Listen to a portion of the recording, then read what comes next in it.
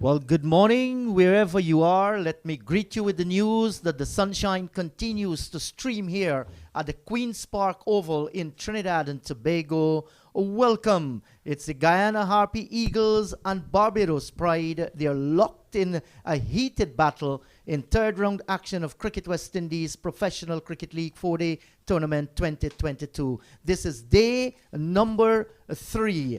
The two umpires, they're making their way out in the middle. That's Carl Tuckett, the Nivishan, and Patrick Gustard from Jamaica.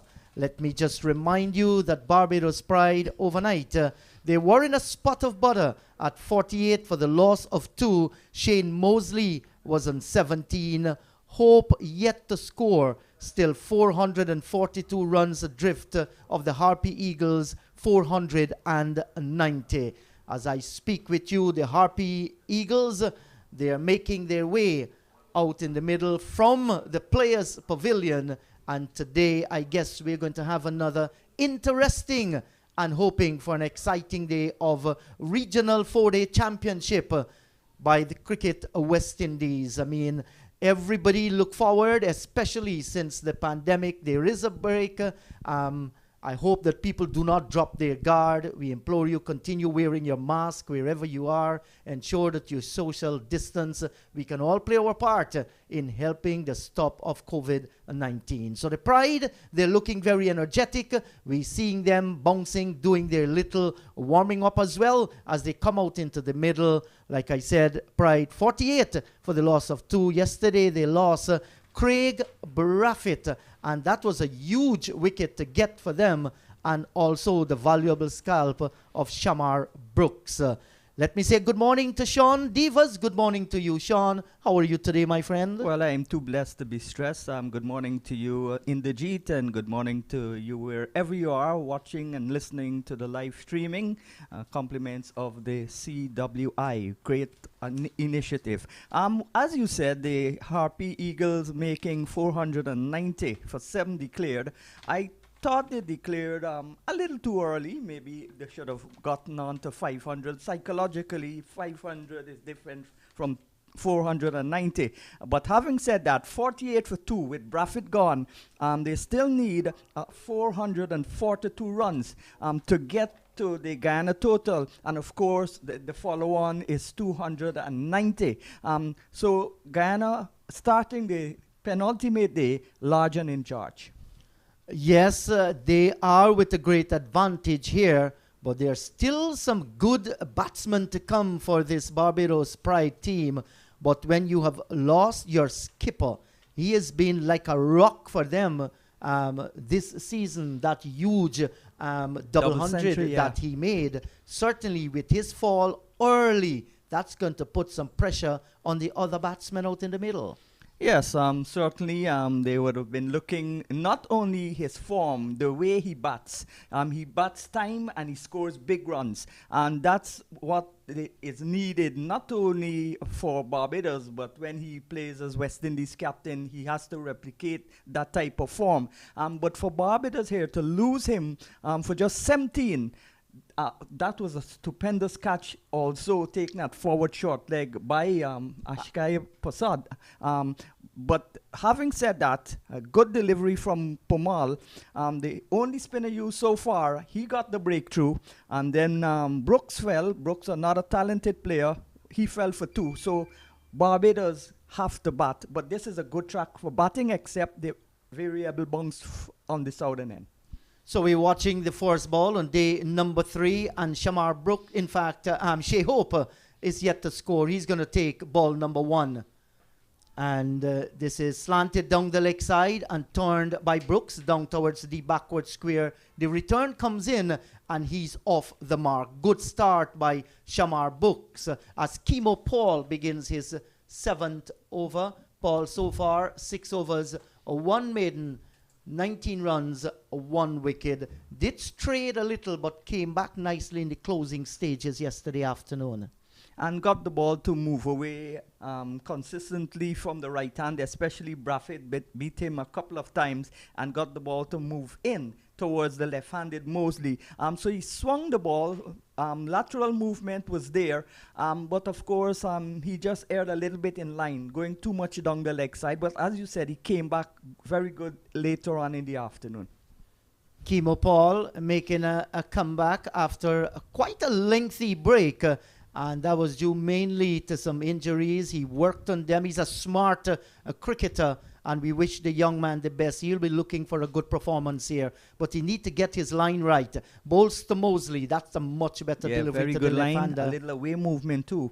And the man from Saxakali actually comes from Saxakali in the Essequibo River, then moved to Wakenham, and then came to Georgetown, where he started at DCC under the tutelage of Gavin Ned, the youth coach. And then he was actually a wicket keeper, and he bowled off spin, and Neddy asked him to bowl medium pace, and it's history now. Yes. So here is Paul. There are 3 slips a gully. Backward point. There's an extra cover as he comes up. Bowls to Mosley, and Mosley comes forward, takes it on the up and turns it away down towards short mid-wicket. Hemraj is in the way. He feels there is no run. And this is what you need. You follow your dreams, and one can never ever forget the role that Kimo Paul's family played in his life. Yes, his dad is from Barbados, his mom from Essequibo, and all his sisters. One died recently, but all his sisters and his family supported his cricket. Paul tries once again, bowls to Mosley and bowled him!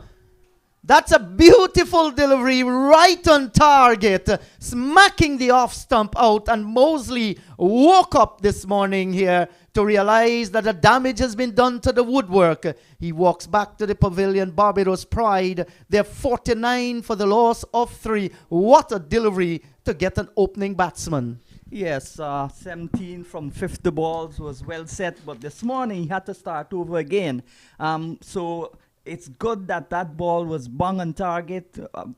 Paul that was a very good delivery. It clean bowled him, knocked the middle stump out of the ground. And this is an interesting and important breakthrough for Guyana early on day 3.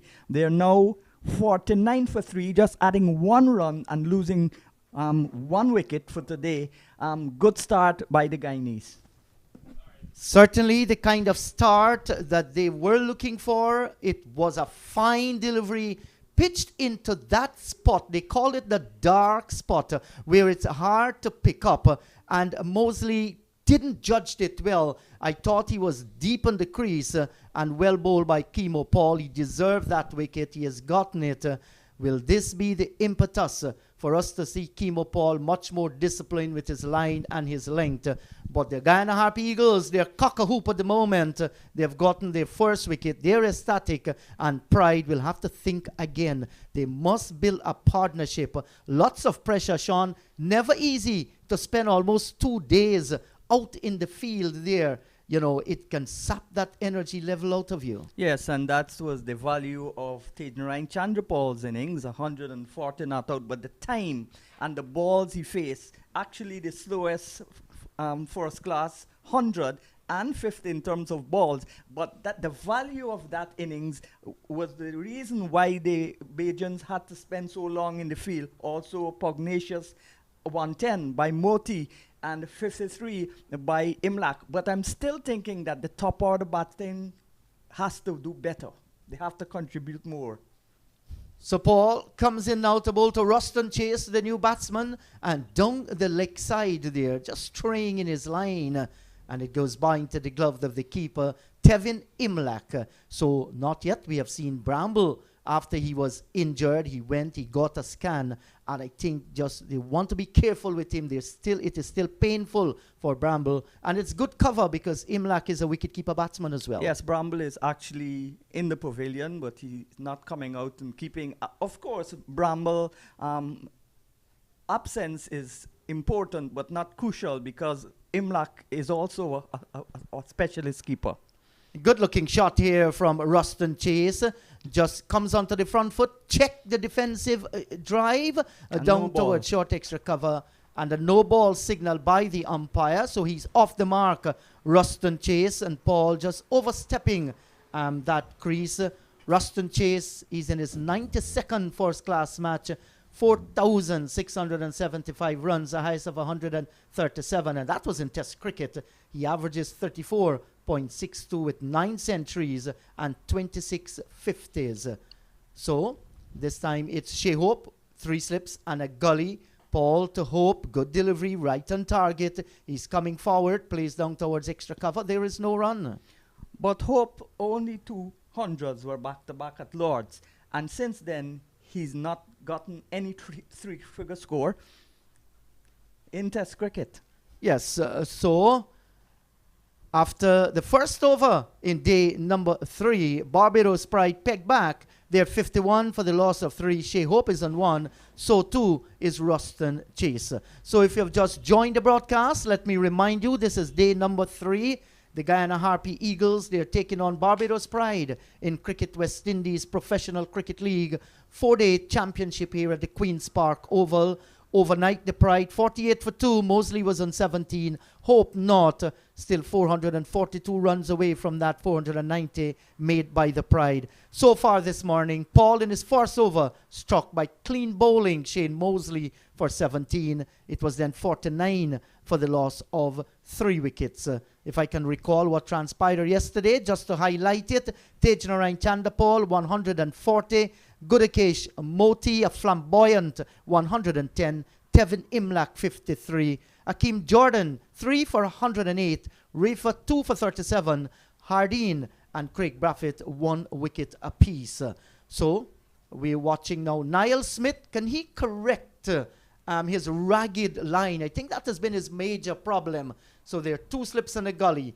Comes in and bowls, and this is driven nicely by Ruston Chase down to extra cover. Yes, he bowled with pace yesterday, the fastest of the Guyana bowlers, but as you said, erratic line. Not maybe so the length. The line was all over the place, and he's got to have better control today if he wants to be among the wickets. I was a little surprised that Dimitri Cameron, who was on debut, didn't bowl a ball yesterday. Yes, well, we certainly will see him today. He will be looking forward for that opportunity. This has been his dream. Here is Niall Smith once again to Ruston Chase, and he's turning this one off the pads, down through mid-wicket, beating the forward short leg in the process, and picking up another run. Good rotation of the strike so far. Yes, good rotation of the strike, but it's early days yet. As I said, still a good pitch of batting, but they started the day with 442 runs away from Guyana. That's a tall order mentally, even though the outfield is lightning fast, well manicured, and the pitch is good, except, as I said, from the lateral, the variable bounce at the southern end. It's a good batting pitch. It's a good cricket pitch. Certainly it has. There is something there for the bowlers. Yeah. There's something there for the batsmen. And you look at it, it simply is a reflection. I think it's a good cricket pitch. Niall Smith tries once again. And this is driven. Lovely That's shot. an exquisite cover drive out towards the cover boundary for 4. You can't get it better than that. Off the bat of the right-hander, that's Shea Hope. And it's sped down to the cover boundary for 4. And he's such a classy player. That's why I'm disappointed that his average is not in the 40s in first-class cricket. And he's only got 5 50s and 2 centuries in 38 test matches. But he's a classy player. He reminds, it's easy on the eye. I would pay to see him bat. That was a lovely looking shot indeed. Nobody on the cover boundary, and he played it beautifully. It was there for the taking, and that is what you do. You put them away. Niall Smith comes in. This is short, outside the line of the off stump, not forcing the right-hander into playing a shot. Sean, today is the birthday of one of our mentors. Reds Pereira? Yes, today is Red's birthday. He is 83 years old. Reds, we know that you're listening and watching the cricket. On behalf of the entire commentary panel here and on behalf of the entire Guyana, happy birthday to you, Reds. You are the guy that we looked up to as youngster, as we had our dreams to become cricket commentators. You have played a great part, and we want to say congratulations to you, Red. Happy birthday. Enjoy the rest of it. Happy birthday, Reds. And Zandra, hope you give Reds a happy birthday that he'll remember. I'm sure she's going to do that. A terrific love story between the two of them. Zandra Deforman, she was once the, I think, sports editor. No, she was the scorer for the GBC, and she was my classmate. Yes, at the Richard Ishmael Secondary scorer for School. GBC, Yeah. and she also worked in the sports department of the Guyana Broadcasting Corporation then, Zandra Deformant. This is flicked away by Shea Hope. It's going to run pretty close towards the boundary. Can Tejnarain Chandapal get it? Yes, he pulls it back and sends the return in. But once again, a classical on drive through mid-wicket, bringing Shea Hope 2 more. It's 58 for the loss of 3. Hope is on 7. Chase has 2. And you're talking about the length of time the Bajan fielders had to stay in the field. Chandrapal spent the exact amount of time on the pitch batting, and he's so fit that he raced after that ball like Usain Bolt. Yes, and he's Guyanese, you know, Sean. He's a strong fella, and regardless of which part of the world Guyanese go, they always maintain that strong character. And He's a strong guy. his mom is from Pomeroon. That's nice to hear. Pomeroon. Yes, the place that produces. Reds Pereira. Exactly. And it's amazing coming from those parts of Guyana that we consider remote. And there have been so many outstanding sons and daughters. Dave Martin, a Pomeroon boy as well. I want to say good morning to Barry Alfonso. He messaged me, he's listening to the commentary. We played under 19 cricket together. Paul bowls to Ruston Chase, gets a good delivery, well pitched up. He comes forward, plays it down towards square cover. There is no run. He's also from Pomeroon. Well, that's good to hear. So regardless of wherever you are, whatever the circumstances, you have a dream, the opportunity presents itself, you make the best use of it. That's the reason why we can mention those names, you know, as we do commentaries here. Yes, a good attacking field set by Johnson. 3 slips on the gully. And Imlak, who's not done a bad job behind the stumps. Lovely shot. Glorious shot. Outside the off stump and sweetly driven. This man is class. Hope, now Chase. Both batsmen playing classy drives. Yes, that was a good-looking shot by Ruston Chase. Pitched up on the half volley there. And the right-hander just stroking it. Not too much power whatsoever. And it came off the willow. That was the sweet sound of the ball hitting the bat down towards the right of mid-on. And it scooted away to the boundary for 4. And this time he's taken on the pad, no doubt going down the leg side there. Stretched for it, deceived by Kimo Paul, but it was always heading down the leg side. 62 for the loss of 3, and we have seen some very, very good shots this morning. The previous delivery was overpitched.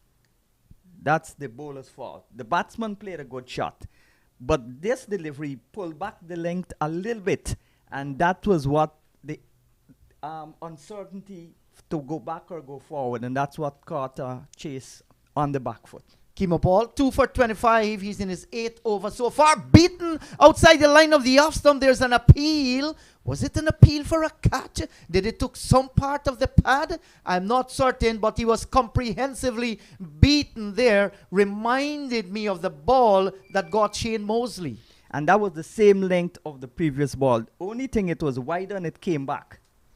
Might have clipped the pad. Absolutely a splendid delivery by Kimo Paul. Good response after he watched himself being driven through mid-off for a boundary. So this is an exciting start today, number 3. Not boring at all. Outside the line of the off stump, goes by into the gloves of the keeper. There is no run. And that one straightened. The previous one came back. That one went straight on. So good variation. And Sean, today is also Jomel Warrican's birthday, and he's playing in this game. So happy birthday to Jomel Warrican. Yes, happy birthday to you, Jomel, the left-arm spinner who played so many years for Jamaica and for Barbados, and also the West Indies. Yes, so I guess his family back home will be sending messages to Joe Melwarican, and his teammate will ensure he enjoys his birthday. He covers up a chase, forces it down towards Virasamy Pramal, down at extra cover. There is no run. So at the end of another over, 62 for the loss of 3. Hope is on 7. Chase has 6. Barbados Pride continue to battle against the Guyana Harpy Eagles. And even though they've lost 3 wickets, the scoring rate has been good. 62 runs, 48 yesterday. They've already added a number of runs today. So there's 62. The 5th are coming up this morning early, but 2 wickets going down. And that's the important aspect. If Guyana can get among the wickets, get wickets in bunches, then they can move ahead in this game. Yeah, well, actually, 1 wicket went down this morning. They came back 42 overnight. for 2, yeah. That's right. 48 for 2. So it's going to be Niall Smith. He tries again, not having the best of matches so far. And this one is much closer to the line of the off stump. And the right-handed Hope is coming forward. Gets it back up the track. There is no run. And the question was asked, how much work the Guyanese fast bowlers had in preparation for this match. Well, they had, I think, a fair amount of time bowling in that 4-day practice game, because the majority of wickets were taken by the fast bowlers. But in the past, in the long past, back in the days, the fast bowling was dominated by fast bowlers from Demerara. That has changed now, gone to Barbados. This is short and lifting. Didn't get up off the pitch that Shea Hope was looking for, and he actually just dragged it down towards the extra cover region, and once again there is no run. And Barbados of itself has produced some outstanding fast bowlers, Sean, over the years. If you look back in the first John Trim, yeah, that's right, toured Australia with the West Indies, and after John Trim, Leslin Lambert, he was a talent. Was sad to see him got in an accident, had some damage to his knee, actually written his career off. This is a short lifting delivery, a better one this time from Niall Smith, and Hope plays it well. But in the recent past, all the fast bowlers who've played for Guyana, Keon Joseph, Pestano, well, Keon Joseph is not from Demerara. No, from Barbados. From Barbados, talking right. about the fast bowlers yes. from Barbados. Yes. Barbados has produced so Niall true. Smith and all of these guys. Even Kimo Paul is not technically from Demerara. He's from Essequibo. So what has Demerara been doing in the recent past to produce fast bowlers? Here is Niall Smith once again. That's a short lifting delivery. Good delivery, but well played by the right-hander. The score is kept on 62 for the loss of 3. And yes, I do agree with you. We had Rayon King in the past. In the past, Rayon right. King, Colin Stewart, the mighty Colin Croft. But those were in the past.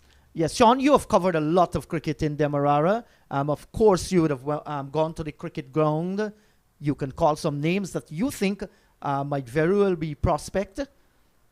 But here's Niall Smith, and down the leg side, Imlach dives away, didn't glove it cleanly, but no harm done. It dropped just behind of him for Leon Johnson to skip across from first slip to clean up. Even beaten. He is played for GCC and now Police, but he's from Essequibo. Yes, you're right about that. Your prospect, anybody in Demerara there that might be knocking at the door? Most of the pacers who play in the GCA tournament are maybe not from Demerara. They're not from Demerara. Well, I think a lot of hard work needs to be put in there to ensure that the correct systems are in place and we can attract people to the game of cricket there, especially fast bowlers. This is a beautiful shot off the front foot, and he moved the wrist nicely, Shea Hope, down through the forward square boundary for 4. That's a gorgeous looking shot to take the Barbados Pride now on to 66 for 3. Hope is on 11. Chase had 6, and what a way to bring the over to an end. Yes, a lovely shot again on the line of the leg stump. And Hope just going to 11. That's a lovely shot. Chase also playing some beautiful shot. And the last person to come from Barbados as a fast bowler, he's not bowled the ball yet, but he's playing in this match, Dimitri Cameron. He's from Rosal Town. Yes, certainly he will get his chance to play here. This match, I feel, somehow or the other, Barbados with a good batting lineup and a good pitch as well, they must at this time put together a partnership if they're going to save themselves in this game. Kemo Paul will continue. And so far, Paul has sent down 8 overs, 1 maiden, 2 for 25. Those are good figures. Yes, Paul and Beaton are prime examples of non-Demerarians playing in Demerara cricket, mostly in Georgetown, the GCA tournaments. Down the leg side, a shout there for leg before. Not at all. It was going further down the leg side. And Sean, why do you think, while Barbados have been producing all these fast bowlers and some outstanding spinners as well, why is it Demerara has not been able to do that? I'm not sure, but I don't think enough cricket is being played in Demerara. Barbados plays 5 times more the amount of cricket than Demerara. That's the problem with Demerara and especially Essequibo. They have the talent, but they don't have the tournaments. And that's a good delivery. Right on target, and Chase locked in defense and looks good as he plays down towards short cover. There is no run. Another problem in Demerara, especially with the GCA, is the lack of grounds. There are limited grounds, and there's not much venues to play these competitions on. So you see competitions from since 2 years ago are still yet to be completed. So here is Kemo Paul once again. He's taken the early wicket this morning and he's looking for another. Good delivery. Chase is coming forward, plays down towards mid-on. There is no run. And maybe we can switch our attention. Guyana, Harp Eagles against Barbados Pride. Barbados, they have produced some of the most outstanding fast bowlers the world has ever seen. They've produced the most test cricketers per capita. That means the size of Barbados, the people that live in it, and they've produced the most test cricketers for that population. Yes, it's a nation that... in the world. Yes, they have done tremendously well for Cricket West Indies. And this is an on-drive, lovely looking shot by Shea Hope. It's going to come down towards the boundary for 4. In fact, it's Ruston Chase. I beg your pardon, but that was a superb on-drive. And the coaches will tell you that the on-drive is the most difficult shot to perfect. And sometimes you watch cricket for an entire day or 2 days and you do not see an on-drive like that. And you might not see a better one coming off the bat of another cricketer, Ruston Chase, looking terrific form. Yes, he and Hope are those types of players that time the ball, stroke it, caress it. They don't beat it. So, Paul, he tries once again. The last delivery in his 9th over, down the leg side. Oohs and ahs as it goes through to Imlak. But if you're bowling there and you turn it, even if you get the edge or the face of the bat, there's no fine leg. The long leg is wide. There is no backward square. There is no leg slip. So why would he want to bowl? I don't think he wanted to bowl it. He just bowled it there because it's a bad line. He's supposed to be bowling the ball more on the stumps or outside the off stump. Yes, and I was just outfoxed by the scoreboard saying that it was the last delivery. It's not. The last ball coming up now.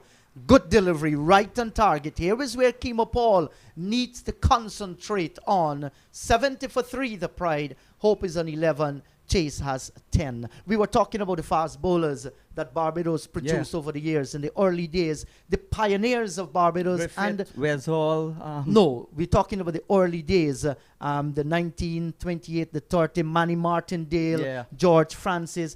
These 2 guys led a long line. You can pick it off, Sean. Yes, but then when Test cricket started in 1928, they had like Wes Hall, Charlie Griffith, and these guys. Wes Hall, not in 1928. No, it no, was no. Manny Martindale and George Francis. But after that, down the line, Wes Hall, you said, Charlie Griffith. Those were the old ones, and then the new ones, the modern day fast bowlers, Malcolm Marshall, to my mind, So the true. best fast bowler in the West Indies. Also, Sylvester Clarke, Wayne Daniel, Jewel Garner, a whole host of them. Yeah, and they were terrific Yeah. fast bowlers. These guys did not only bowl fast, Sean. They understood cricket and they did a thing or two with the ball as well. I think Franklin Stevenson would have played a lot more test matches. He actually introduced the slow ball if he didn't go to South Africa. Yes, and there's also Ezra Mosley. Yeah, the late Ezra Mosley. Yes, May his may his- soul rest in peace. Yes, I think he has done well. You had Roddy Estrick. Yeah, Elcock. Yes, those are all good fast bowlers that came out of Barbados as well. And some of them actually played for England as Yeah, well. then you had Otis Gibson, Yes. Vasper Drakes, Yes. I think it was Gladstone Small that played for England. Collins, Collymore. So a whole A fast string bowler, of yeah. fast bowlers coming from that beautiful island of Barbados. As we watch, Pemal now comes in. Bowls to Hope, and he's coming forward and plays it down towards extra cover. Coming off the boundary, he gets another run. And if you include Bajan fast bowlers, you've got to include Joshua Archer. Yes, exactly, you're right. And there was another Bajan fast bowler that played for England as well. There was a De Freitas. Yeah, no. Phil- De Freitas. He was a from- yeah, Jamaican. from Jamaica parentage. Right, Jamaica parentage. So Virasamy Pemal is bowling to the right-handed Ruston Chase with a slip. There is a backward point, cover, and an extra cover. Here is a big drive by Hope. There's an appeal, and not out says the umpire, but he was outfoxed there by Virasamy Pemal. The Bajans play pace pretty well. Of course, back in the days, the Barbados track was the fastest, second in the Novel. But when it comes to spin, especially off spin, that's their weakness. They don't play off spin especially pretty well on spin. They don't play that pretty well also. Well, I don't think that they will like to hear what you're saying, Sean. I think you're going to be roughed up by the Bajans. No, that's a fact. Delivery down the leg side. Here's a sweep shot by Ruston Chase, not making any contact. Imlak, he collects well. Could have been easily overshadowed by the batsman, but he kept his eyes on the ball and know exactly where the ball was going. Splendid day for cricket here at the Queen's Park Oval as Virasamy Pemal continues to wheel away from the southern end of the ground. So far, 1 for 3. He's in his 6th over. Pemal comes in once again to Ruston Chase. He's getting a good delivery and he's forcing this one off the front foot down towards mid-off. There is no run. So it's a pressure situation out there. But the pride between these two, they have responded nicely. They're not going to be bogged down. Every bad ball was put away. Pemal tossing this one up. Generous flight. And this is good to see. We were talking about Pomeroon earlier. I want to talk about charity just across the Pomeroon River. I want to say good morning to Dalip Singh, the president of the Essequibo Cricket Board. He's and the WD Hotel and Mall. They were my sponsors. That they bought my ticket to come here. That's so nice as they overcome Stone. And 71 for the loss of 3. Hope is on 12. Chase is on 10. And Essequibo Cricket, John, they've Sean, they've got new management, and we can all wish Mr. Dalip Singh, all the best as they continue to strive for the and development. it's a new vibrancy, a new positivity. You can see it. We went to Essequibo for the under-15 matches, and it's a new life in Essequibo cricket. Certainly it is. So, let me remind all listeners that Barbados Pride started the day on 48 for 2. Shane Mosley was on 17. Hope yet to score. Still 442 runs adrift of the Harpy Eagles. 490. Yesterday, Craig Braffett and Shamar Brooks were the batsmen dismissed. Today, Shane Mosley was beaten and comprehensively bowled by Kimo Paul for 17. The Pride losing their 3rd wicket when the score was on 49. Since then, Ruston Chase has joined Shea Hope and they're presenting a very good battle against the Guyana Harpy Eagles. They've taken the score to 71 for the loss of 3. Yes, well, it's blistering sunshine here, sweltering heat at the Queen's Park Oval, and all over Port of Spain. Great conditions for shopping, for doing anything, especially playing cricket. But the players wouldn't tell you that. The players would like overcast conditions or hazy sunshine. It's too hot for them. Yes, it's very, very hot out in the middle there. And of course, we have the Sahara dust sweeping the Caribbean, and Trinidad and Tobago, they are not exempted from this as well. This is forced off the front foot out through the covers. They have taken 1 and will go back and complete 2 as the return comes in. Good looking shot there once again from Shea Hope. He seems to be in terrific touch. And good running also. They went for 1, they run the first one quickly, and they looked to get the second, put pressure on the fielder, and came back for 2. And that's a hallmark of good partnership. Rotating the strike, good running, aggressive batting, defensive batting, mixing caution with aggression. That's all building a partnership. Yes, and your next commentator is going to be John Ramsing at the end of this over. This is played away down towards short mid-on. There is no run. This morning, John treated me to some of the most delicious bananas, apple and grapes. He made something for you. No, he didn't whatsoever. He bought it. Oh, well, we're looking. If you can look on your screen there, you see. Can you actually see that Sahara dust there, Sean? Yes, because the sky is not blue. It's bluish with gray. That's the Sahara dust. It's because it's bright sunshine. There's no cloud around. Yes, and a beautiful view we are having there. The surroundings of Queen's Park Oval. Delivery pitched up on the line of the off stump. He's coming forward, opens the face and gets it out towards cover. And my mom was looking at the feed and our feed, not the local feed, and she wanted to know why the camera was only showing the players. This is a great thing. She would love this. Yes, certainly having a view around the ground. And, Queen's Park Oval is always a nice place to come and witness cricket and to talk the game as well. As we watch Kemo Paul, he sprints in. And Hope is coming forward, and he's cover driving again. It's not going to reach the boundary, but certainly they will go back and complete 2 good-looking runs. And we want to say thanks to our man, that's Mr. Vinod Mamchan, for having us on his panel on Cricket 360. Yes, I understand he was doing commentary yesterday when I spoke to him in New York. Yes, he is over there for a special cricket tournament. He has been traveling a lot, Vinod Mamchan. This is the sports that he loved the most, cricket. So thanks to you, brother. Thanks for having myself, John and Sean on Cricket 360. That's a short lifting delivery, read well by Shea Hope. Goes by into the gloves of the keeper, and Kemo Paul will take his hat, no doubt, and walk away. It's 75 for the loss of 3. Hope is on 16. Chase has 10. More from you, Sean, and then it will be the voice of John Ramsing. Apart from those 2 pitched up delivery, that's a good over there from Paul, because he got the ball to move both ways. And talking about the Queen's Park Oval and the history of it and so, this was previously known as the Sinclair Oval back in the days, and they've played 6-1 test matches here since the first in 1930. The first test at the Queen's Park Oval, which West Indies won, was 1935, of course. Guyana border was the venue for the first ever West Indies win in 1930. Well, thank you very much, Sean. Good morning to yourself and Indrajit. Good morning to all of our viewers or listeners. It's nice to be back at the Queen's Park Oval. Once again, nice weather for cricket.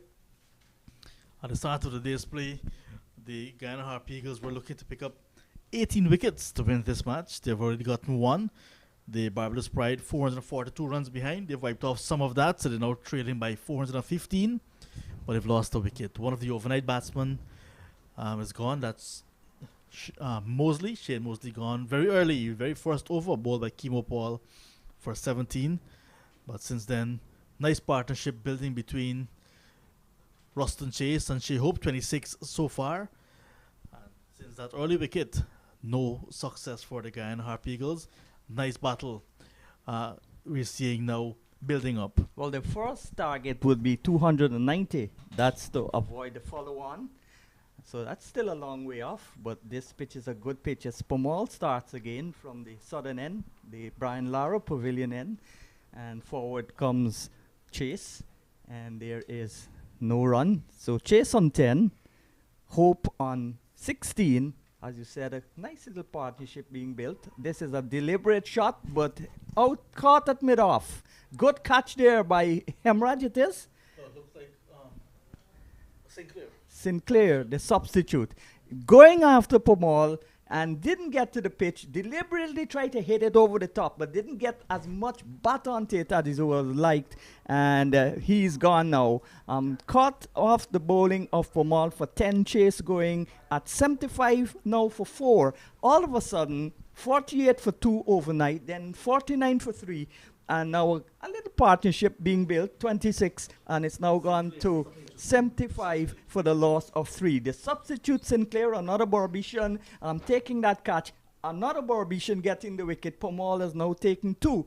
And we've still yet to see another Barbician who's on his debut, Dimitri Cameron. But how things are going, he's not needed right now. Guyana was looking to break this partnership.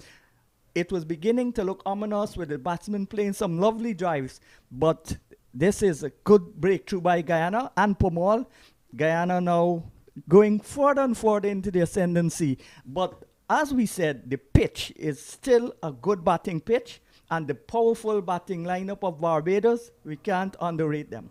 That was one of the things you were looking at in terms of if the Harp Eagles attack will be potent enough to bowl out this Barbados Pride side twice.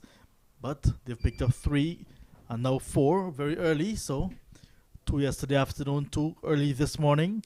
And that's how you need to look at it, one at a time. But there's a good ball from Pomal. Ball was pitched up. There was Ruston Chase looking to go straight back over the head of the bowler. The ball got big on him. A little bit of turn.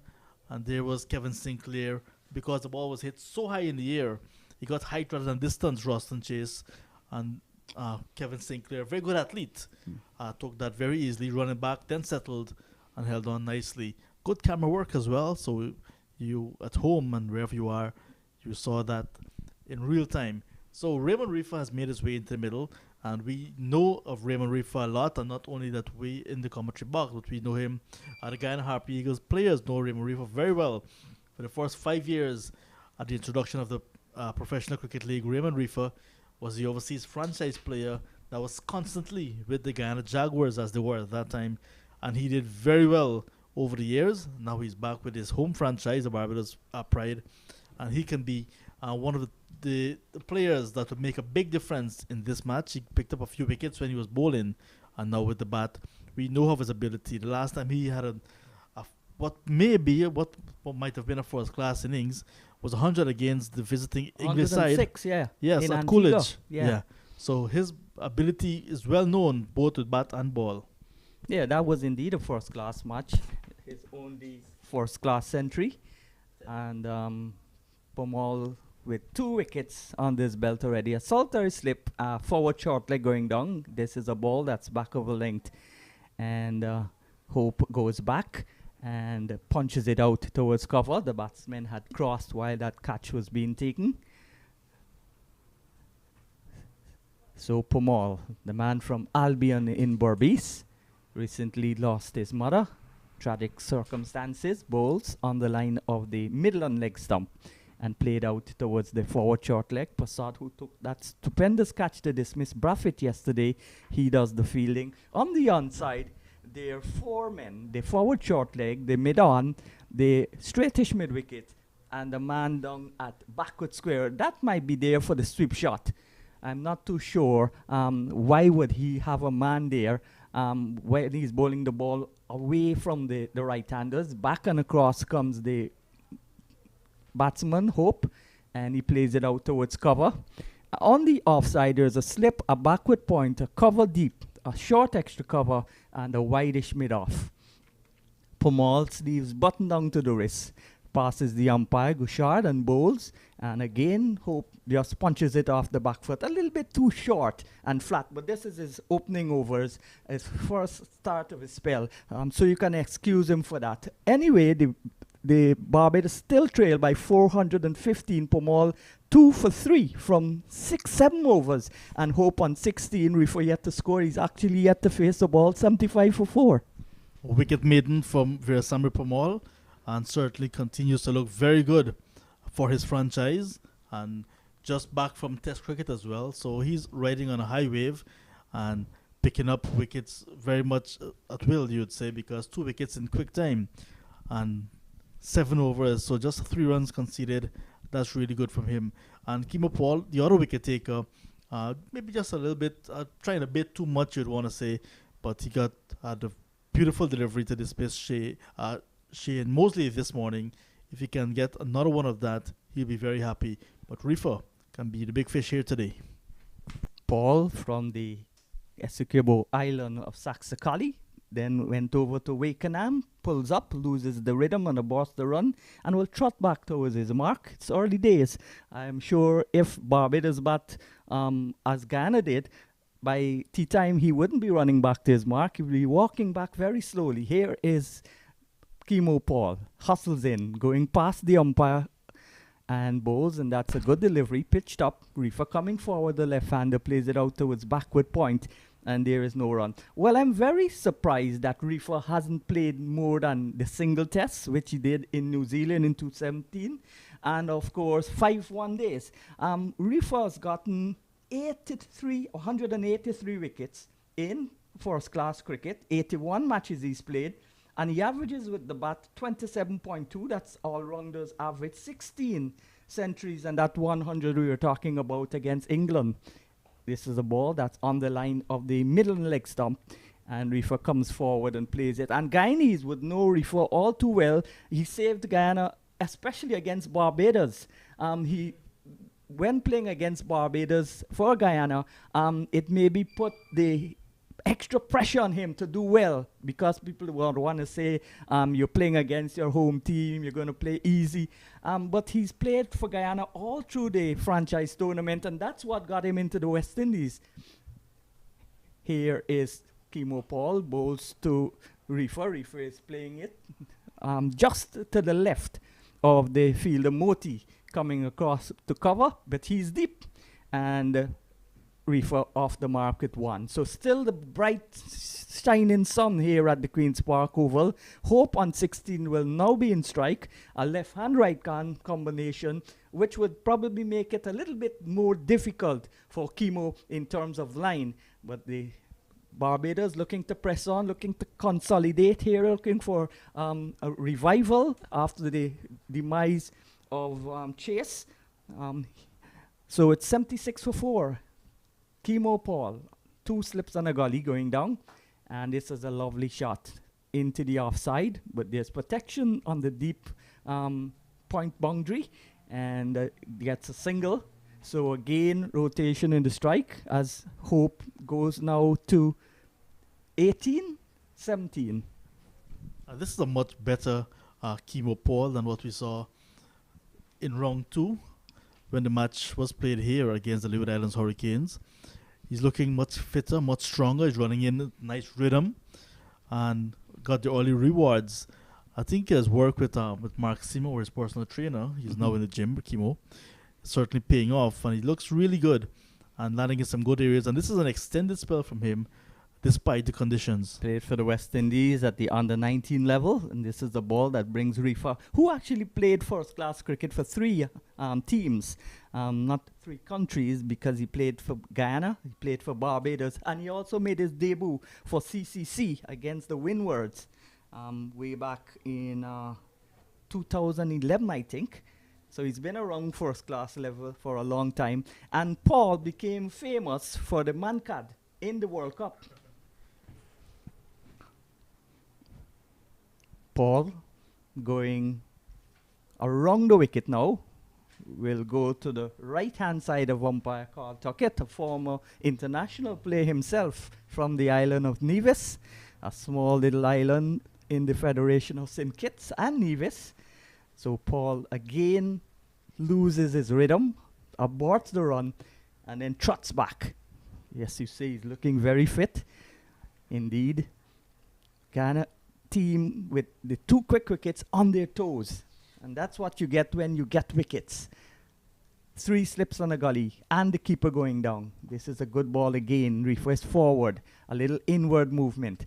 And he negated it well, pushed it with a straight bat out towards cover and got a single. So again, well, this time there's no rotation in the strike because it's the end of the over. At the end of 25 overs, Barbados Pride looking to get 491 for a first innings lead. They're 78 for 4 with Hope on 17 and Reef on 2. Kimo Paul, the brand ambassador for VNet Communications, and those guys, they tend to say when chemo's bowling, it's time for some chemotherapy. So, yeah, he's been a hard worker over the years. I remember there's one game at the Brian Lara Cricket Academy. Kimo was bowling with a ping ball. It was a day and night game. And Kimo really made that ball swing a lot, got a lot of lateral movement, both to right and left-handed batsmen. And he got, it was a 5-for on that occasion, bowled Guyana Jaguars at the time to victory. And a little bit of inward movement to refer just as he was coming around the wicket reminded me of that. And maybe Kimo Paul is getting back to his best. Yes, certainly, if not there, close to it. Good morning to Safraz from Delft Street. That's the street I live in. He's been a very good supporter of sports, especially cricket.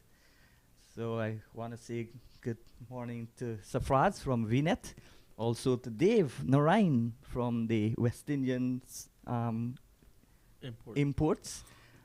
So, and he's been a big supporter of cricket of tournaments, and he's also paid half of my hotel accommodation. And Dave, West Indian Imports, they're at the Agri Expo that is on right now in Georgetown. Oh, he's back in Guyana? Yes.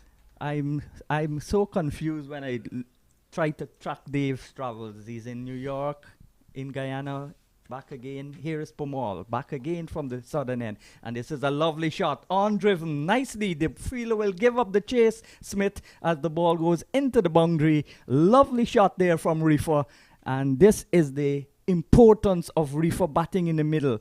6, he's gone now to 6 runs. It's 17 to Shai Hope, 82 for 4. No, you guys were mentioning earlier yourself and Inderjeet about the Barbados Pride batsmen maybe not being so strong against spin bowling. But Reefer, the 5 seasons he spent in Guyana, has developed that ability and he's showing it here now. Back he goes, waits on the delivery, and then pats it back towards Pomal. A ring of fielders around him in the close catching positions, a solitary slip, a leg slip, and a forward short leg. The keeper, Imlak, who's done a very good job, goes down and using his feet and a nice throw back to the stumps. Kept him on his toes, Reefer, and Pomal just shied the ball back towards the stumps. Good drive though, well stopped, good throw, good cricket all around. Reefer liked to use his feet to the spinners, and we will get lots of that. And Pomal equal to the task. Pomal again was a flighted delivery again, maybe tempting, urging Reefer to use his feet again. This time he played it from the crease. Long right leg out and just stroked it out towards cover. So good batsmanship, good battle going on in the middle between bat and ball. Left arm spin versus the left-handed batsman. He plays it uppishly just between those 2 fielders. Close catching on the onside, to the right of the fielder at leg slip, to the left of Fasad at short leg, and down towards Kimo Paul. But the oohs and ahs would have gone up in the Barbados dressing room. Yeah, this is really good work from both the spinner and the batsman. Here is Pomal bowling back of a length and pushed quietly into the offside. Again, a nice testing over from Pomal. Continues to bowl well. 2 wickets for 7 runs, 8 overs now. Hope is on 17, 6 is Reefer. And the Barbadian Pride chasing 491 for first innings lead. They're 82 for 4. Yeah, just the boundary in the over early up from Raymond Reefer. But other than that, it was a testing over from Veerasammy Pomal, the experienced left-arm spinner. And because of everything he gave to Raymond Reefer battling and managed to survive. But it really was a testing over. Raymond Reefer is, I think, the big fish for the Harpy Eagles today. Yeah, and as we say, now we've been waiting for it. He's gotten his first. He'll bowl his first ball in first class cricket. He's 25-year-old. He's from the Rose Hall Town. The coach of the Guyana Harpy Eagles, Easton Crandon, is also a former Guyana fast bowler from Rose Hall Town. So he will have a good influence on the young Cameron. 0-0. What a number on his back. Yeah, he's yet to yet to make his mark. So Dimitri Cameron, young man with tremendous talent. Also Tyndall, he is another young fast bowler. Silas Tyndall. Shamar Joseph as yeah, well back at home. Yeah, so there are lots of fast bowlers coming through. But not so many leg spinners. There are hardly any leg spinners in Guyana now. So Cameron is on his way. First delivery in first class cricket is bang on target and played with a defensive bat by Shai Hope. So that might take a little bit of nerves. The butterflies will be jumping around, flying around his stomach. So you'd need a little, like 2 overs, 3 overs. I was thinking that he should have been bowled yesterday to get this out of the way since yesterday, especially since the bowlers, Smith and Paul, hadn't been on target. Good delivery again outside the line of the off stump. Good bounce and carry. And he's bowling on that part of the pitch, the southern end, where if he gets the ball in the right area, it can bounce. Or it can also keep low. Yeah, that's the two-pace part of the track. I want to say congratulations again to Dimitri Cameron. He has been playing in Trinidad and Tobago for a couple of clubs as well. Yeah. So no stranger to the conditions, you may want to say. He will want to use that to his advantage. And everyone back home proud of this young man. He is a hard worker and deserves to be here. Cameron with 2 slips on the gully bowls, and that's a lovely shot. Didn't get as much bat onto it as he would have wanted, and they will come back for 2, Shai Hope. So he's gone on to 90 now. It's taken him 29 balls. Reefer on 6 from 11. Barbados still trailed though by over 406. And they've got 84 for 4. The first target for them most likely would be the 290 to avoid the follow-on. But if they're bowled out below 290, do you think Guyana would bowl again? That's their only hope of winning the match outright. This is a good delivery, Yorker length, beautifully bowled by Cameron, right up in the block hole, almost like Jewel Garner from Barbados. Yeah, that's a very good delivery from Dimitri Cameron, the debutant, after being driven down to cover for 2. Good comeback delivery, full, and it was actually moving in as well. Yeah, in the air. So good in swinging Yorker. Nice delivery from the debutant. And we were talking about butterflies in the stomach. I don't think there is any there because he looks really good. He looks ready for first class cricket. Yes, here he comes from the commentary box and moves in. Nice, good rhythm. Bowls to that's outside the line of the leg stump. Yes, it pitched outside the line of the leg stump, but it would have hit the stumps. That's why he appealed. But you find that the young bowlers, even in first division cricket, who play at national level, once the ball pitches outside the leg stump and would have hit the stumps, Matthew Kisoon was saying that they all appeal, even though they know that the ball is pitched outside the leg stump and you can't be given out. Once they think the ball would have hit the stumps. But this one was not pitched outside the leg, so it was heading down the leg. Yeah. It was pitched in line, but heading down the leg of the right-handed batsman. 2 slips and a gully, square cover in place. That's a good delivery. Got on to Hope much quicker than he wanted, and maybe the ball hit the bat more than the other way around. Good first over by Dimitri Cameron. Rose Hall and the entire Guyana and Berbice, Essequibo and Demerara and all Guyanese around the world would be proud of this first over. Yes, a very good start to first class cricket from Dimitri Cameron. He says he lives with his mom and 3 brothers, so all at home. They'll be very proud of him as well. And he just was in construction work trying to get $1, and he was very honest with what he said to the media, that after days of construction work was finding it difficult to go to practice and go to the gym and so on, but he made the sacrifice, and here he is today, reaping the rewards. So congratulations, and that's a good start. You just need to keep it up, young man. There are a lot of cricketers that go through these problems, but the public don't know. Here's a ball that's on the line of the off stump as Pomal continues from the far end. The Joey Carew members balcony and the Queen's Park Cricket Club. The Brian Lara Pavilion end. Brian Charles Lara, such a genius. 2 world records in first class cricket, 1 in test. Here is a nice use of the feet by Reefer as he finds the man that's Sinclair at mid-on, but can't stop the single.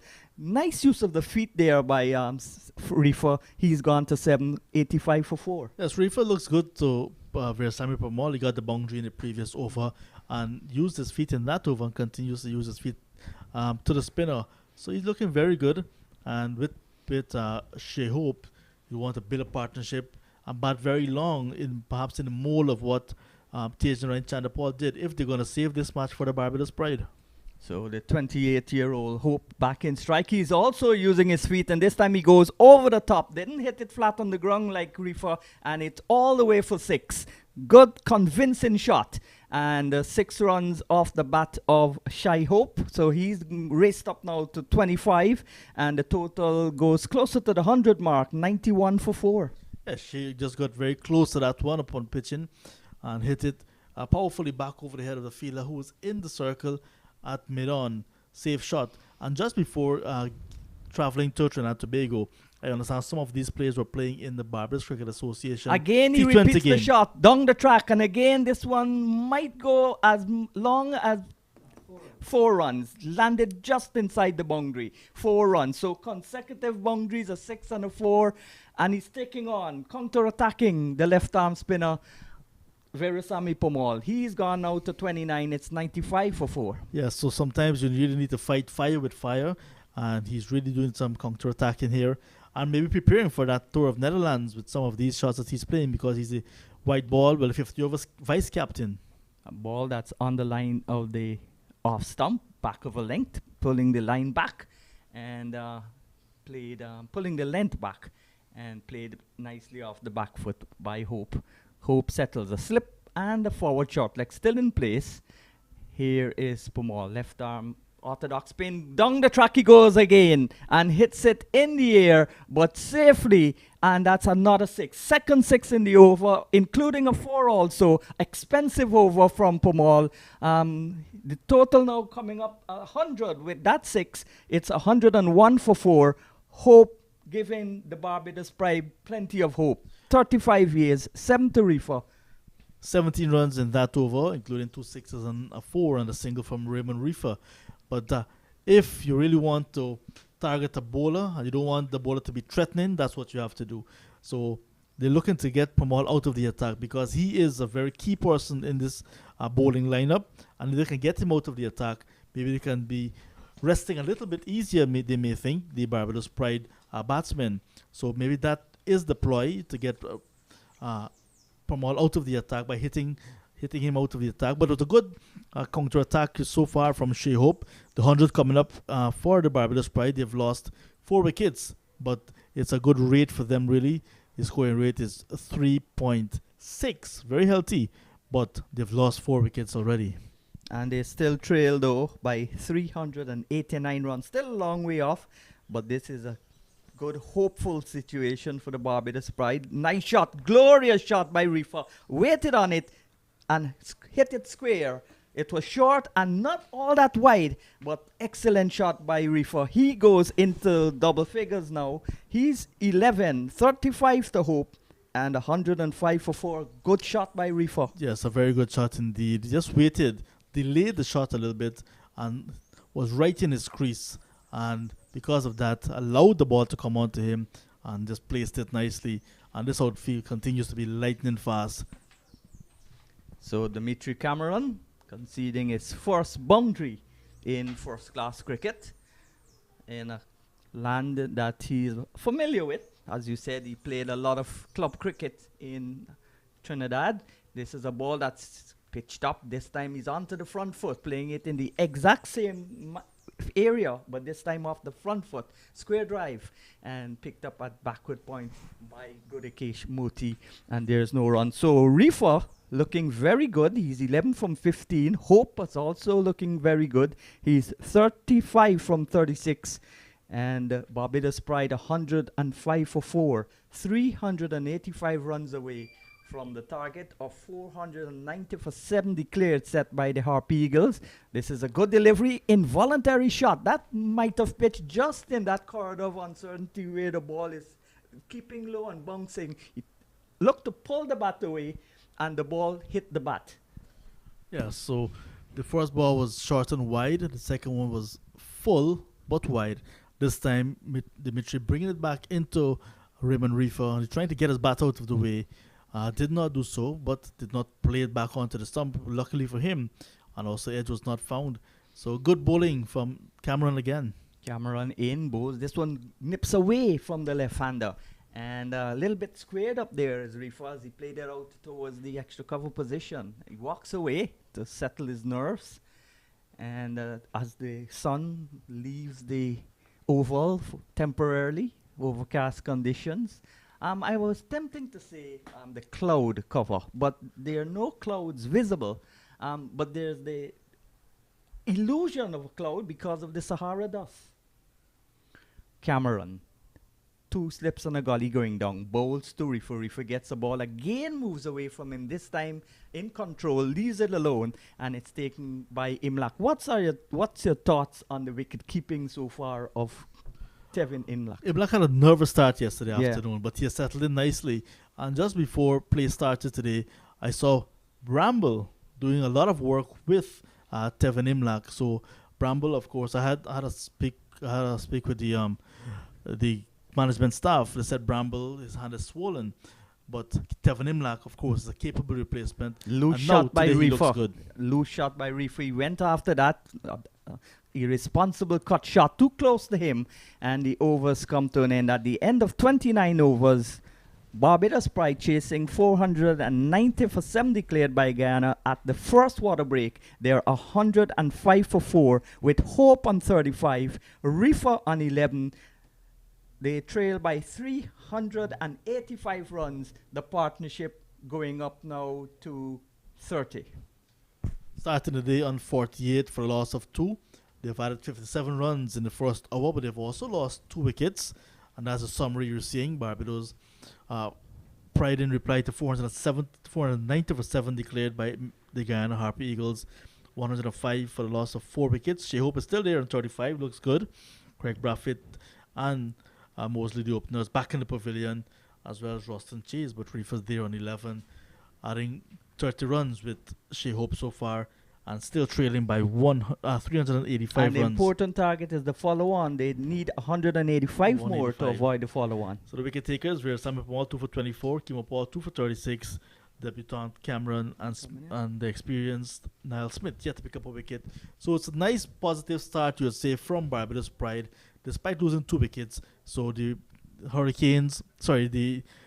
Pride will have to survive and really look at that as their first target to 185 to avoid the follow-on. Yeah, so I want to say a quick good afternoon to Luke Latif, his wife Saucy, and Chelsea, their daughter, who I call Guytrin because she's half Guyanese, half Trinidadian. Also to my mom, who is surprisingly looking at cricket. She doesn't like cricket, but she's looking at the cricket, and she's very impressed with the every site we talk about. You see it on the camera, expert cameraman in Guyana.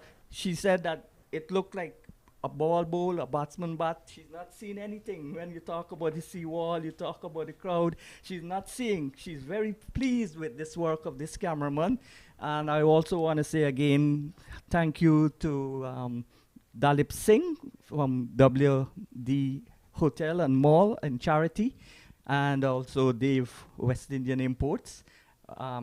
He's one of the leading importers of Jamaican, Trinidadian, and Guyanese products in the US of A. Good morning to everybody.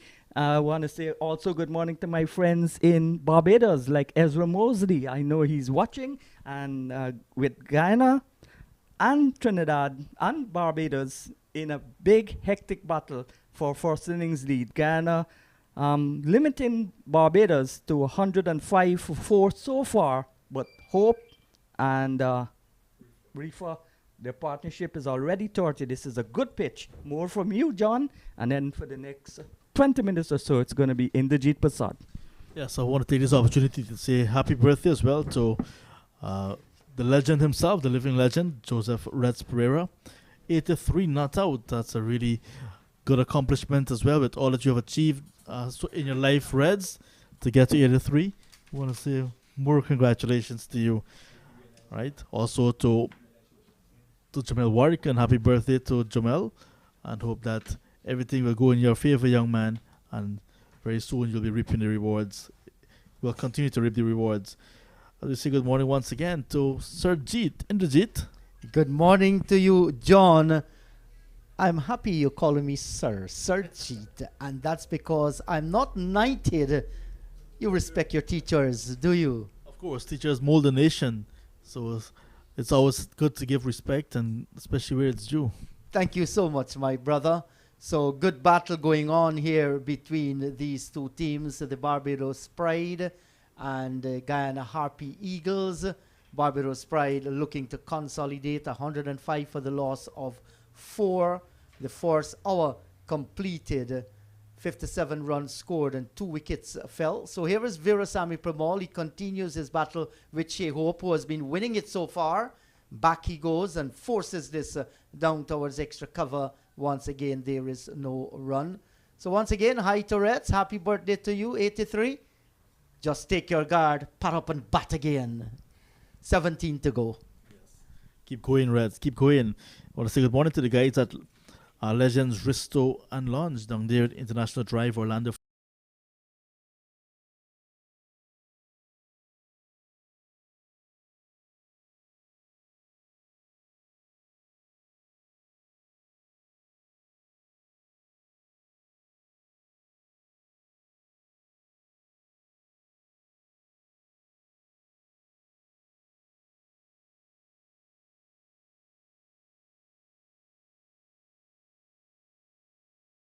Beginning to go up there, but realizing that there was a lot of bounce this time from Virasamy Pramal, and he has presented so many worries to so many batsmen over his career in regional cricket. A good delivery, keeping low this time, and Raymond Reefer, very circumspect and sure he had everything behind, kept his eyes on the ball and plays defensively. Back up the track, Pramal spinning the ball from hand to hand. 2 for 25 so far. And Reefer is turning this one out towards short backward square. Cannot score. Cameron comes in. He sends the return. So Pramal completes his 10th over. 2 for 25. Barbados 106 for the loss of 4. Hope is on 36. Reefer has 11. Yeah, a good comeback over from Virasamy Pramal after he was roughed up. But what Leon Johnson did was to offer some protection to the left-arm spinner by putting a fielder down at long off when Shea Hope was batting, and that fielder remained there at long on for Raymond Reefer. So it was actually giving the batsmen something to think about, that should they be looking for the big shot once again, there's a fielder right back on the boundary. And as a result of that, they were both watchful, and it was a good over from Pramal. So this is really nice cricket in the Inderjeet. I'm really happy with the level of play we're seeing on day number 3 so far. And Cameron, very impressive in his start. He hasn't picked up a wicket as yet, but he has made the batsman play. Comes up and bowls to Hope. That's onto the back foot, and this is hit away down towards a point, and Hope gets a single. Played a good shot. It wasn't a bad delivery at all. Close to the line of the batsman, but he played well, just rocking on the back foot. And his eyesight had to be good to play that shot. Nicely clipped off the hips. He gets another run. Cameron changed a few clubs in Berbice, John. Started off for the Rosal Tongue Youth and Sports Club. Then went across to Port Morant, where he played under 19 cricket for Berbice. And then started to play for Albion. And Reefer onto the back foot, steered beautifully away, down through backward point and away to the boundary for 4. That's a lovely looking shot by Raymond Reefer. Gloriously played. You enjoy that. Yes, so yet again, Raymond Reefer getting some width outside the off stump from Cameron and then just guiding the ball down to third man and collecting a boundary. He did that in the previous over when Cameron was bowling to him. So Cameron will have to be very careful not to give Raymond Reefer that width. Reefer won't mind at all. Yes, so he's learning here, Cameron. There's a difference between local cricket back home in Guyana and when you come to first-class cricket. Comes in, bowls to Reefer outside the line of the off stump, and Reefer is not going to be tempted here. He was a little bit on the shortish side, Dimitri Cameron. And the youngster, he has good knowledge of Trinidad and Tobago, played for Cosmos here, as well as Barakpur too. So he's going to bring those, to the fore. Understand Queen's Park Oval, he would have had some matches here, so he's no stranger to Trinidad and Tobago, Dimitri Cameron, but it's a different level of cricket. He comes in now and bowls to Reefer, pitched up, and this is on-driven down towards mid-on. Virasamy Premal is in the way, and this time he cannot score. But the good thing here about Cameron, this is only his third over. And I think here is Niall Smith. He's out there. He should be looking at this. He's a fast bowler, and he has been wayward for all 3 matches this season, spraying the ball all over the place. You can't be getting wicket like that, bowling to top-class batsmen. That's a good delivery. Has Reefer jumping on the back foot and defending, plays down towards where Gully would have been. There is no run. And then what happened after that ball was guided down to third man, Leon Johnson, the captain, actually plugged the gap by bringing in the gully very close as well, and that's Kevin Sinclair, very close up in that gully position there, and maybe asking Reefer to go for the shot again. I think this is good captaincy because Cameron is touching down and the ball is moving outside the line of the off stump and he's driving through the covers this time, the left-handed Reefer, and he gets another single, good flowing offside drive, one more to the score. Cameron completes his 3 overs, none for 12. Barbados Pride, 112 for 4. Hope is on 37. Reefer is on 16. You mentioned Niall Smith in the over. Yes, Niall Smith was a bit too inconsistent for someone that started so impressively in his career at the first-class level. And then, of course, his father, we know the exploits of Coach Albert Smith, now manager of the Harp Eagles side. So with all of that behind him, we expect much more from Niall Smith, the senior fast bowler in this lineup for the Guyana Harp Eagles. But if you look at what was happening since Dimitri Cameron was called to the national side, he was actually very close to Niall Smith in terms of asking questions, getting some guidance and so on. Even today, as they were warming up, they were doing it together. And I was watching at the person who he gave his cap to, because you do not give a cap to the umpire again. You give the cap to Niall Smith. Yes, so I hope that some of him, while he is the junior partner, can rub off on Niall Smith as well. So they're good mates. Yes, they are. Premal to Reefer. Reefer playing deep inside his crease there. He's defending. Premal not afraid to toss the ball up. And that man down at long on is set for the trap there as Premal continued to toss the ball up nicely to the left-handed Reefer. Back goes Reefer looking to squeeze this one through backward point. Did not, because Leon Johnson moved away nicely towards his left. He feels well. There is no run. There's an extra cover.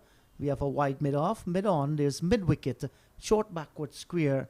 Forward square out on the boundary as well. That's a good delivery by Virasamy Premal. Has Reefer covering up. And John, all those years that Reefer spent with the Guyana Jaguars, then certainly he would have learned a lot of things as to how the Guyana team plays, how Virasamy Premal bowls as well. So there was one time when Guyana was his home Here's a drive out through point, out towards the wide third man boundary. It's going to get there for 4. Didn't get it in the meat of the bat, but had enough on it to get it through point, and he gets a boundary. So 4 more to Raymond Reefer. He's now on to 20 of 32, has taken the score to 116 for 4. Yeah, riding his luck, Raymond Reefer as well. A little bit of width, and he got enough bat onto it, and there's no fielder deep on the offside, so it just trickled across the boundary rope. But in the end, it was a safe shot because there was a little bit of room given from the bowler here, Sammy Papa, who's generally tight, and Raymond Reefer capitalized. Well, his final delivery coming up in his 11th over, 2 for 29 so far. Reefer is tucking this one down towards short backward square. Can't get the single. It's 116 for 4, Barbados Pride. Hope is on 37, Reefer is on 20. Yes, on the partnership, 41 between Hope and Reefer so far. So it's a good fight back, you'd want to say. They need to consolidate. They need to build a good partnership to get the Barbados Pride back into this contest, because looking at 490 for 7 declared made by the Harpy Eagles, you may be thinking it's a one-sided affair so far, but this partnership is very crucial to the Barbados Pride side. And like I said, at the start of the day's play, 18 wickets the Harpy Eagles were looking for. They've gotten 2, and Barbados Pride perhaps were looking to get to that follow-on target first and then look to carry on. Still a far way to go. Yeah, so here is Cameron once again, this time to Shea Hope, down the leg side. Badly lined, goes by and nicely taken too by Tevin Imlach. John, we look across Trinidad and Tobago where the other matches are being played. Leeward Islands, Hurricane against Trinidad and Tobago, Red Force.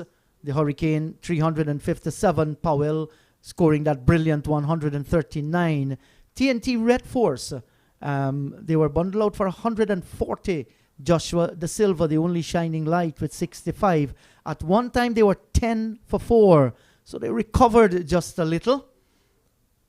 Good delivery, right on target. And in the second innings, the Hurricanes, they were 23 without loss. They're so far leading by 240 runs. It's all to play for in those matches. And if you're not at those venues, and you want to watch some cricket, you better head out there today, because it may very well be finished today. Yes, you never know what can happen. And Trinidad and Tobago, their strength was depleted a little for this third round action. Flicked away nicely by Hope, out through forward square. They have taken 1, will go back and complete 2 as the return will come in now. So 2 more to Hope. Very pleasant looking drive through the onside field. 2 of their players, their skipper, Imran Khan, along with Keegan Simmons. They were out due to COVID-19. They were tested positive. So sad for them. I hope that the 2 boys are recovering. And there were 2 other changes. So 4 changes to the Trinidad and Tobago Red Force for the third round action.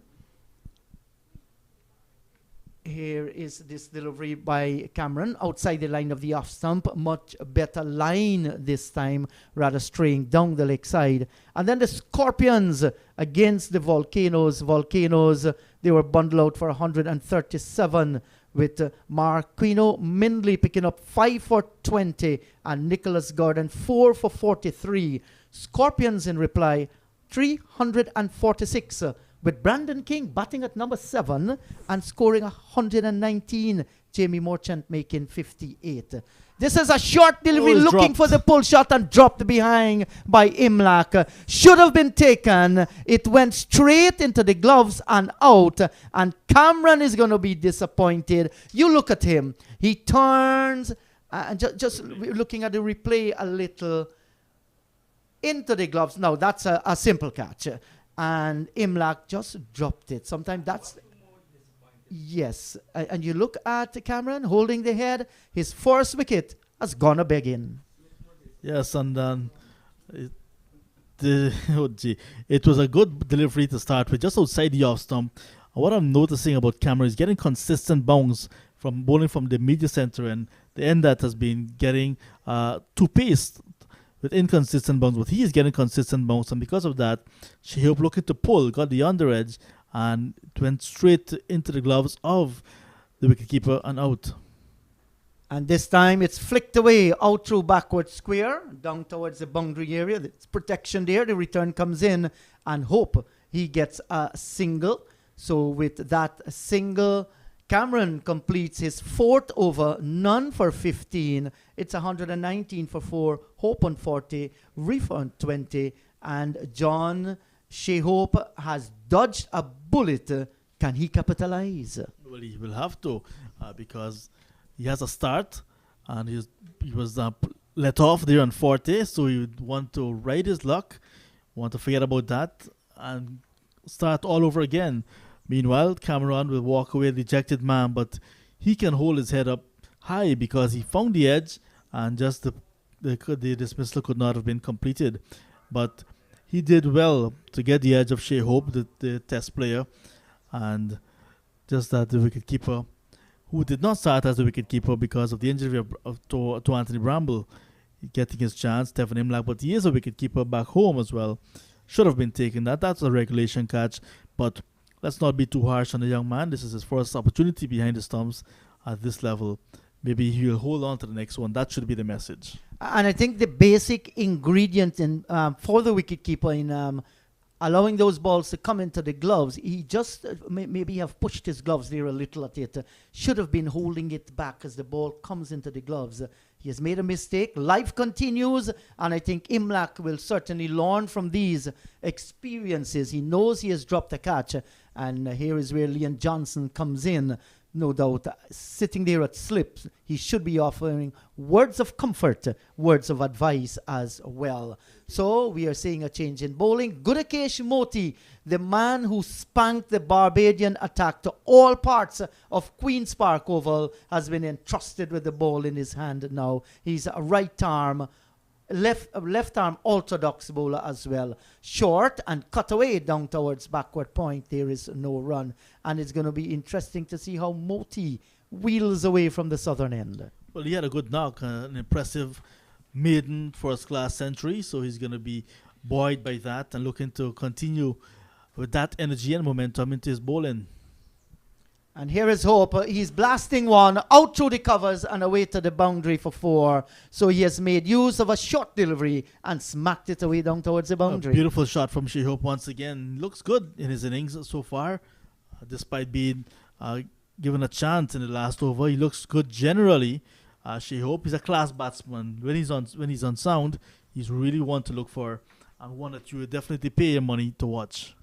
And once again, Shea Hope is giving himself room there and forcing one off the off stump down towards Kemo Paul, running away from the covers. He has done a good job. He covered ground nicely. So he's a good sprinter as well, keeping Shea Hope on strike.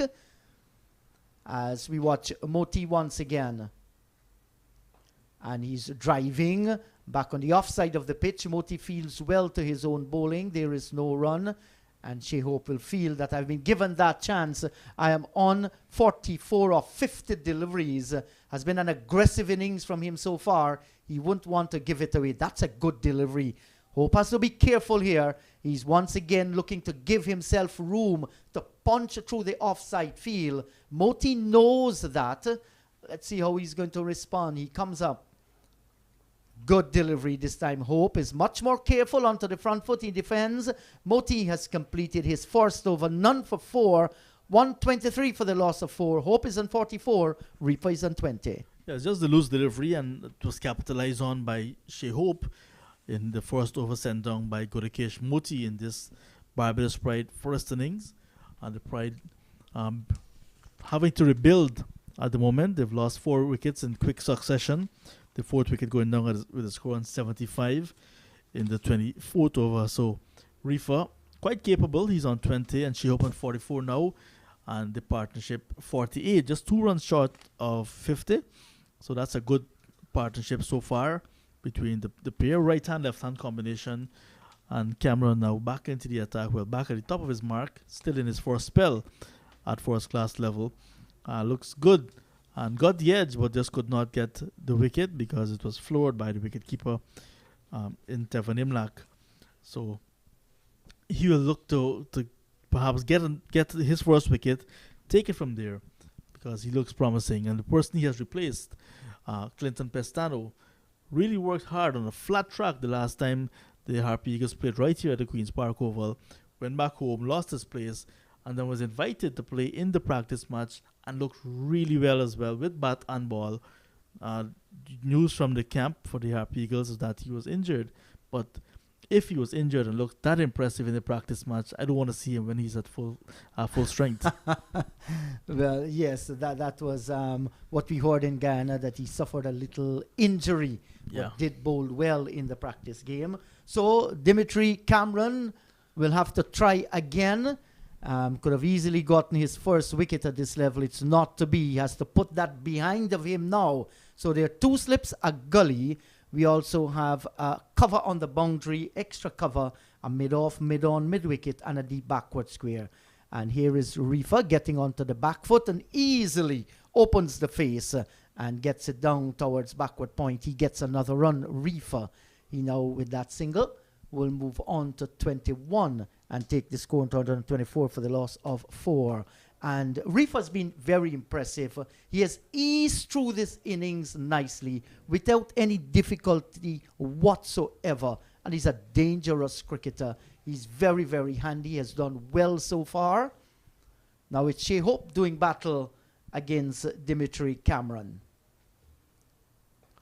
And once again, the line is wrong. Flicked away gloriously.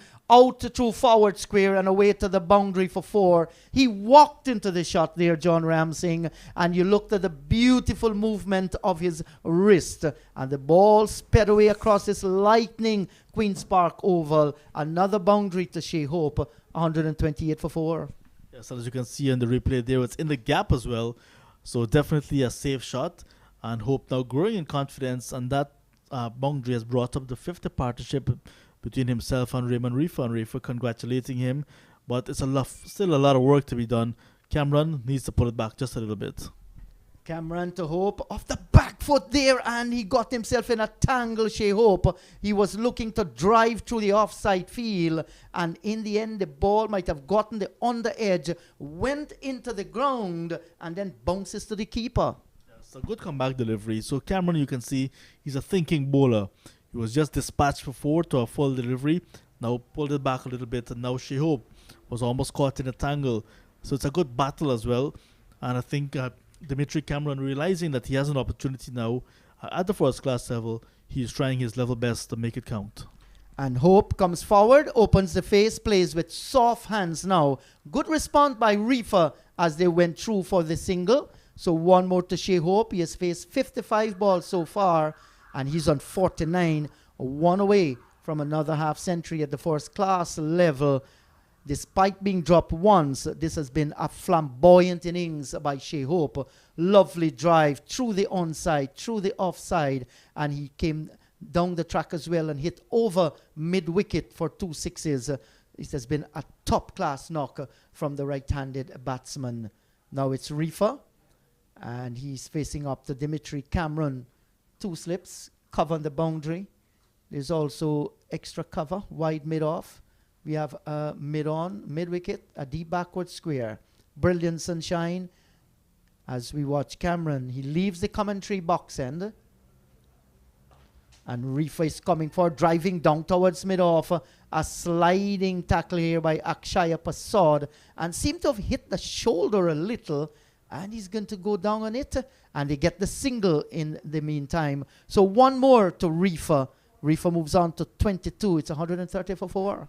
Yeah, it's Niall Smith actually with a tumbling save, and seems to be in a little bit of pain. Just holding maybe his right shoulder. And yes, definitely his right shoulder. That's his bowling arm. His bowling arm. Yeah, with a quick single taken by Raymond Reefer, and because of the urgency, also Niall Smith trying to stop the ball quickly and to get the return in, also injuring himself slightly in the process. Don't look to be anything too serious because his physio did not come on. He's back on his feet, and play continues. And once again, Shea Hope, now he's going to score his 50. Brilliant knock by Shea Hope. of 56 deliveries, and certainly he will want to celebrate that. Raises the bat to his colleagues in the dressing room. This has been a top-class half-century by Shea Hope, well-deserved. Came in difficult circumstances and has made good use of the pitch and has played well. His 14th half-century. Thank you so much, Sean, at the first-class level. Congrats to him. Well played. Yeah, 5 fours and 2 sixes in that knock. Looks really well. You can tell that he has some cricket under his belt and that he's in good touch. And you understand the BCA, the Barbados Cricket Association, they had, maybe it's still ongoing, a T20 tournament. And many of these players, including Shea Hope, was part of that tournament before coming to Trinidad and Tobago for the continuation of this 4-day tournament. So he looks in good touch, and those shots that he played against Pamal shows that he's also pumped up and ready to take on the spinners. So he's looking very good. Congratulations to him on a good half-century, but it's still a lot of work to be done, and he's the man. If the Barbados Pride looking for someone to bat deep and to get a big total, he has a start. He's the man that will be able to continue. Yes, and he's looked good, and he's looking a century here. The Guyana Harp Eagles bowling is good, but they're bowling against a Shea Hope who is on song at the moment. Gets a good delivery by Moti. What Shea Hope needs to do not get too much ambitious. You want to play every ball on its merit. You just do not want to manufacture shots out in the middle there. He's a touch player and can easily get to that 100 on this kind of pitch. He's coming forward. Good delivery by Moti. And always a good challenge, John, when you see top-class bowling against top batsmen. Yes, and that's why I said the third day in this contest has started really nice with bat and ball, and nobody seemed to be wanted to let go of the advantage so far. Yes, this is forced away as he opens the face down towards backward point. And so often in recent times, we would have seen, some boring 4-day cricket in the West Indies. But this is exciting stuff that you're watching between the Pride. This is a short delivery by Moti, way outside the line of the off stump. It kept low as it went through to Imlak, and there was Shea Hope looking to get that expansive drive through the covers. He did not. And he's driving sweetly this time. Paul dives, picks up nicely, stopped the ball from going away, and his fielding has been brilliant. I think generally the Guyana Harp Eagles have been looking good in the field, despite that chance just now from Tevin Imlak going down. Moti to Hope, and he's sweeping nicely. There's protection out on the boundary area. That's Cameron. He comes in, sends the return in, and they will get another run. So one more to Shea Hope. Moti completes his second over, none for 5. The Barbados Pride 132 for the loss of 4. Hope is on 51. Reefer is on 22. More from you, John. And then it's going to be the voice of Sean Levers. Yeah, nice half century once again from Shea Hope in quick time as well. So not allowing the ball to get on top of him, the bowling. So he really counter-attacked and got 51 in quick time. And looks as if Dimitri Cameron will give way to Niall Smith. Niall Smith coming back into the attack now. But just want to give you an update with what's happening in the other match. Trinidad and Tobago Red Force against the Leeward Islands Hurricanes. The Leeward Islands Hurricanes batting a second time, 126, in fact 132 now, for a loss of 2, 132 for 2, leading Trinidad and Tobago Red Force by 349. The Red Force 140 in their first innings. Leewards 357 and now 132 for 2 in their second innings. So Leeward Islands Hurricanes in a very comfortable position in their match at the Diego Martin Sporting Complex. Hello, Sean. Yes, hello to you, John. Hello to everyone. Well, the Barbados Pride not so much in a comfortable position, but they're in a position that they will feel that they can work with. Here is Smith. Second spell for today started from the southern end. Now he's been switched to the north. Big 44, jockeying on the back of his shirt. On his way, bowls. And that's hit away. Lovely shot by Hope. And that's gone hustling away to the along off boundary for 4. So he was on top of it. It was a short ball. He played it with a horizontal bat and slapped it away through mid-off for 4. So Hope hit, got his 14th half century in first class cricket, and he celebrated it with a boundary of the first delivery from the lively and erratic Niall Smith. Yes, that's a loosener, gentle loosener from Niall Smith, and it was punished outside the off stump and short, and Hope just punched it down the ground for 4. Smith, who plays for Tuckburg Park in the county of Barbados, bowls again. That's a lovely shot outside the off stump and slid away square, and that's gone for consecutive boundaries. So Hope races up now to 59 from just 64 balls. It's 140 for the loss of 4 wickets, and they're still trailed by 150, but the run's coming down. Extra pace and extra bounce, and she Hope didn't mind at all. Just went hard at it, and there's nobody down at third man, and it got into the boundary. So Hope dealing in boundaries this morning, and looks very good. Hope, the 28-year-old with 38 test matches under his belt, 200s and just 550s. Here is Smith, bowls to Hope. Hope is stocked up and goes for the single eventually. Good call by Reefer. And late to respond was Hope, but eventually got the single. And the return coming in, I believe that Reefer was home in quite some time. Yeah, it was a good piece of fielding from Keeper Paul, and it looks as if it was a direct hit on top of the stump, but Reefer from the replay made his ground quite easily, and umpire Patrick Gustard was in a perfect position as well to see it, and said, no, Reefer, you can continue batting. 22 to him with a quick single. I don't think the Barbados Pride need to be taking these chances at this time, because not only that they're 4 down already, but we're heading towards the interval, the first interval on day number 3. The single took Hope to 60, brings Reefer, who's on 22 in strike. It's 141 for 4. Still a mountain to climb. 349 more runs. It's like Mount Roraima, the highest mountain in Guyana on the Pacaraima mountain range. You know when you go to the top of Mount Roraima, you can see Venezuela, Brazil, and Guyana, 3 different countries. Here is a ball that's back of a length, brings the batsman forward. Reefer's looked very, very good in his 22, and he is played with authority. Hope has played with flamboyance. This is a good partnership. It's already 6-6, and that's a worry for Guyana. Especially when they picked up 2 quick wickets this morning. This partnership now pulling things back into perspective, and because of that, it will be a worry for the Harpy Eagles. So Smith from Guyana's second largest county, Barbados, bowls a ball that squares Reef up. He is looking to play it a lot straight into the onside, maybe mid-on, and it left him and hit the outer half of the bat. Luckily for him, it didn't go into the hands of the fielder at short cover. Yeah, it's a good comeback delivery, nice delivery to square up Raymond Reefer. So now causing some amount of discomfort for the left-hander, Niall Smith, but when he was bowling to the right-handed Hope, he looked very ordinary. Hope, who got his 50 from 56 balls, 5 fours and 2 sixes, watches from the non-striker's end as a ball hits the pad of Reefer, who is looking to go across and was outside the line of the leg stump. So the appeal more in hope than conviction, and the overs coming to an end. The replay. Yes, let's look at the replay.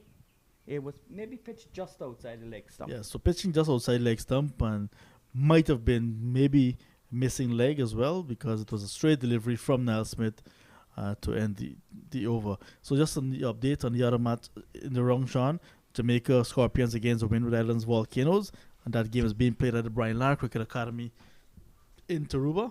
Jamaica batted just once so far, 3-4-6. The Windward Islands batting a second time, 160 for 4. In their first innings, they were bowled out for 137. So they're still trailing Jamaica by 49 runs. Yes, very good performances by these teams in this round. Guyana looking to beat Barbados. They must beat Barbados if they have any chance of reclaiming the title. They lost incidentally to Barbados in the last season, 2020, when they called off their season with 2 rounds to go and give Barbados the title because they were so much in front. This is a ball that's outside the line of the off-stones. Moti starts a new over from the southern end and cut behind point. Pamal, the second left arm spinner, well, the number 1 left arm spin in the Guyana side, does the fielding, and there's no run. They seal him off, and this is a loose shot from outside the line of the off stump, but they say you sweep on length. That was the ideal length, not on line, but it was a dangerous shot. It passed the off stump. It went by to be taken by Imlak, who's standing up, a slip and a silly mid off. And this one is dragged down towards Smith at the mid-on position as Moti continues, has figures of none for 5. This is only his 3rd over. Pamal with 2 wickets, the most successful of the Guyana bowlers. This is a ball that's pitched up and sprinting in front of the fielder. Chandrapal is Chemo Paul with that hat, which looks more like a Rupununi rodeo hat than a West Indies or a Guyana cricket hat. That those broad brimmed were made popular by, I think, Greg Chappell from Australia back in the days, and it's now widely used. Our cameraman continues to do a splendid job. This is a ball that's again tugged away. Maybe the ball got to him slower than he thought it would and had to come down on the shot. But he got a single anyhow. Even if Smith had not misfield, it would have well been a single because the intent of running was there early. And as the over comes to an end, Hope will keep the strike. He's on 61. Reefer is on 22. And Barbados Pride needing 491 to get a first innings lead. They're 142 for 4. Nice partnership between Reefer and Hope. And this partnership will certainly give the Guyana Harpy Eagles some headache. It's 6-7 so far, 142 for the loss of 4. Still a far way to go, at least for to avoid the innings defeat so far. Not even a defeat. We should not even thinking about the defeat just yet, but just to avoid the follow-on 290. So lots of work to be done, but this partnership will give them a lot of hope. 2 slips, no gully for Smith coming from this end, and this is a good delivery, a little bit of bunks, and back and across comes Hope, plays it back towards the fast bowler, who is bowling with his sleeves buttoned onto the wrist. We see many of the modern day fast bowlers bowling with their sleeves buttoned onto the wrist. In the past, you had a short sleeve shirt. Most times you see fast bowlers in the past with a short sleeve, but cricket is changing in many ways, in more ways than one. Yeah, the evolution of cricket is certainly on. The rules have been changing. There's no longer batsmen, there's batter. And a lot of rules will come into effect on the 1st of October. Here is a ball that's on the line of the middle and leg stump by Smith, played out towards Pamal there at the short mid-wicket. One of the rules is, the new rules is when the catch is taken and despite if you cross, the batsman who is coming in has to take strike. Yes, you just said batter will be used, so the batter will take strike, yeah whether they crossed or not. Yeah. So the new batter coming in will be on strike. I don't think that's a bad rule at all. Here is Smith in sweltering heat here in Port of Spain, bowls to Hope. Hope looks to hit that hard, loses his shape, and in the end hits the ball almost at the back of the bat, and it goes bouncing out behind him. Trying to hit the ball too hard, sacrificing timing for placement and power. Yes, and Smith there will perhaps looking to get the ball much fuller to him, because if he's going to try to be so attacking and so aggressive, she hope, Smith will perhaps try to bowl a full delivery to have him out leg before or even bowled. Moral victory for Miles Smith as he comes in and bowls a short delivery. And leaning away like a box in the middle of a ring, evading a straight right, and no damage done. And the ball is taken low down by the wicketkeeper, Imlak. Yeah, very short ball again from Niall Smith, just testing out the pitch. But the pitch is too pace when you're bowling from the media center end. But so far, we haven't seen any keeping low on day number 3. No, it's played quite well. Guyana will celebrate its Independence Day on May 26th. That's later on this month. Next week. And also Barbados got their independence in 1966, but on November the 30th. So both countries will be celebrating their independence. Their 56th independence? Yes, both countries will be celebrating their 56th independence this year. Trinidad and Tobago earlier, 1962 I think, they gained independence. So Trinidad and Tobago say they're the old heads in the CARICOM region. Here is a ball that's on the line of the leg stump and played into the onside. Brings a reasonably successful over in terms of beating the batsman to an end. At the end of it, Barbados still trail by 348 runs. They're 142 for the loss of 4. Yeah, quite an easy over, you'd say, for Shehope. Not a lot causing him any concerns in that one, sent down by Niall Smith. Smith is still searching for that ideal line and length to the right-handed batsman and not getting it in that over. And you mentioned Independence Day, so Trinidad and Tobago, if my memory serves me well, will celebrate on the 31st of August their Independence Day. Yeah. So And as we continue with celebrations, we want to say again happy birthday to the legend himself, yeah, Joseph Rex Rex Pereira. Pereira. Yeah. And I have 2 other friends celebrating. You mentioned Safraz earlier. Safraz's brother, Fardeen Sharifuddin, is celebrating his birthday today, as well as Jamel Warrican and Dr. Avinash Prasad, who's from Duncan Street in Guyana, but now lives in San Fernando, Trinidad and Tobago, one of the better urologists in the Caribbean, maybe in the world as well. So happy birthday to Doc. I want to say happy birthday to my granddaughter, Siandra. She celebrated her birthday yesterday. She's now 2. She's getting to be a big girl. Moti continues bowling from the southern end. Bowls to the left-handed reefer. Very familiar with Guyanese conditions and Guyanese players and Guyanese culture and food. He spent a long time living in Guyana, in Georgetown. Down the track again, plays it out towards Kimo Paul at the wideish mid-on, and there is no run. Moti bowling over the wicket, and a sweep there played by reefer. He missed, but it was outside the off stump. Yeah, hitting outside the off stump clearly because he went exaggeratedly outside the off stump and looking to sweep across the line and did not make any contact. The ball hitting the pad, but umpire Gustad says not out. Moti with a big white side screen behind his back passes the Jamaican umpire Gustad, bowls to reefer. Reefer is forward, stabs it away. A little nice defensive shot back towards the bowl, and there's no run. Still the 2 close catches, one on the offside and the forward short leg. Here is reefer using his feet again. This time doesn't get to the pitch. Inner half of the bat found out towards the fielder there, Pumal, at the backward square, short backward square. So Johnson at first slip, Passad at the forward short leg, and those are the only 2 close catches. A ring of fielders inside the circle, both on the onside and the offside.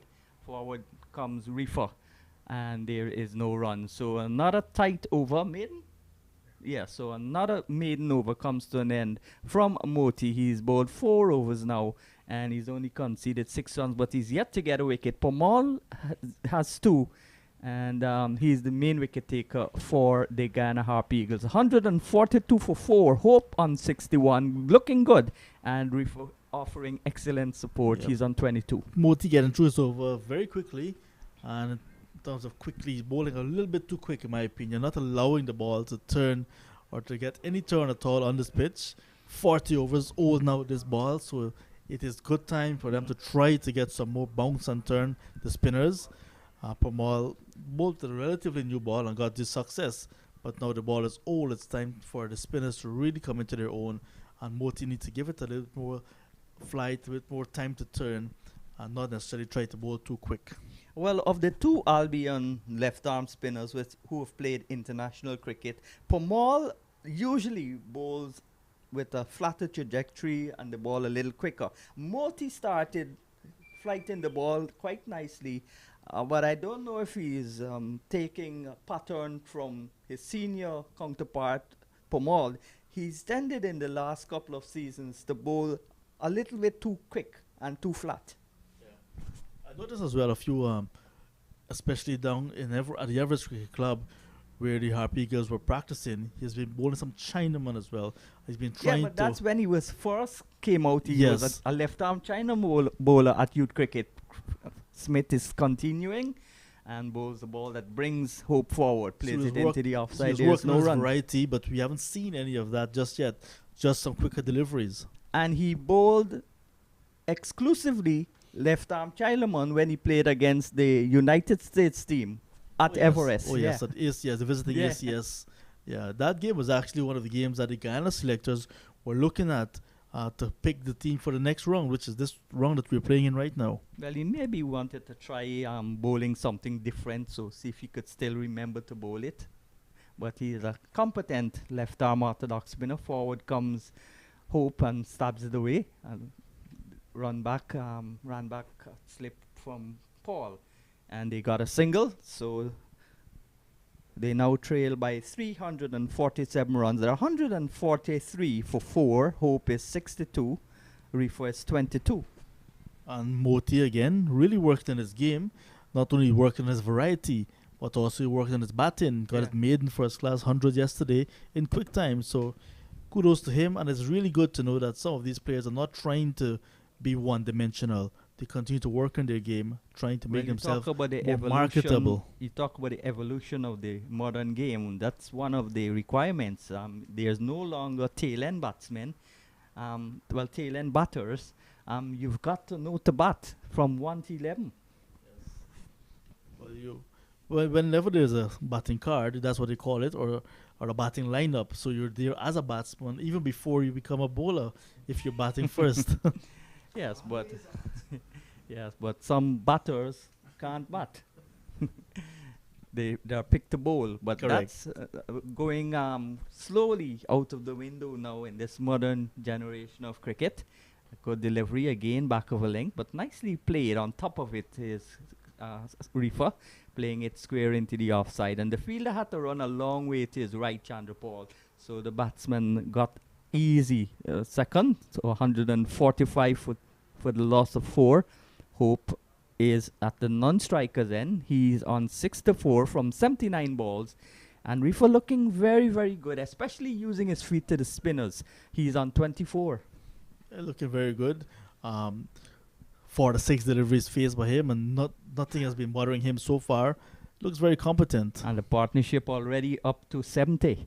Here is Reefer playing it again, maybe looking to hit it a lot straighter than it did. The inward movement maybe undone him on that occasion, and he worked it away eventually out towards backward square, but still got he still got a single. So he's back at the non-striker's end now as the feelers change over for the new batsman, and the umpire also has to change over. So it's extra work when they're a left-hand, right-hand batting in combination.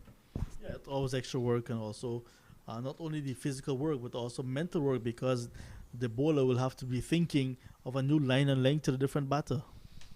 Here is Smith bowling just 2 slips. There's no longer a gully in place, and that's forward from Hope. Looking quite set, solid, back and across. And the overs come to an end. So at the end of the over, 41 overs gone. Barbados hunting 491 for first innings lead. But first they need to get 290 to avoid the follow-on. They're 146 for 4.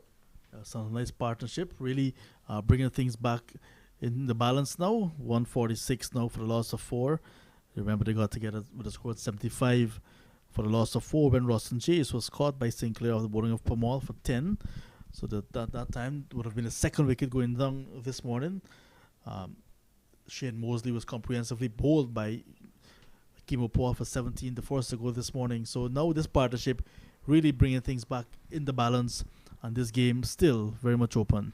Well, in the closing stages of the first session on day 3, here is Moti, brings Reefer forward, finds A forward short leg, Passad in the way, and there is no run. So still a big daunting target to get Guyana's score. 344 more runs they need, and they've got 6 wickets in hand. This partnership, though, looking very good, 71. And Rifa also looking good. He's on 25. He's in strike. He's down the track. And half stop there by Moti as he parried the ball down. Hit hard into the ground. So good battle. There's a long on in place in case Rifa will want to take on the left arm spinner and hit it aerially. There's also mid-off. This is a ball that's pushing Rifa back, quicker, flatter. And he plays it with the inward spin out towards the man at short mid-on. That's Kimo Paul. We've not seen much spin so far. This one is again played out towards the long arm, and he jock trots a single. So again, rotation in the strike as Rifa goes now to 26 and the total going up to 147 for 4. And again, good use of the feet from Raymond Rifa. And that is the 99th run this morning. So the scoring rate is healthy as well for the Barbados Pride. And to score 100 in a session is usually a good sign for the batting side. Yeah, so Moti will bowl to the right-hander now. He comes in and bowls to Hope, and Hope is hitting it hard into the ground. Well stopped at the silly mid-off position by Passad, and the over is completed. So Moti's completed his 6th over, or 5th? Yeah, 5th. He only conceded 7 runs though. That's good bowling from him. 62 to Hope, 26 to Rifa. Barbados needing 491 to claim first innings lead. They have 147 for 4. At Providence, the women's intercounty tournament continues in Guyana. Demerara taking on Essequibo today. That should be another good game.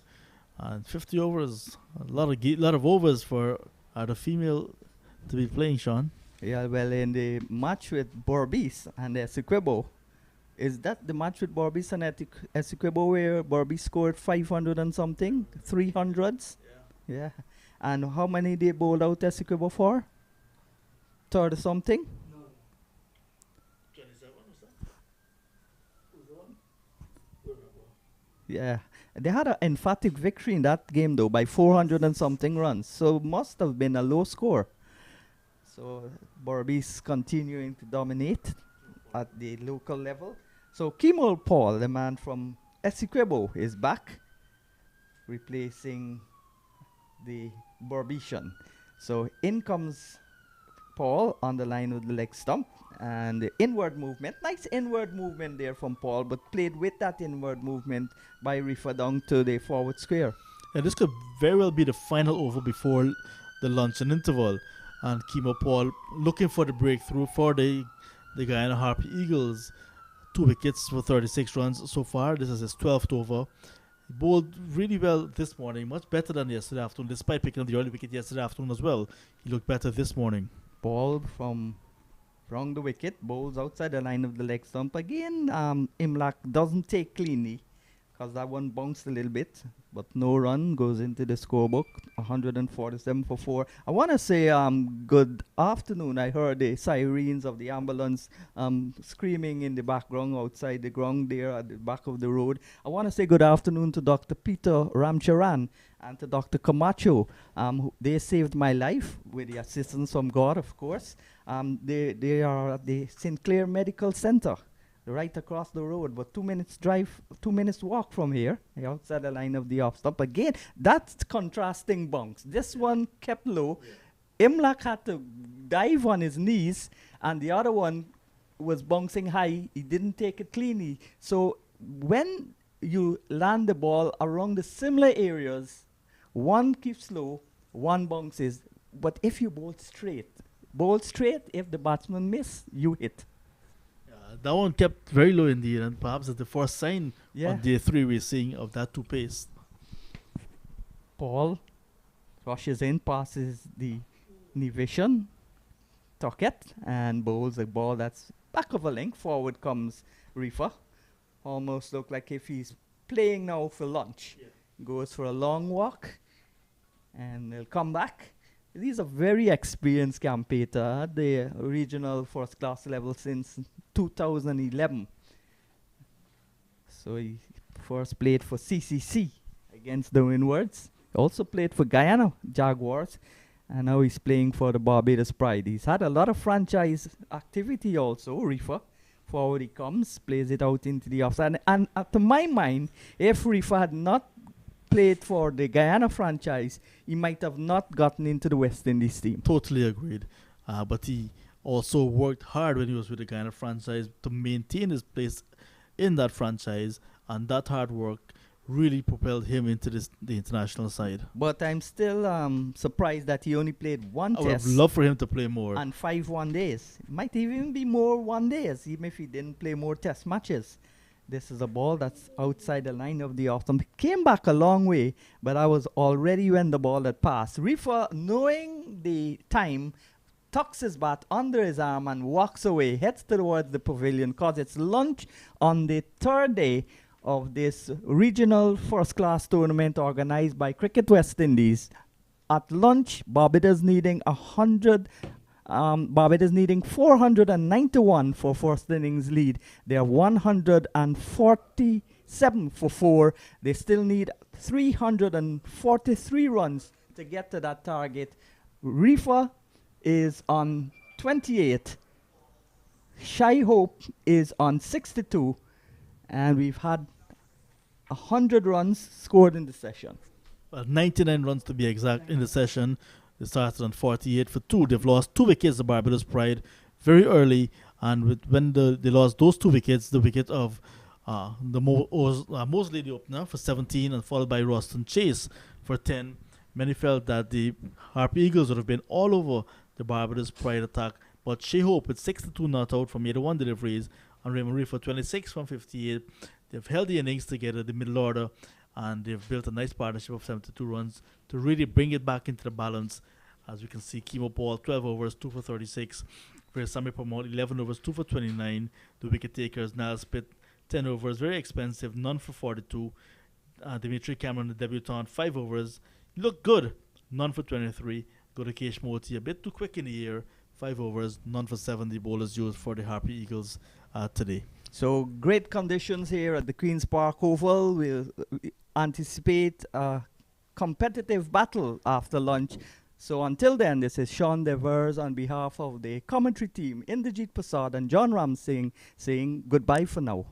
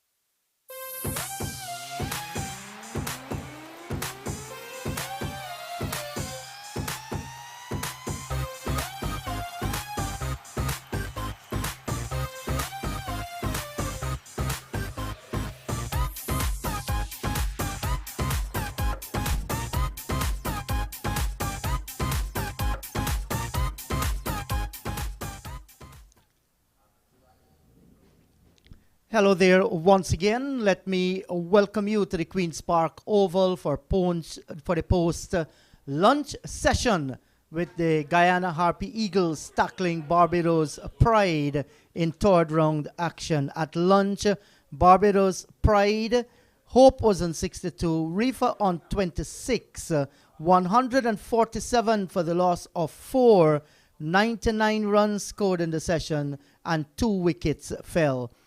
Hope and Reefer, they're looking real good out in the middle. Not too many things to bother about. They've settled down nicely. Hope was given a chance and he's making full use of that one. And no doubt these two coming out in the middle will be hoping that they can bat long and put more runs on the board for Barbados Pride. A huge first innings total by the Guyana Harpy Eagles, 490. And that's certainly when you watch up on the scoreboard and you see that, you know it's a tall order. But these two, they have batted well. Yesterday, Craig Braffett was caught by Passad of the bowling of Permaul for 17, 29 for 1. Shamar Brooks, LBW, Paul for 248 for the loss of 2. And today, Shane Mosley got a beauty from Chemo Paul. He was bowled for 17, 49 for 3. Then Ruston Chase was caught by Sinclair of the bowling of Permaul for 10, 75 for the loss of 4. The 100 for Barbados Pride came in the 29th over the first hour, producing 57 runs and 2 wickets fell. So, the players are already out in the middle and the battle is about to resume in this all-important encounter between the Pride and the Eagle. The Pride, they are the leaders in this year's championship on 42 points. Harpy Eagles, they are sitting on 21.4 points at the start of this third round action. Sean Davis is once with me again. Hello to you, Sean. This is, like all session, is going to be another interesting one. Yes, this is going to be a very important session. If Guyana can get a couple of wickets, they would end the session in the upper hand. But if Barbados can continue to build on this 72-run partnership and get it close to 200 or 150, then that would be a worry for Guyana. But the pitch is still playing very good. Yes, so Premal and Paul, both of them picking up 2 wickets apiece. And Moti is hunting his first, operating from the southern end of the ground. Gudakesh Moti, 5 overs, 1 maiden, none for 7. And he starts well, right on target. And Shea Hope back and defends. Yes, well, as we said, Moti bowling a little flatter in recent times. He needs to maybe flight the ball a little bit more. But he's playing mostly white ball cricket for West Indies. So that may be an encouragement to bowl defensively. Well, you must have the ability for the transition from white ball to red ball. You have to do them so fast with so many cricket matches that are being played today in the different formats. There's a silly point, a slip. We have short third man, cover out on the boundary, extra cover, short ball. And this is hit down towards the cover field on the boundary. The return comes in and they get the single. So Hope with the single now will move on to 63. Yes, and the same thing could be said of Kevin Sinclair. He's played one T20s internationals for the West Indies, but this is his first time he's really bowling in a 4-day clash last year. But that's also affecting him. This is played away down towards wide long on and they get the single. So Reefer gets another run. He moves on to 27. And I feel while it's coordination, it's a mindset and so on, they have enough time. The likes of Kevin Sinclair, you know, to make that transition. I mean, you're no toddler at the moment. You're a grown cricketer off the back foot and cut away nicely by Hope, giving himself some room and then cracks it away down towards the cover field. Hemorrhage is in the way. One more to Shea Hope. 150 has come up for Barbados Pride. and we're in over number 44. And the important thing is that the two of them are still there, partnership 75. And these are dangerous batters for the Barbados Pride team, and they're showing it out in the middle there. The over has ended, 150 for 4. Hope is on 64. Reefer has 27. Especially Reefer, because Guyana is, Buffett said that he's expecting a healthy diet of spin, and Guyana is known for their spinners, and Reefer is using his feet to the spinners, and he is looking to counter Pamal and Moti. And you're right about that. Both these batsmen, Hope and Reefer, they have played the Guyanese bowling pretty well. And they're having a pitch that isn't creating any huge turn or doing anything on the reckless part. And they're making full use of that. So good partnership between these two, taken in terms, the last wicket fell when the score was 75. The partnership so far has worked 75. So yeah, getting back to the T20 difference, it's not only for the batsmen, it's also for the bowlers. There are new shots that you would never see in a test match or maybe a 4-day game that batsmen in 2020 play. The same thing for the bowlers. You've got to bowl differently as a spinner. Paul to Hope, and once again line going down the leg side, and this is played away down towards mid-wicket. There is no run. I'm just looking at Chemo Paul, and I'm wondering to know, we know he can bring the ball back into the batsman, the right-handers. He can get them to leave as well. Why is it on numerous occasions he's bending it down the leg side? Has it to do anything, Sean? We need to look at him carefully here. Is the shoulder falling away a little? I'm not too certain what's happening. Let's see where the hand will come. Here is Paul. He comes up and he bowls, and that's a drive down towards the mid-off, and there is no run. Many times when you especially get tired, you lean and you drift the ball down the leg side. Because if you lean, the ball is going to go down the leg side most of the time to a right-handed batsman. You've got to keep your head straight. Your body, when you deliver, it's got to be in a straight line. Your hand, your legs, and everything. That's the perfect ball. The swinging of the ball or the cutting of the ball does with your hand action. And even this other delivery, while he has Hope playing at it, it was pitched and heading down the leg side as well. He defends, plays it back up the track. There is no run. And whether Chemo Paul is tired or not, you see him in his opening burst. A number of deliveries, going further away down the leg side. Because most times when you try to push the ball this way, it unconsciously you drift it down the leg side. When you bowl the leg cutter, you go this way. So most times it's going to go straight or go on the offside. Well, that is something that he needs to correct and correct them very quickly as well. This is a much better delivery, short of a good length, and has Shea Hope jumping on the back foot as he defends. Because let's say he's called up to play for the West Indies again, Test cricket, one-day internationals or T20, and you're going to bowl that to some of the batsmen at the international level, you'll be disappearing over backward square and mid-wicket and long on frequently. And he is another one that 2020 cricket is paying more. You play more 2020 cricket than red ball cricket in the West Indies. And this is Tickle. Did he got a touch onto it, or it came off the pads? But it has gone way down towards the long leg boundary for 4 and runs because he got a touch of the bat onto that one. Once again, straying badly down the leg side and paying the penalty. 154 for the loss of 4. Hope going on to 68. If you play cricket in the West Indies as a regional cricketer, you have 5 first-class matches to play. That's only for this season. Prior to that, it's 10 first-class matches. Yeah, but this season and before, then they increased it to 10, then they dropped it back to 5. But 10 is not a big difference. If you look at county cricket, the Ranji Trophy, they play many matches. Here is Paul, comes in once again, bowls to Hope. Better lined delivery this time. This was lined with the off stump. Just coming back a shade to the right-hander, and Hope is playing well. Paul ends his 13th over, 2 for 40. Barbados Pride 154 for 4. Yes, even when you have the double rung, it is the shortest first class season in any of the major test playing countries, especially India and England. So that's a negative in itself.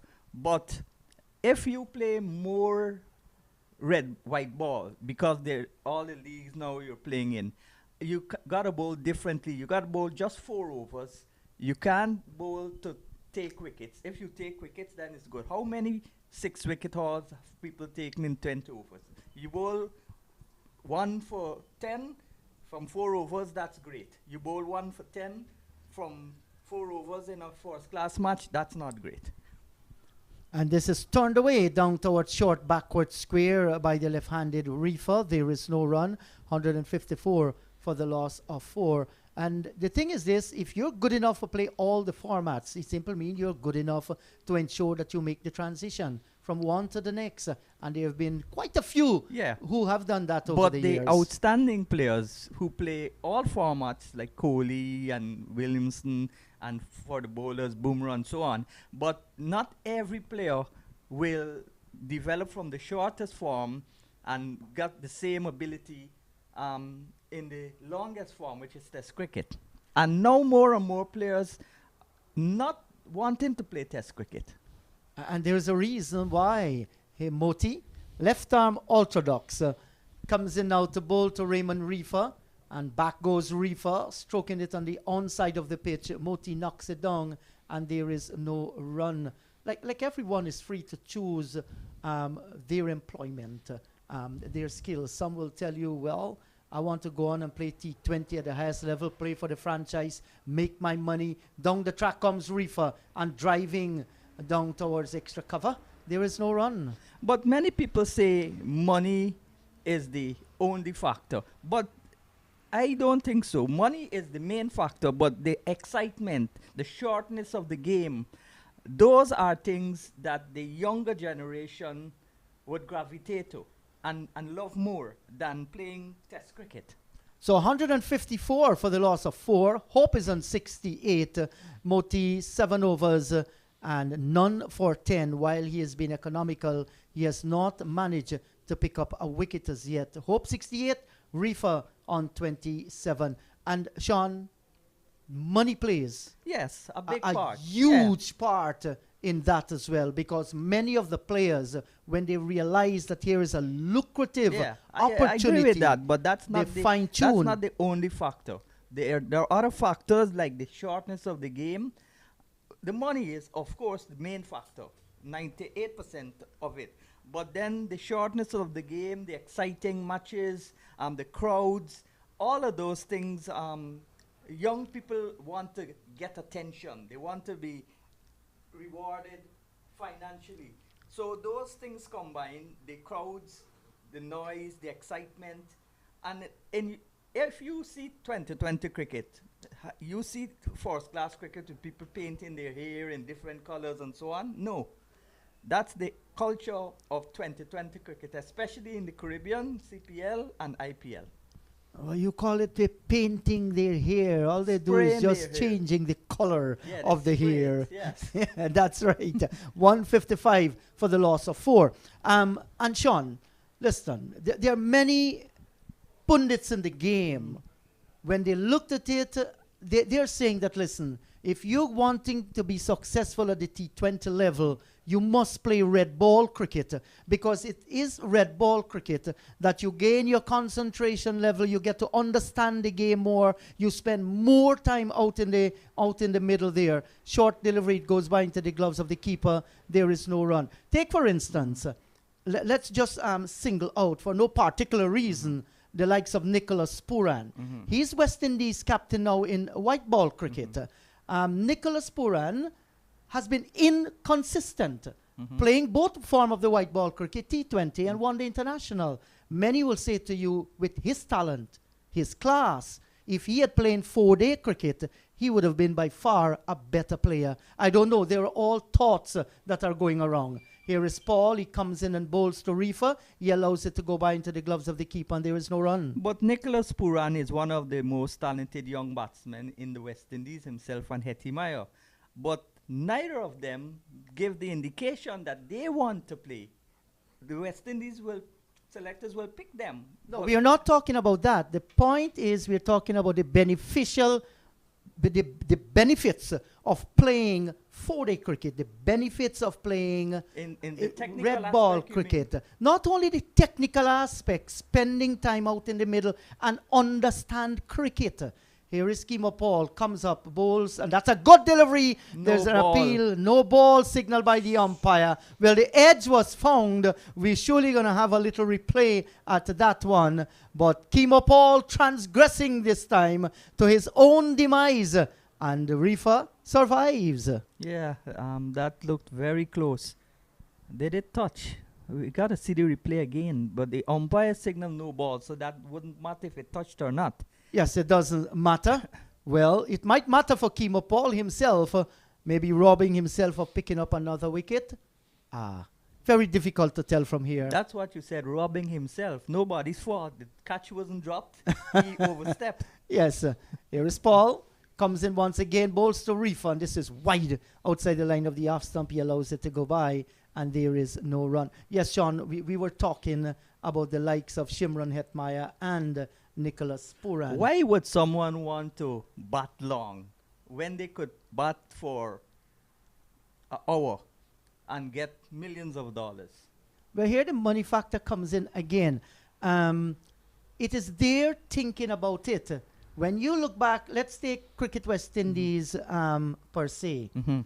These players would have learned their trade playing red ball cricket. That's the reason why they were recognized. Because they were put from red ball. They played CPL. They played before CPL, they played the regional T20 tournament and so on. Stanford was there. Let me remind you that the over has been completed, 156 for the loss of 4. So because of that, they had the transition. Now they have a choice. Let's take a player like Rutherford. Rutherford hardly played 4-day cricket. He got into the team because of the Canadian Global T20. And he got into the West Indies team, he got into the leagues team, IPL, all of these leagues, because of 2020 cricket, white ball cricket. Well, yes, that may be so, but then I want to ask a question too. You know the talent of Rutherford. What has been his performance in IPL? Well, he's not been playing much. He has not been consistent. Yeah. So that's the reason why, people are saying if these guys had played red ball cricket, they would have been more successful. Because what can happen? You can make an IPL for a season, and then you lose out from IPL. What do you do after then? Here is this one from Moti. Have Hope playing onto the front foot, down towards cover. There is no run. We're talking about the all-round development and how much it can benefit the players. Yes, you choose white ball. That's fine. You have a choice. You're given the blessings because you have to be given a no objection certificate before you play in those leagues. We're just talking about the development of the players. Well, I think that T20 cricket has evolved into more than just technique, batting long. Most of the modern T20 players, when I say modern, the young ones, not like Williamson, Kohli and these guys, they rather like the role Hetty is playing now. Hetty comes in with 5 overs to go. He gets a quick 20, 30 not out, and that's very good. He's a hero. But in Test cricket, if you make 40 in 10 balls and you out, then the team won't make a lot of runs. Sean, that's a different story we're talking about. My point was that how can we help these players, or how can these players help themselves to develop their skills? That is what we're talking about. But I don't think you need those. Oh, you're type saying of that you do not need to play the red ball game. Yeah, you don't need a lot of technical skills to play T20 cricket. All you need is power and the ability to hit the ball and score runs. If you're so fortunate that you play red ball cricket and you got the defensive skills and so on, that is fortunate for you, but you don't need those in T20 cricket because the shot you play in T20 cricket is nothing like what you play in the 4-day cricket or the test matches, relatively. So Moti ends his 9th over, none for 11, 157 for the loss of 4. Hope is on 70. Reefer has 27. And you know, I take your point. I mean, every one of us do have our opinion. I was just sharing, you know, what... and I take your opinion. What many people have been saying out there. The thing is that where do we have that balance? The main thing was not that you develop you're looking at skills aspect of playing the T20 game, but spending time in the middle, you get to understand cricket, you understand how pitches play, what bowlers are trying to do to you. So it's not only the skill set, I'll the give mental you 2 set examples. of it as well. Craig Brathwaite, he's batting for months, scoring thousands of runs in red ball cricket. Do you think that he would be an asset in a 2020 team? Same thing with Shivnarine Chandrapal. He played 1 year CPL, and he's not a T20 player. Now, these are different players you're talking about, Sean. But These you are said people who spend long time at the no, pitch. we're talking about the likes of Shimron Hetmeyer. We are talking about Nicholas Puran. Okay. They are flamboyant players. Shiv wasn't flamboyant. Craig Brathwaite is not flamboyant. They came, this is their natural build, this is the way they play their cricket. But when you look at the likes of Puran and so on, these guys, to my mind, they could play any form of the game, but it is their choice to play T20. He's coming forward. That's a good delivery, and Shea Hope defends out towards cover, and there is no run. But Puran has only played 3 first-class matches. Well, that's what I'm saying. So how do you know he would have done well coming from a T20 background in red ball cricket? If he had not played the game more, he hasn't played the game more, how do we know? But all we are saying is that, you know, if he had come back, play regional 4-day cricket, he has the ability, the talent to play test cricket. That's my humble opinion. Yes, I agree with you. But he has a choice, and he has made that choice to play 1-day and T20. The same can be said for Pollard, not playing any matches, and he's averaging 40 in 4-day cricket. And Yeah, he's not played a single test match. But I'm wondering to know if it was Pollard's belief in that, or was the Trinidad and Tobago selectors who felt that he's not suited for the 4-day game. But because Pollard has never said that I don't want to play 4-day cricket. All right? So based on that, was it the selectors? Because I felt Pollard could have done well at test cricket as well. I've seen him in 4-day matches. Yes, That's a short lifting delivery, and he's playing down towards short cover. There is no run. I agree with you. Pollard should have been playing at least a few test matches. So was the selectors or was it Maybe him? the selectors. That's- Because his first match was 100 against Trinidad and Tobago. Right, so it And comes he's got back. an average of 40. How many regional batsmen average 40 in regional first-class cricket? Yes, and it comes back to the same thing too. Listen, at the end of the day, Cricket West Indies produce the cricketers. They have systems at the different territories. They go on to play for Cricket West Indies.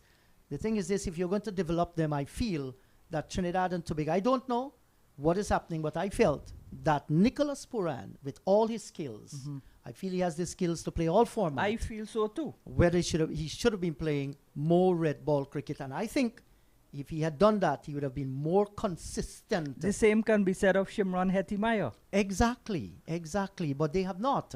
So the question is, why? Only they can answer that. Because over the years, Sean, I've heard the talk from many West Indian cricketers. I have West Indies cricket at my heart. I love West Indies cricket. But that is left to be seen. How much was that love?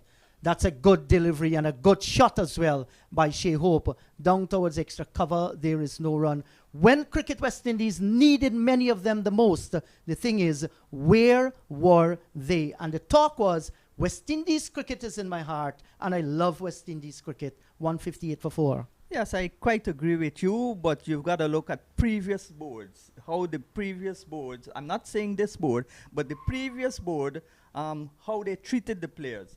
And if you're looking at this and you think that you will be treated like this and you get an opportunity to make millions, I'm not encouraging them to do it. But anybody with a good choice would prefer going for millions than making a West Indies team and then getting dropped.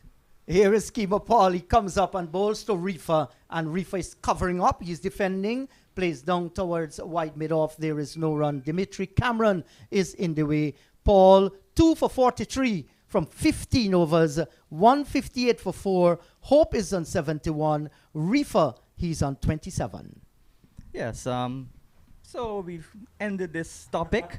Let's change the topic to something else. How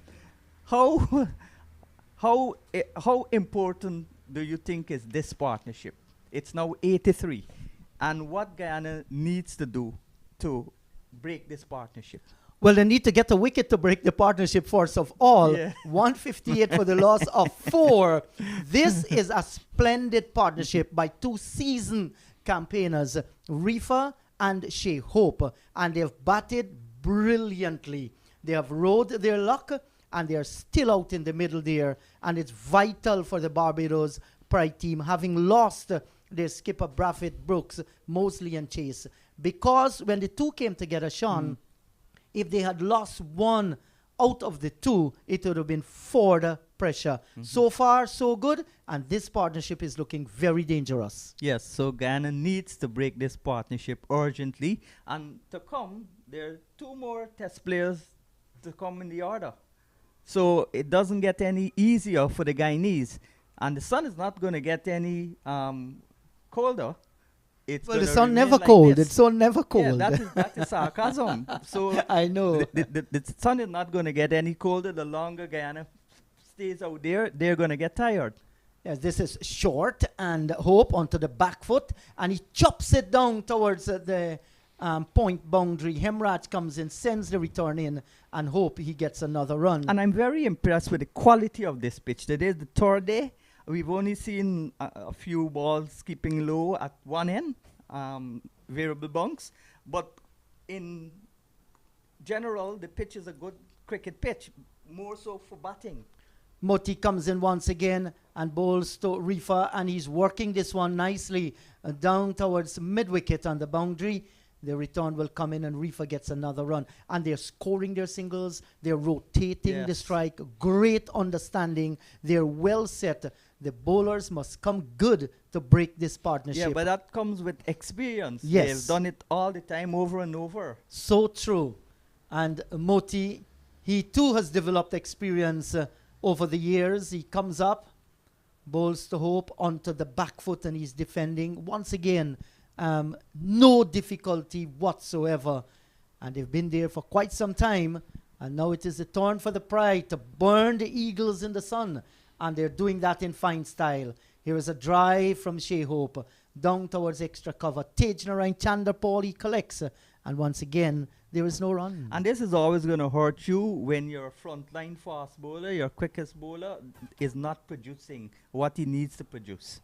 Comes forward, drives down towards wide mid-off area. The bowler himself collects. Moti, 9 overs, none for 13. Hope is on 72. Reefer on 28, 160 for the loss of 4. And plus, when you got a young fast bowler making his debut, it's also going to affect you if the other bowlers, the other fast bowlers, don't bowl well. Jordan made his debut, but he had 3 wickets, but for over 100 runs.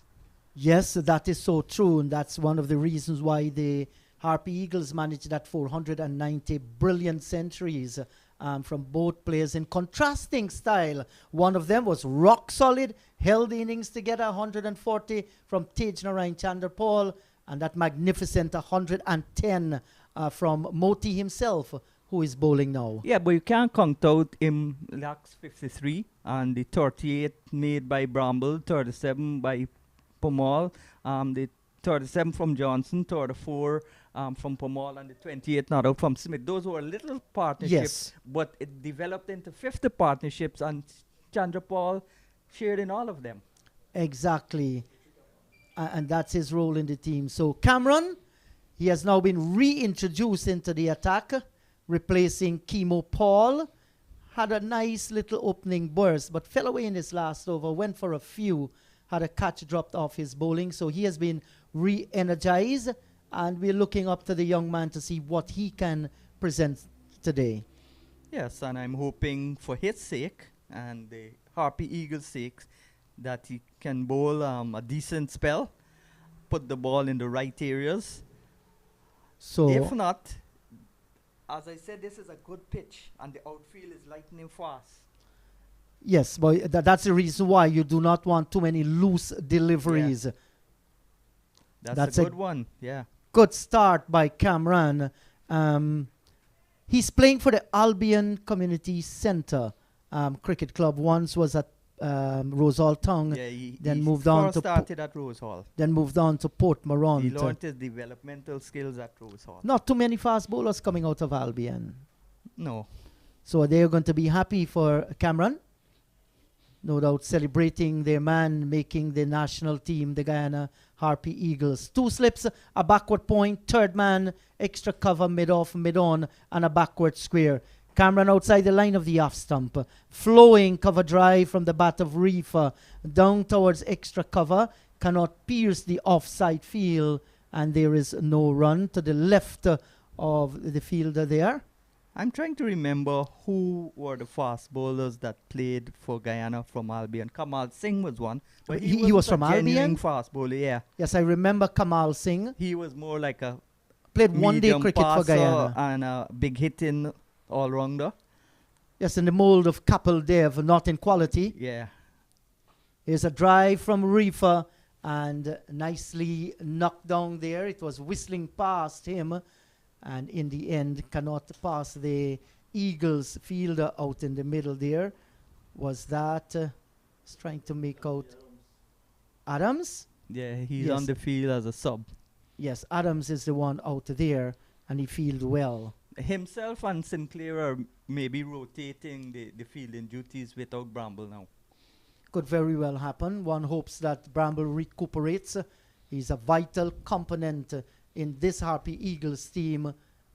He has scored reasonably well and was on a good innings when he was injured. There's still 2 more matches to come. So Cameron begins his approach once again. Hope comes forward, plays out into the offside field, and there is no run. And when you ask John what's the reason why he had double zeros, I think was a good response. That's He the was reason. not off the mark. as Not yet. off the mark as yet. And the youngster, I no doubt, talking to himself, if only Imlak, boy, you're taking that catch. You know, what different story the game might have been at that stage. Catches win matches. We saw when Barbados fielded, they dropped 4 catches. And there was a mistumping as well. The rest is history. 490 on the board. Here is Cameron once again. As the Sahara dust just hiding the sun a little bit. And this is wide outside the line of the off stump. And Hope was looking to charge his man there. Cameron saw him coming and sprayed it wide. And if it was partnerships, big partnerships with people like Hemraj, Johnson, Bramble, and they'd gotten big scores, the runs would have been even higher because they would have scored them faster. Still batting with Chandrapal. Yes, and I think they missed out here, Sean, because they had a pitcher that wasn't creating too much problems, and they had the starts, and they never went on outside the line of the off stump. Better delivery so far, but needs to get it more close. Cameron, none for 24 from 6. Barbados Pride, 161 for 4. Hope, 72. Reefer, 29. More from you, Sean, and you'll be joined by John Ramsing. Yes, I think that this is a good position for Barbados to be in at this point. Guyana's got to take wickets. They're 161 for 4. They still need over 300 runs, 329 to be exact. But this partnership is growing. It's almost, it's 86 now. So when you look at the way that the partnership is going, and you know, because you've played a bit of cricket, that if partnerships begin to grow, the fielding side is frustrated, their shoulders drop. This is a ball from Moti that's on the line of the off stump. on the line of the leg stump because it's the left-hander batting, and he turns it into the onside and gets a single. So Moti bowling from the southern end. Good afternoon to you, John Ramsing. Hello, Sean. Good afternoon. Lively discussion there, and good, lively cricket we're seeing as well. Good delivery from Moti, and there's Hope getting a single and chance for an extra run via the overthrow, and they will get it easily. So, as I was just praising the level of cricket, we see some naughty cricket displayed by the Guyana Harpy Eagles, allowing the extra throw, the extra run. But these guys that are playing, they're humans. The mistakes are about to Yes, about and we to be talk made. about the Barbados side on the field for the length of time they would have been on. Only Chandra Paul would have been on the field for the same length the Barbadians were. But we need to see Guyana, well, they're trying, but we need to see them attack more, break partnerships. You don't expect a team to be bowled out for 5. You expect the batsmen to form partnerships. That's expected. You expect batsmen to make hundreds. But as a bowling side, you've got to try. If you can't break the partnership, then limit the runs. I think the Barbados Pride bowlers, they were very economical because they're trying to limit the runs. Chance for a run out of the non-strikers then, and it's going to be out. And Rifa is livid. Extremely livid indeed. That ball was played into the gap by Hope, and he was ball watching. There was Rifa recognizing that a single was on. He came down almost into the same crease with Hope, who never left his crease. The throw was sent by the fielder despite being high. Moti collected it like a basketball player collecting a rebound, and as you can see on the replay now, what exactly happened.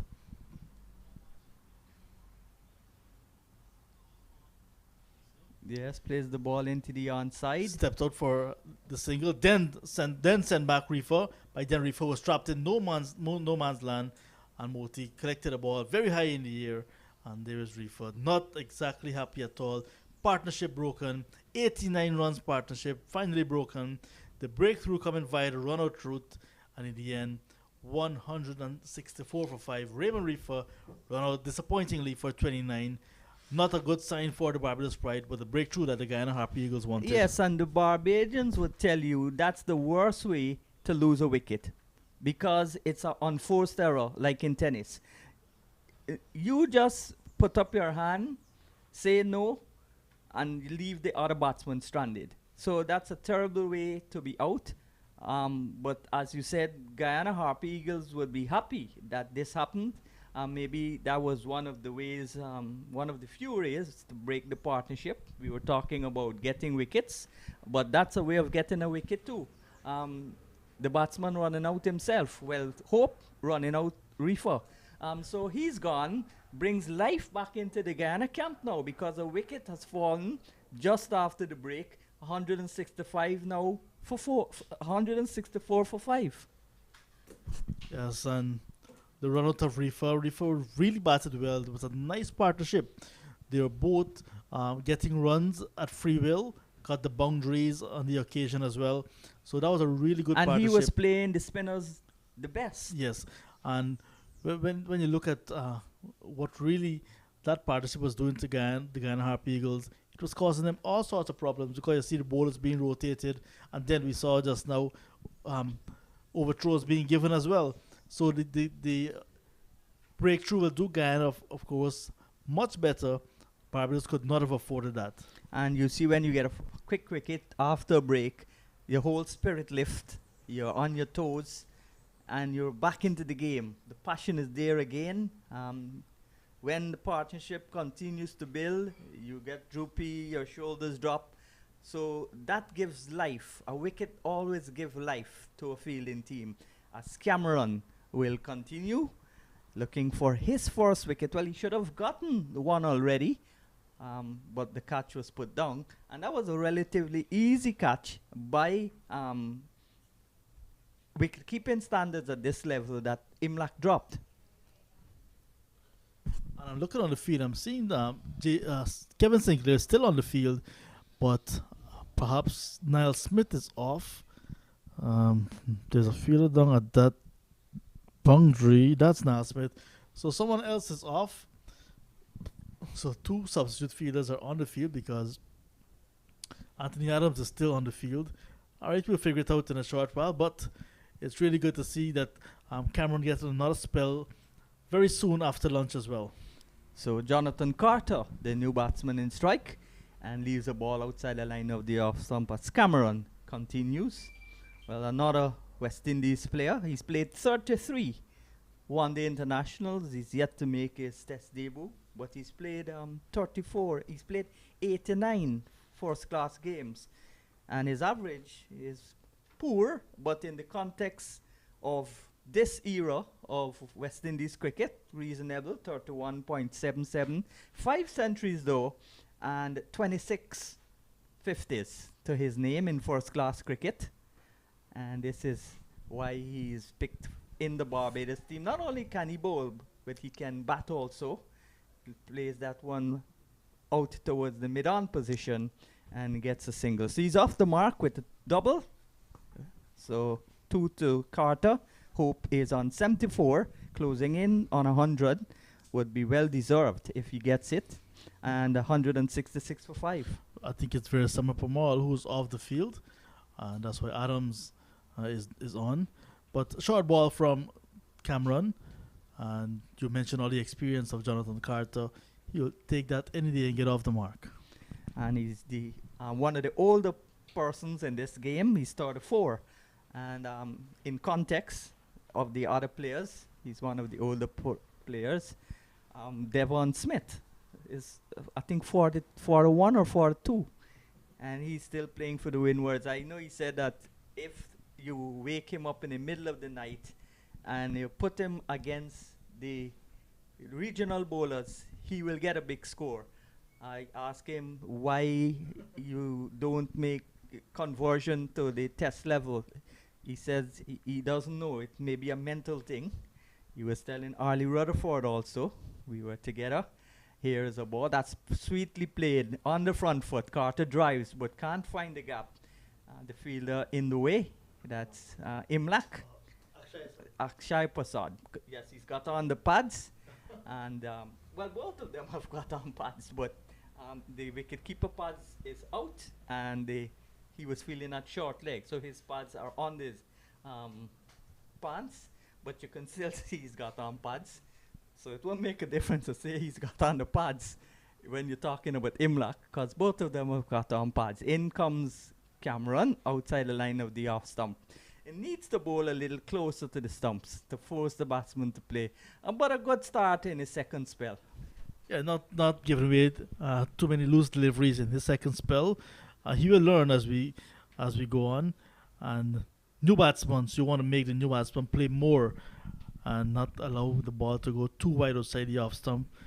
And then, of course, Shea Hope at the other end would want to bat well, not only for himself now, but for Reefer, who just went via the run-out route. Here is Cameron, passes the umpire, bowls outside the line of the off stump, too wide.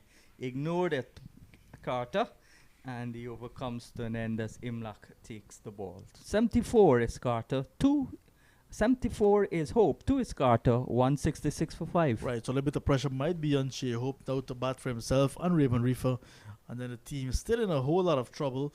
166 and half of their wickets are down. Yes, but still Shane Dowd still to come, and we know that he is quite capable with the bat and the low order, the birthday boy, and the test player as well in Jamel Warwick and then the bowlers. But with 5 wickets down, the Harpy Eagles definitely enjoying this passage of play, and they want to pick up a few more wickets and then get perhaps the Barbados Pride to bat a second time. You asked about if they would enforce the follow-on. I think they must enforce the follow-on. Yes. Once they get to that point. Once they don't enforce the follow-on, there is no likely chance of winning this game outright. It would end in a draw, most probably, and that wouldn't do Guyana points on the table any good, even if they get points from their bowlers or batting points or so. So that won't be enough points. As they see the flags being stretched out, that means there's a little bit of breeze, The Barbados broken trident, the golden arrowhead of Guyana. There's a ball outside the line of the off stump. Back goes Carter. Back goes Hope and punches it out towards cover. There's no run. The flags fluttering away there. The Guyana flag, the Trinidad and Tobago flag, and of course that white flag is the Queen's Park Cricket Club flag. We'll see it on the screen soon, maybe. Yes, just have to get Joel to pick it up on the camera. Joel has been doing an excellent job with the camera following the ball. Yes, this is a short ball and spanked away, square of the wicket, and only a single because there's protection on the boundary there as the left-handed Hemraj tosses the ball back towards the keeper, and Moti continues. There's some shifting in the field because again a left hand right hand, the combination is joint forces, and so even the umpire will have to go over the other side. Well, you don't have to, you could stay at point and umpire like he's doing now, but you could see the umpires going off to be in the standard square leg position where they usually are. Here is umpire Gauchard, watches as Moti bowls and played into the offside, and Chandrapal, who's shown so much energy, he's been there for millions of minutes. The entire match. He faced the first delivery, did not out, he carried his bat, and then he's been feeling since the Guyana Harpy Eagles took the field. So he's showed great stamina, great fitness as well. Yeah, here he is one of the fitter players in the Ghana side himself, Imlak Moti.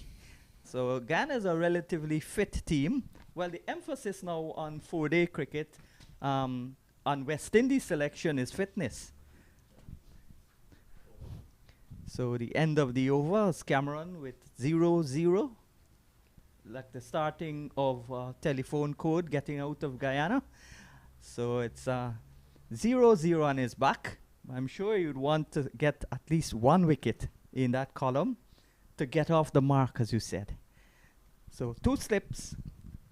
Johnson has employed 2 slips for most of the day for the fast bowlers. He's been with 3 and a gully. And this is a good shot. But the coaches tell you, if you're driving, drive straight. That one was hit straight. And the stumps prevented it from going further, maybe onto the boundary. So robbing Hope of a shot. Hope is a technical batsman. He plays the ball correctly, elbows cock, head over the ball when he cover drives. He looks a picture, classical player, in the mold of those players that I like to see. We haven't seen Brandon Corlett for the day, but Brandon is a huge Shea Hope fan. He patterns himself. He wants to emulate his hairstyle, his beard style, everything of Shea Hope. So perhaps he's somewhere in the ground admiring Shea Hope innings. And probably wasting all of his pictures on Shea Hope. But to you, it may be wasting. To Brandon, maybe treasure. Okay. The next thing you know, you open the Guyana Times tomorrow, you see 10 pictures of Shea Hope in different forms. So Cameron, who's also from the county which produced Brandon Corlett, he plays for us division cricket for Burmine.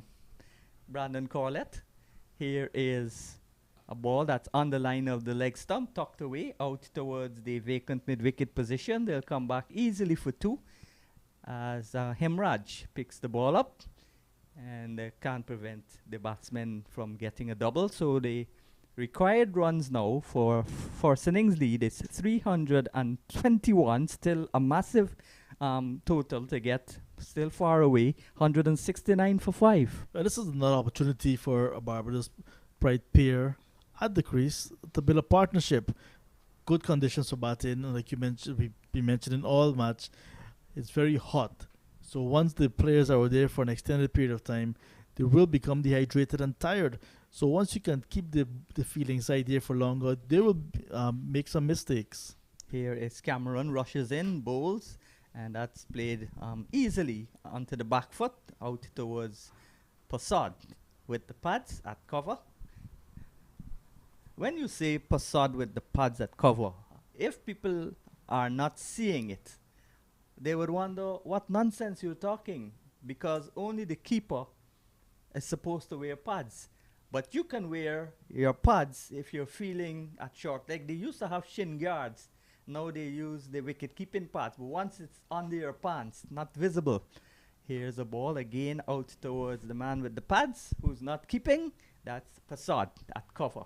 And there is no run. Shane Mosley actually fielded the entire Harpy Eagles innings with the pad because he was at forward short leg at silly mid off for lots of time during the innings. So Well, nothing is wrong with it. It's protection. No, nothing Once- is wrong. But yeah. they used to use the football shin guards in the old days. Well, not the old days, because the old days they didn't have any protection. They just had their shins to protect the ball, to stop the ball. This is a lovely shot, but would just get a single because he punched on it. It was short and nice, fluent back foot cover drive by Hope. Takes him on to 78. And the over is completed. So 55 overs gone, 170 for 5, 78 to Hope, 2 to Carter. And the worst thing Gavin would want is to see this partnership, which is now 6, building into something substantial. Yeah, the only way they cannot see that is if they pick up a wicket very soon. But Jonathan Carter, quite an experienced campaigner, he will want to ensure that he gets his team into a position of safety, and to do so, the bat long. Shea Hope has been there on 78. That's a good start, and he will want to bat very long as well as he prepares to go on that limited overs tour with the West Indies side to Netherlands and to Pakistan as the vice captain. Yes, one day cricket is the best format that Shea Hope has performed in. One day internationals. Yes, he's been very good servant of the 50 over side. And in terms of 50 overs, the Demerara women beat Essequibo women by 9 wickets in quick time at Providence. Ball that's short from Moti and played out towards Paul, who fumbles, but it kept it in front of him. No chance of a run. Yes, John. Let's hear the Essequibo inter-county scores. Essequibo women 62 all out, 29.1 overs. Demerara 63 for 1 in 7.1 overs. Wow. So Berbice and Demerara continuing to battle for supremacy, but in the end, Berbice will prevail. Hema Singh 5 for 4 from 6 overs, bowling for Demerara. And Lashana Toussaint 25, Mandy Mango 18. And Cherry Lovely Fraser shot, 9. chipping into it and inside out toward the deep cover position. The long off has to run a long way to his left and does good fielding, Kevin Sinclair. And the batsman cross for 3. So rotation in the strike again because the left-handed Carter comes into strike. He's on 2, and Hope, who is looking better and better as it is progressed, he's on 79. Yes, a lovely shot indeed. And picking up runs. Good running between the wickets as well. Yeah. Any more information on the No. intercounty? That's that. In back and across he goes. Ball that kept a little bit low. It didn't spin much. Was the quicker ball, flatter trajectory. The slip still in place. Forward short leg also for that ball that turns in, maybe bounces, and hits the glove. So slight hold up. Something is the matter with Carter as he settles into his stance. So we've lost the sunshine periodically, temporarily, and this ball is played into the hands of Passad, off the ground, of course, else it would have been a catch. So quiet period now. Here is Moti from the far end, bows a quick delivery, almost medium pace, and the Carter is back. And I had to hurry the shot. In the end, cut it out towards the man at backward point. That's Cameron, who now takes off his hat because he's ready to bowl. He doesn't give it to the umpire. He gives it to one of the fielders instead. I don't think the umpires now, because of the COVID, are accepting anything, well, not a bribe or so, anything from the players in terms of their hats and their towels and the sunglasses and so on. Yes, the umpires accept bribe in the local village cricket. I've seen that a lot of time. And the big betting, But that's not organized cricket. That's fun cricket. They call it here Fat. fet cricket. In Jamaica, it's curry goat cricket. What do you call it in Guyana? Backyard cricket. Backyard cricket. Yeah. So still with two slips, and no gully. The man right back square on the third man boundary as Dimitri Cameron rushes in, bowls, and again there is no run. Of course, he's going past umpire Tuckett, who knows a little thing or two about medium pace bowling, and also he was a good all-rounder. I'm also surprised that he didn't play more one-day matches for the West Indies. Played together in the under-19 tournament in Jamaica in 1987. That seems such a long time ago. It is a long time ago. Here's a ball that's pitched up and driven out towards the mid-off position, and there is again no run. So quiet period. Yeah, the intercounty tournament at home, one-sided, you would say. The more powerful sides, Barbados and Demerara, taking the advantage of the weaker teams, the Essequibo and the Select 11, and setting up a nice clash between Barbados and Demerara. And of course, the winner will take the championship most likely. And the winner most likely will be Barbados. Will be Barbados, the better side. Barbados has got so much of national players and West Indian players in their side. They've got the best structure for women's cricket. They've got 4 clubs in Barbados that play women's cricket. And Demerara and Essequibo don't, so they'll have to step up. Yeah. End of the over with a single for Hope. So he's 80. No, it's not the end they're of changing the over, right hand, left hand batters. And you notice that umpire Tuckett goes to point, but umpire Gostard goes to square leg. When each batsman is batting, that means you have to walk a long way across. But umpire Tuckett may be conserving his energy. No, We but talk about the players being out there. The umpires also have been out there the whole match. yeah. And if you notice what's happening as well, with this ball going straight to taste the right channel ball, that's exactly where the umpire was standing. So had he been in that position, he would have been in the way of the fielder. So because of that, he And the moved to fielder square have leg. the right to That's ask the correct. umpire. Correct. Even if the umpire doesn't have to stand behind the stumps, you know. The umpire stands in the best position that he can see the ball. So you could be at square leg, you have to stand square. But at the bowler's end, you don't have to stand behind the stumps. Back of a length. Good delivery again by Cameron. And the ball played with full face by Carter. And there's no run. 172 for 5. Carter still on 2. So and you had some umpires coaching as well. Yeah. So that's why you're saying you don't have to stand behind the stump. No. But it would be very difficult to judge where the ball is being pitched. Yes, but If- once the bowler bowls, you can go there. Once the ball is already, the batter has hit it. Cameron moves in from the northern end of the ground, bowls a short lifting delivery. Again, Carter gets on top of it and plays it out towards the offside. The gully comes in to do the fielding, and the score remains on 172 for 5. I don't mean that you can go to point or mid-off. You can do a little thing, and if you're too close, like myself, I used to bowl around the wicket between the umpire and the stumps.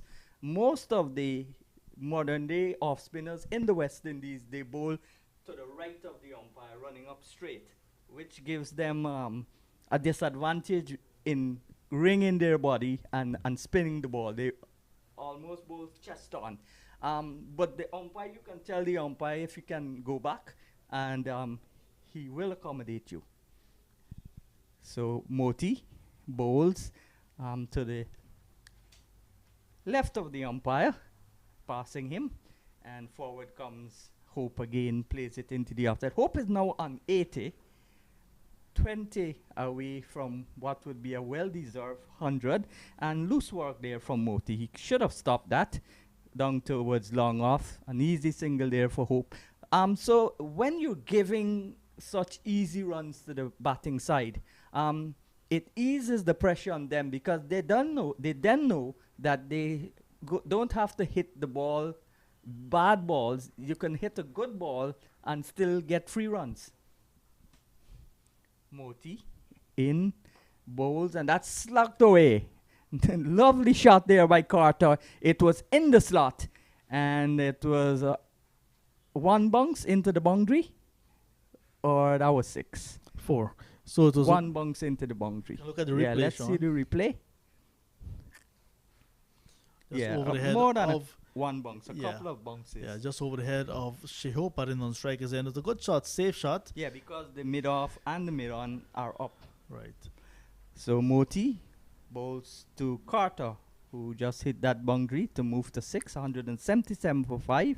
He's forward in defense, bat and pat close together, opens the face, and out to Dimitri Cameron. And there is no run. what was expected is that Moti would have followed that up with a quick delivery, and he did. It was well outside the off stump, so no danger for Carter. If I was bowling and I'm not playing at the level of Moti, I would have followed that up with a flighty delivery and asked the batsman to try again to clear the mid-on or the mid-off. And might have misjudged, it might have gone for 6. But you never know. It's a risk you're taking. That's a good delivery, loud appeal. But the umpire, Gustard, is unmoved. Well, he's not really unmoved because he signals the water cart. So the over is completed. There's a half of appeal, so let's see what they were appealing for. And they were appealing for a stumping because Imlak did remove the bail as the ball went into his glove. And the appeal was asked of Carl Tuckett, the square leg umpire. He said not out. Umpire Gustard signaled for the guys to bring on the water. And that's the water break. The first hour after lunch ending, so 177 for 5. Lunch was taken with the score 147 for 4. So 1 wicket going down for the addition of 30 runs. So 30 runs, 1 wicket. You would say that the run rate has slowed significantly, and a wicket going down, you would give the advantage to the Guyana Harpy Eagles. Yes, Guyana Harpy was still in the ascendancy, but the demise of the needless demise of Rifa pushed them more forward in terms of gaining in this game. The Harpy Eagles, as we lose the sunshine, 177 for 5. They still trail by 313 runs, and they're still not gotten anywhere close to the follow-on target, which is 290. So you've got to look at that first and then put in context how many runs they need to get a first innings lead. Because if they don't reach the 290, as you said, Guyana must put them in back. But it's going to be difficult if they bat long and they still don't reach that score. If they reach 182 or so, it would be difficult if they spend time at the crease for Guyana to put them in. But they should put them in. They must put them in. But it will be difficult because of the length of time they would have spent on the field in the first innings. I think we have to relook that follow-on score that we're actually seeing. 340 in my opinion, because it must be 150. No, 200 for a 4-day game. Yeah, 4-day game. 200. Yeah, confirmed. 200 runs. All right. So there you have it. So I it's have a a certificate in umpiring. Oh, you yes, know. you do.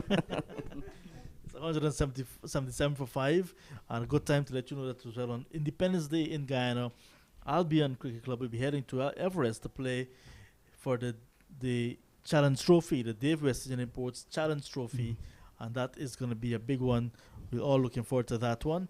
So remember to mark your dates back home in Guyana, Independence Day, the venue Everest, when Everest Cricket Club take on Albion. And in this team, there are many players from Albion and also from Everest. Correct. Yeah, so the other players. So our cameraman, who has been following the action, is giving us an indication as well that the game at the Brian Lara Cricket Academy has ended in victory for Jamaica Scorpions. That's in Taruba. Yes. South, yeah. Down south. So Trinidad losing that game. Yeah, so Wynn would have lost that game. Trinidad and Tobago and the Leeward Islands Hurricanes are playing at Diego Martin Sporting Complex. So Trinidad is not in a precarious position against the Leewards? Yeah, but their match is not finished. Their game is still going on. So one game is finished already? One game finished already. So those guys down south will head up to the Queen's Park Oval, maybe head up to the Diego Martin Sporting Complex to watch some cricket on the day off tomorrow. You never know. Or maybe head to the beach, Sean. Yeah, they would go to Maracas Beach. That's a lovely beach in Trinidad.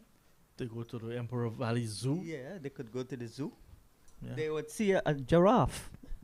This is the only Caribbean zoo that I've seen a giraffe. I was in South Africa covering the Champions Trophy back in 2010, and I wanted to see a giraffe. They actually carried me into the park, and I was going to get out of the caged vehicle, the jeep, and the person said, "No, where you going? You don't take out pictures here." Cameron again continues after the water break, ball back of a length. On top of it again is Hope, and he turns it out towards square leg, and they get an easy single. So Hope continues to bat very well, easy, not worried at all. He's 82.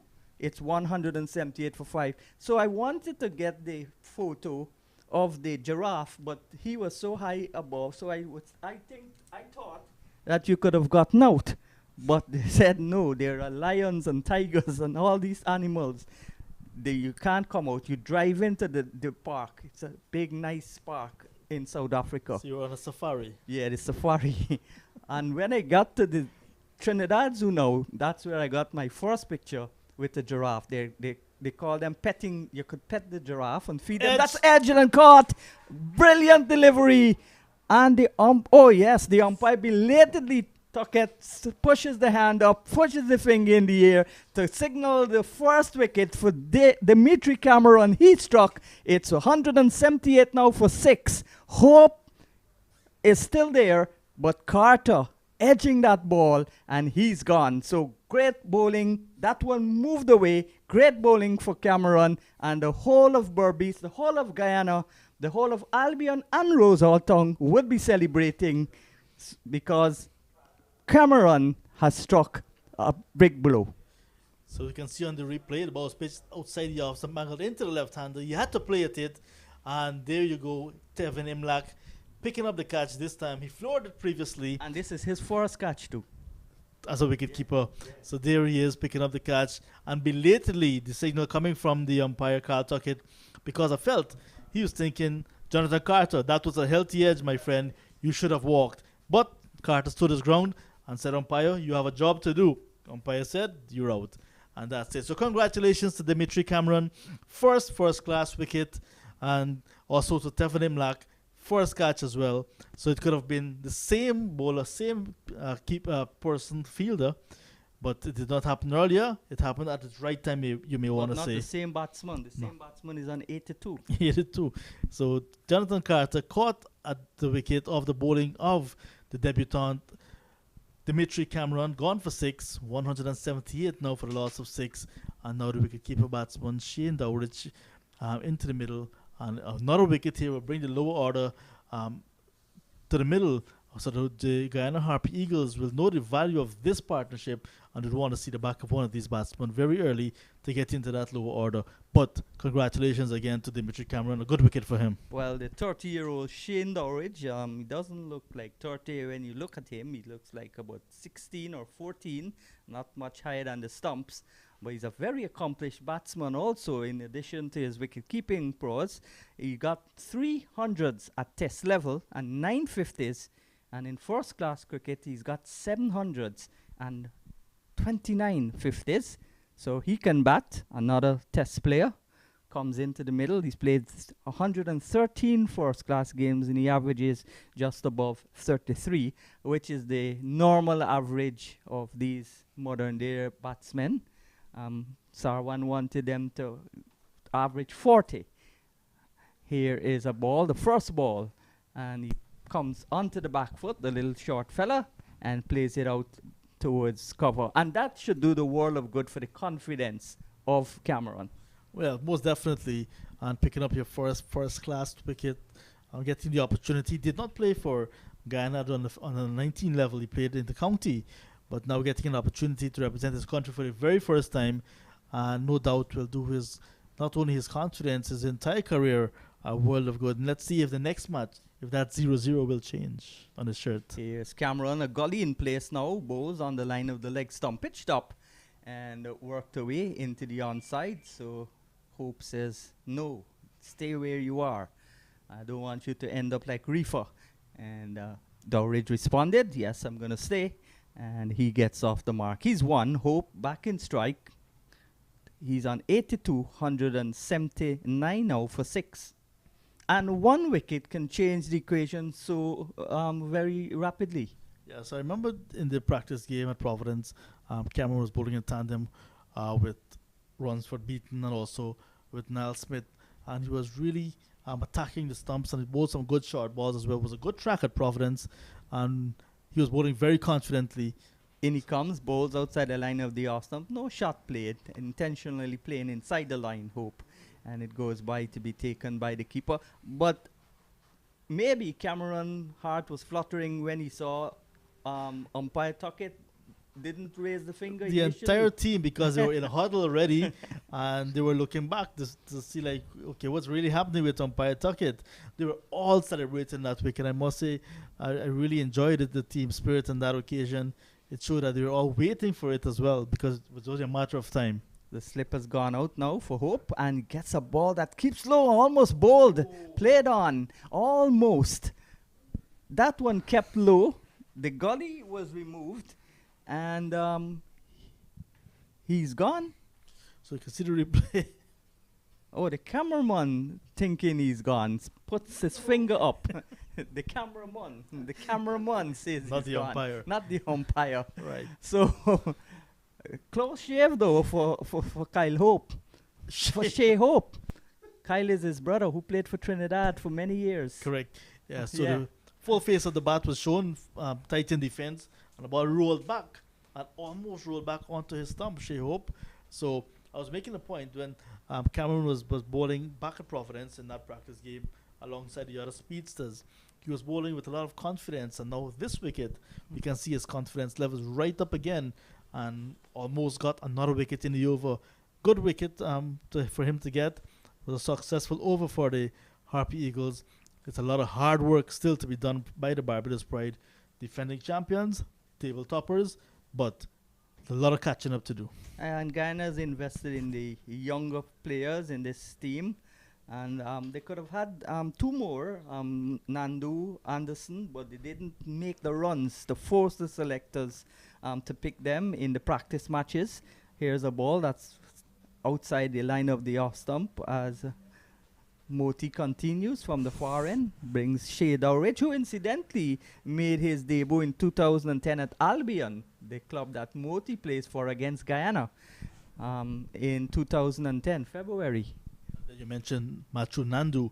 Machu Nandu, the West Indies under-19, started the World Cup as a vice captain, ended as a captain. He's going to be playing for Everest against Albion on Independence Day. Here's the ball that's short and punched away out towards the vacant extra cover position. Would have the legs to reach there? Yes, it does. 4 runs. And that's a lovely shot there from Dowridge. And he goes to 5. The total going up now to 183 for 6. Hope is still there on 82. Yeah, some width being offered by Gurukesh Moti, and the track is very slow as well. So there was Dowridge just rocking back and waiting for it and punching it nicely, despite the quick out, the good chase from Sinclair. The quick outfield won the battle, 4 runs to the Pride. Still the silly mid off in place as Moti comes in and bowls. Slow delivery, but not ideal pace. You need to be a little slower than that. On a good track, which is slow, you need to flight the ball and bowl it fuller. Beat the batsman in the air. If you bowl the ball like that, it's going to rush onto the batsman and he's just going to defend. So Gurukesh Moti searching for his first wicket, and so far just a little bit too quick through the air, and the pitch not giving him the type of assistance. So maybe he'd be better advised to slow it down just a little bit. Here he is, bowls it too quick and too wide.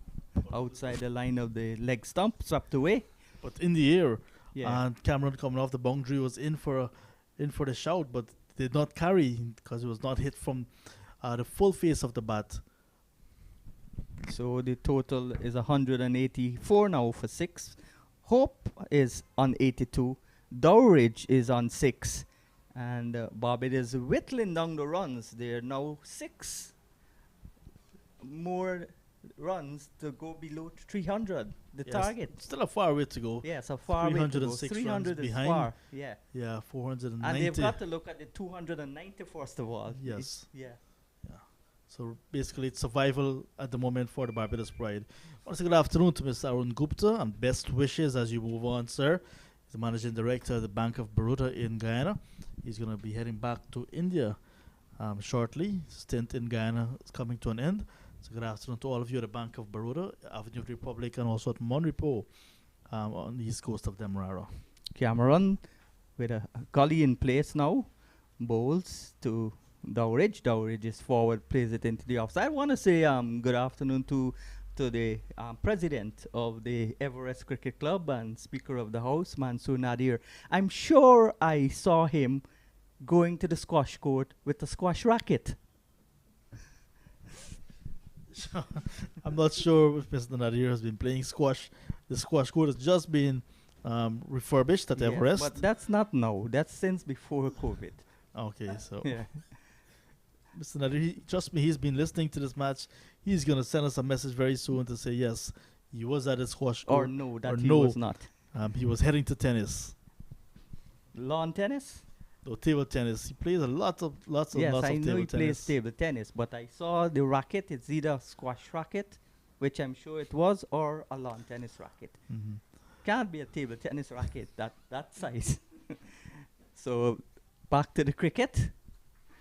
So just to let you know what's happening in that game, like you said at Taruba, Jamaica won by an innings and 14 runs, bowling out the windwards twice. Cameron is in bowls. That's the ball that hustles Dowridge. Gets back, plays it into the ground, out towards Sinclair. And not cutting you, if Pomal is off the field, that again deletes one bowler from the Guyana team. But he's back on the field He's now. back on now. Yes, he's at mid-off. Well, number then he maybe just went for a short break. No injury. Continue with your report. Yeah, so Windward Islands in their first innings, 137. Jamaica Scorpions replied 346. And then Windward Islands bowled out the second time for 195. Again, another good ball rushing on to young Dowridge. And he now comes to have a look at that pitch. That's the same side or the area where the ball is keeping low and bouncing. Yes, and the faster bowlers have been employed from the media center end, trying to make sure that they utilize that to pace a part of the track. And so far, we haven't seen any delivery kept low and bowl the batsman like what happened when the Guyana side was batting. Yeah, Prasad was bowled with one that kept low. And Kimo Paul. Yeah, Kimo Paul too. So Cameron would want to hope that happens. To hope. To hope. Yeah. Yeah. So Kimani Milia 17, Devon Smith you mentioned 34, Kavim Hodge the captain this season 63, Alec Atenez 17, Akeem Magist 11, Kieran Kotoy 21, Dennis Smith the wicketkeeper batsman no scored, Kenneth Denver 10, Sherman Lewis 6, Preston McSween 4, and Josh Thomas no score. So 195 all out for the Windward Islands in their second innings. 5 for 46. Dorval Green 5 for 46. Jimmy Merchant 5 for 72. Two bowlers sharing the 10 wickets. Okay, that's very good for them. 184 as the 61st over has been completed. 184 for 6. Barbados Pride. Hope on 82. He's faced 135 balls, so he's batting some length of time. Dowridge on 6. The Leeward Islands have declared in their game against the Trinidad Tobago Red Force at the Diego Martin Sports Complex. So Trinidad Tobago batting a second time, 11 for 2. 11 for 2. And they need a further 448 runs if they're going to win. So Trinidad Tobago up against it, against the Leeward Islands Hurricanes, who started this third round in third position. Well, then if they beat Trinidad, then they will jump to second. Trinidad, depending on the results of this game, would know where they stand. But if Guyana can beat Barbados, that would open up the whole tournament. Yes, depends on the final result of this game. The Guyana Harp Eagles can perhaps get maybe around 20 points, maybe 21, you never know, and can pretty much double what they have at the moment and go very close to table toppers at the moment, Barbados Pride. But with the Leeward Islands Hurricanes winning their game, they may jump to the top spot, but still to be seen. But congratulations to Jamaica Scorpions winning their game inside 3 days, and now the Leeward Islands Hurricanes controlling their game against the Red Force. Well, we're just talking about Pomal. He's back on the field. He's back in the attack. Both the first delivery is played out towards deep cover, and there is just a single. So Hope goes now to 83, 185 for 6. And you must feel it a little bit. You must give spare thought for the Trinidad and Tobago Red Force. They were preparing for this resumption, and just as they're ready to restart, I would say, they lost their captain and one of their other senior batsmen I heard they tested to COVID-19. Yeah, so not lost them entirely, but they were just out of this game. Yeah, so COVID is rampant here. The mandate here is you've got to wear your mask everywhere you go, even in the bus and the markets. The mandate is you have to wear your mask. Unlike Guyana, where it's optional, outside the line of the leg stump, sweeps and misses, and it goes by to be taken And by the keeper. not only the COVID-19 in Trinidad, they're asking you to wear a mask. The Saharan dust as well, for those who have respiratory issues and so on, those who do not want to have respiratory issues, they're advised to wear their face mask. Pomal is in, bowls, forward he comes, and pushes it into the offside. The little man, Dowridge.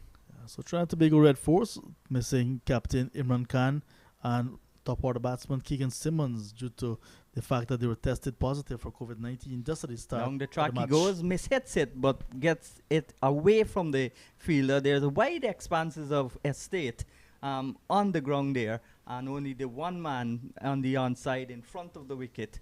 And so he's all right with that shot, even though he mistimed it. It went into the air a little bit, but he got 2 runs. So a slightly injudicious shot there from Hope, beaten in the flight as he came down the track. It was Dowridge, in fact, and he got 2 Dowridge, runs. Yeah. But like what Hope and Rifa did earlier when Pomal started, trying to hit him out of the attack because they know the threat that he brings to the table. And they've now put in the man at the short mid-wicket where that ball went, and back towards the bowler plays Dowridge. So there's 2 men now in front on the onside, the mid-wicket and the mid-on, and there's still the backward square behind the batsman on the onside.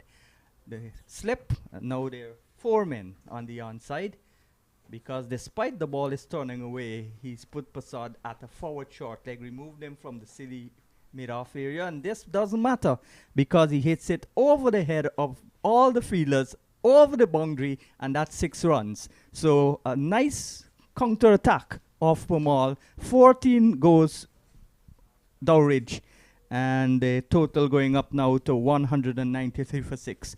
So it doesn't matter where the fielders were put, it went over the boundary. Yeah, full ball from Versami Pomal on the line of middle stump, and there is Dowridge getting under that one, lifting it over long on and getting the maximum.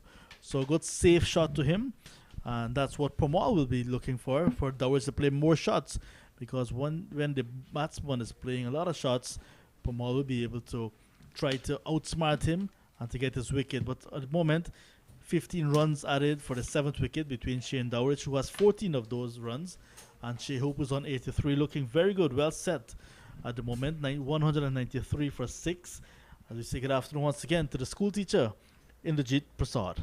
Hello, John. Good afternoon to you. Hello to listeners once again. This is a delivery that was well pitched up, and the right-handed Hope comes forward, strokes it away down towards wide mid-off. There is no run. Shea Hope, 83. He has faced 137 deliveries so far, so he has played well, eyeing another century at this level. Cameron picking up his first wicket and he is ecstatic indeed. Says that my target of getting my first has been achieved. 2 slips. There's backward point, extra cover, wide mid-off, as Cameron pitches this one way outside the line of the off stump. Was a full delivery, but not forcing the right-handed Shea Hope to go looking for the cover drive. Very mindful. There is a backward point and a short extra cover. So the Guyana Harpy Eagles, they have made reasonable penetration into this Barbados team. They have lost 6 wickets so far. They're 193.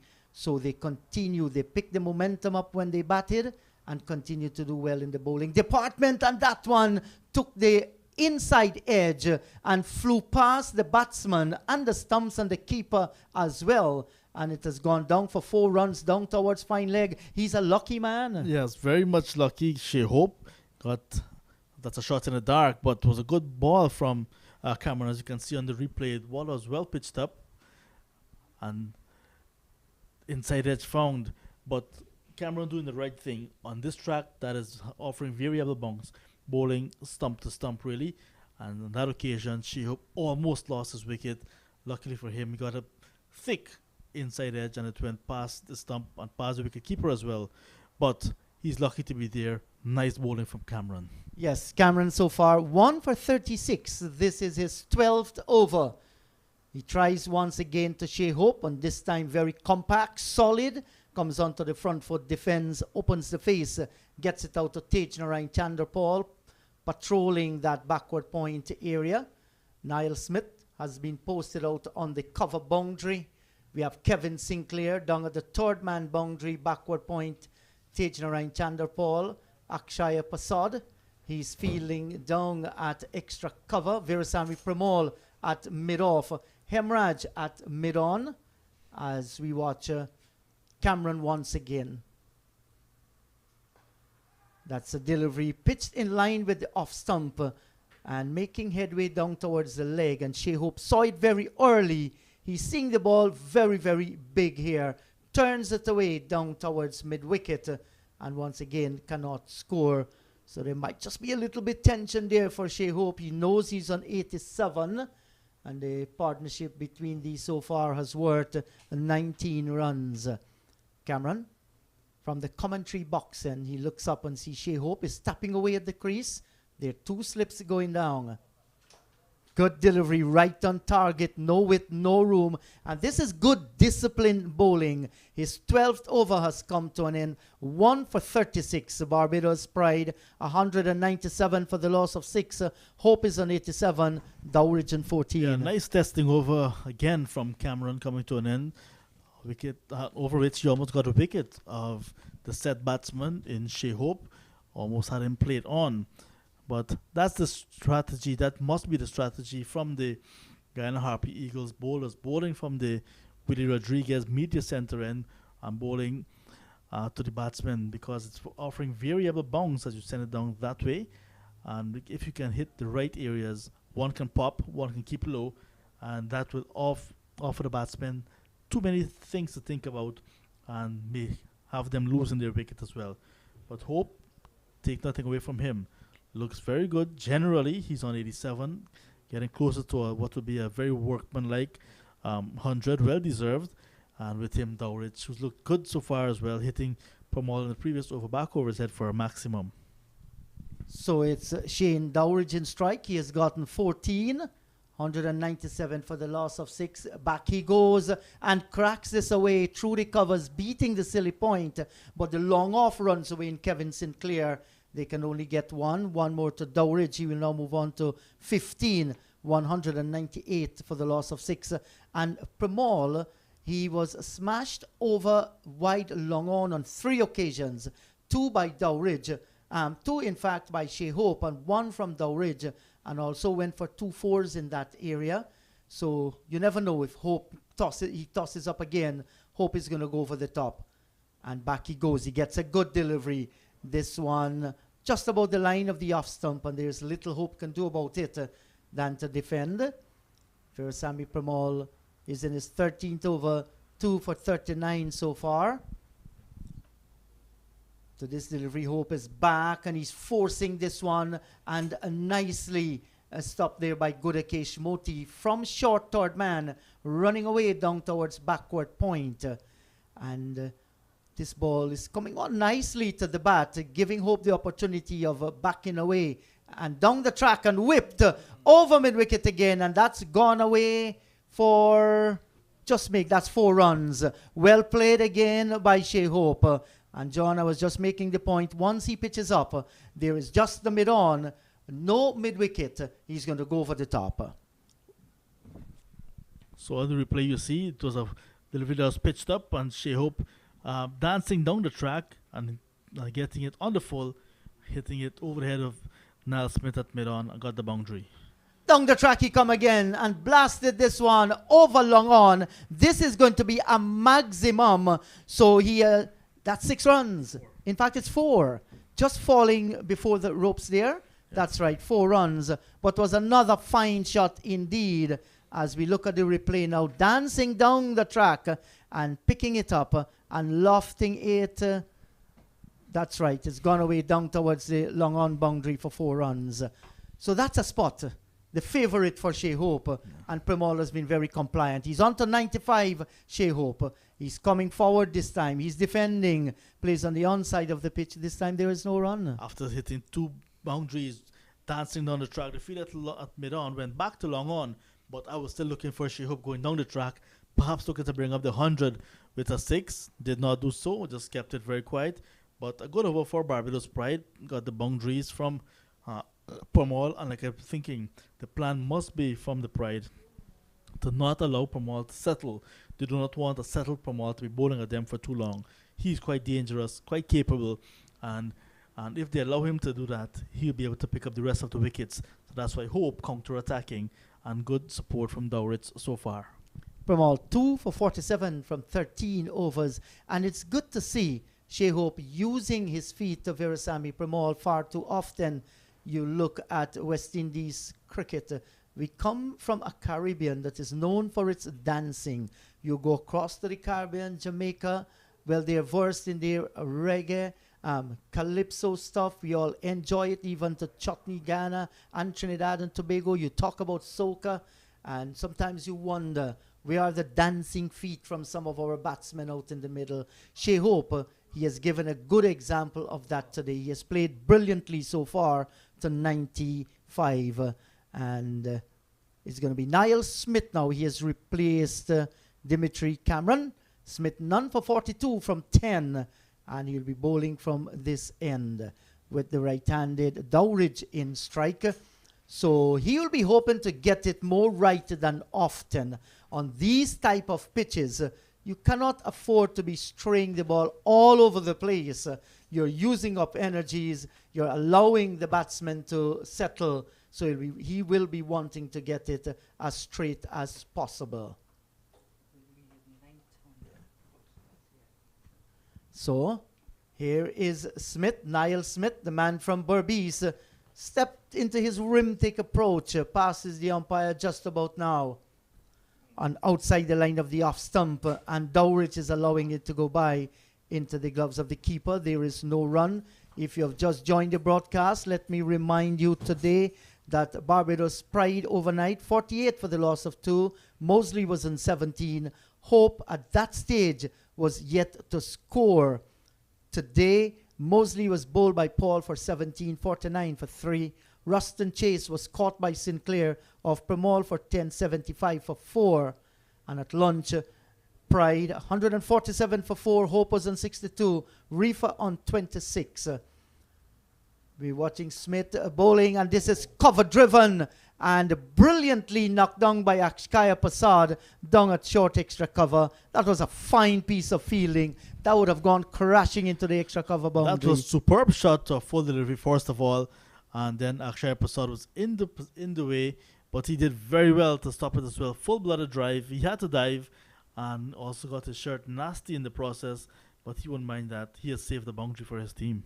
Yes, was a fine shot. It came off sweet timing from the little man, Shane Dowridge. Good to see him back in cricket. Here is Smith, comes up, bowls to Dowridge. This is short, outside the line of the off stump. That's a bad ball. He gets bat onto it, and it goes away down towards the extra cover boundary. The return comes in, and they'll just get the 2 runs. So 2 more to the score, 2 more to Dowridge. Didn't get the timing he was looking for. He had to stretch for the shot at the last moment. This was a short delivery outside the line of the off stump. Dowridge moving on to 17. And just delaying the shot a little bit, playing a little bit later. And as a result, got it in the gap this time, not to the fielder, Akshaya Prasad, who gave chase but lost the battle to Tejan Chandapal, who collected it ahead of him. But 2 good-looking runs indeed. Dowridge has looked good since gotten to the crease. Yes, he has played his shots, played every ball on its merit. And that's a much better delivery. Tighter line and tighter length. Just on the line of the off stump, and Dowridge walks away after playing the defensive shot, knowing that he has played well. The feeling might be good there for Dowridge, knowing that the balls are coming off the meat of the bat. And there is no better feeling, John, when you can feel that you're hitting them at the center of the bat. Oh, yes, that's something that you really want to savor as a batsman. And then when you hit it for a boundary as well, it's like, yes, you're really doing something well. Certainly. Smith leaves the commentary box in once again. And that's a short ball, and Dowridge is pulling this one around. That's a fine shot. It's gone away, 1 bounce into the boundary for 4 runs. Well played, Shane Dowridge. Just moved across, pivoted nicely on the back foot, rolling the wrist at it, and he gets the boundary. Yeah, too short, but it was on the line of off stump, so no danger in the shot in terms of playing across the line. Just helped it along its way and forward of square and got the boundary. The outfield is very fast, so once hitting there, it's going to speed across the ropes. And with a flurry of boundaries as we head towards T on day number 3, the Pride has gone past the 200 in quick time, 212 now for 6.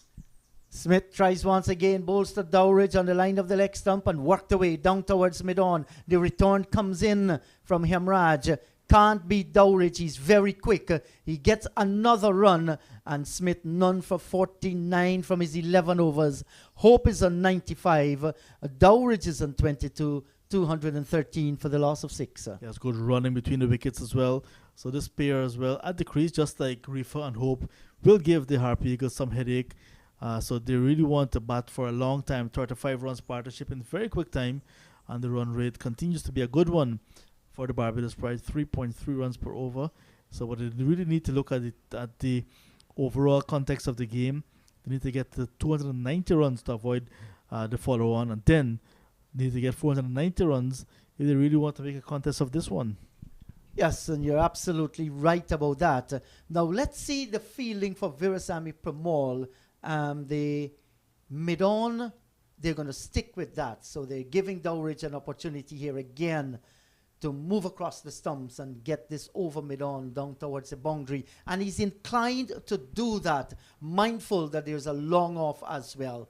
Pramal now comes into Dowridge, and he's stretching forward, opening the face of the bat down towards point. There is no run, and he seems to be in a very, very good form at the moment. Dowridge is 22 of 27 deliveries so far.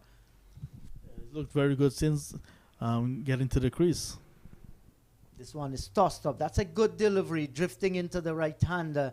Nicely tossed up by Pramal, and he looks so good when he tosses it up just about the line of the off stump. No width, no room whatsoever. If the batsman wants, he has to come down the track.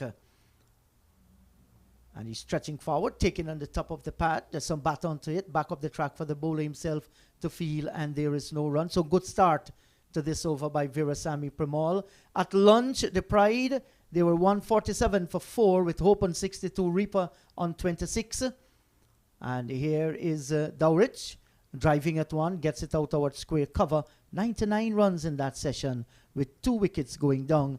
After lunch, Raymond Reefer disastrously run out for 29, 164 for the loss of 5. And that was a valuable wicket to get because Reefer, while he was out there, looked extremely good. Back goes Dowridge. There was an air of danger as he gave himself room and punches this one to keep up all that extra cover. The first hour after lunch, 30 runs scored and 1 wicket fell. And then Carter was caught at the wicket of Cameron for 6, 178 for 6. Since then, these two have locked in battle. That's a good delivery, but turned away down towards short mid-wicket, and they will get the single. Dowridge, he gets another run, and it takes the score now on to 214 for 6. Dowridge moving on to 23. Yes, looks good, like I said, and the partnership continues to build for the Barbados Pride. And Shea Hope, who's been away from the strike, is still on 95 and looking for 3 figures. But he really need to put his head down. Even if he gets to that 3-figure mark, we'll have to realize that still a lot of work to be done. Barbados still trailing by 276 runs. That's a fair way off. And 1 match in the round already completed. Jamaica Scorpions beating the Windward Islands Volcanoes and the Trinidad and Tobago Red Force, who started the round in 2nd position. They're in all sorts of trouble against the Hurricanes in the other match. Well, this is the hurricane season, and the Leewards Hurricane, they're trying their best to ensure that they blow away Trinidad and Tobago. They've played well in this round so far. And the Jamaica Scorpions as well. Good for them that they continue to play well. They're being led by Campbell. Here is Smith. He'll now be bowling to Dowridge, who has taken the strike off from Shea Hope for quite a few deliveries. Well played by Dowridge, touching down on the line of the off stump. And he comes forward, opens the face, down towards point. Good occasion. Moti is in the way, and he cannot score. Dowridge. Hope, 95, has faced 147 deliveries so far. Some spanking shots as well from him, especially his on drives, his cover drives, and coming down the track to Veerasamy Premal and lofting it over mid-on and the mid-wicket area. Whenever he gets them in the meat of the bat, looks so good. Niall Smith bowls to Dowridge, and that's a good delivery. Flew off the thick outer portion of the bat, down towards backward point. But his line this over has been much better than it was in the previous over. He's in his 12th over, none for 49 so far. Yes, a wicket can perhaps change the complexion for Niall Smith. He just needs to pick up a wicket and everything may change. But so far, it's just been all over the place. This over, he looks like he's landing in some good areas. Maybe from Smith's perspective, let's see if this is the one that can change his whole approach. And beaten outside the line of the off stump. That was a beautiful delivery. Pitched around the line of the off stump and moved away from the right-hander just a little. And he knows he has touched the line that he wants. He has struggled with that this season. Nothing wrong with his rhythm. I think his rhythm is a good one.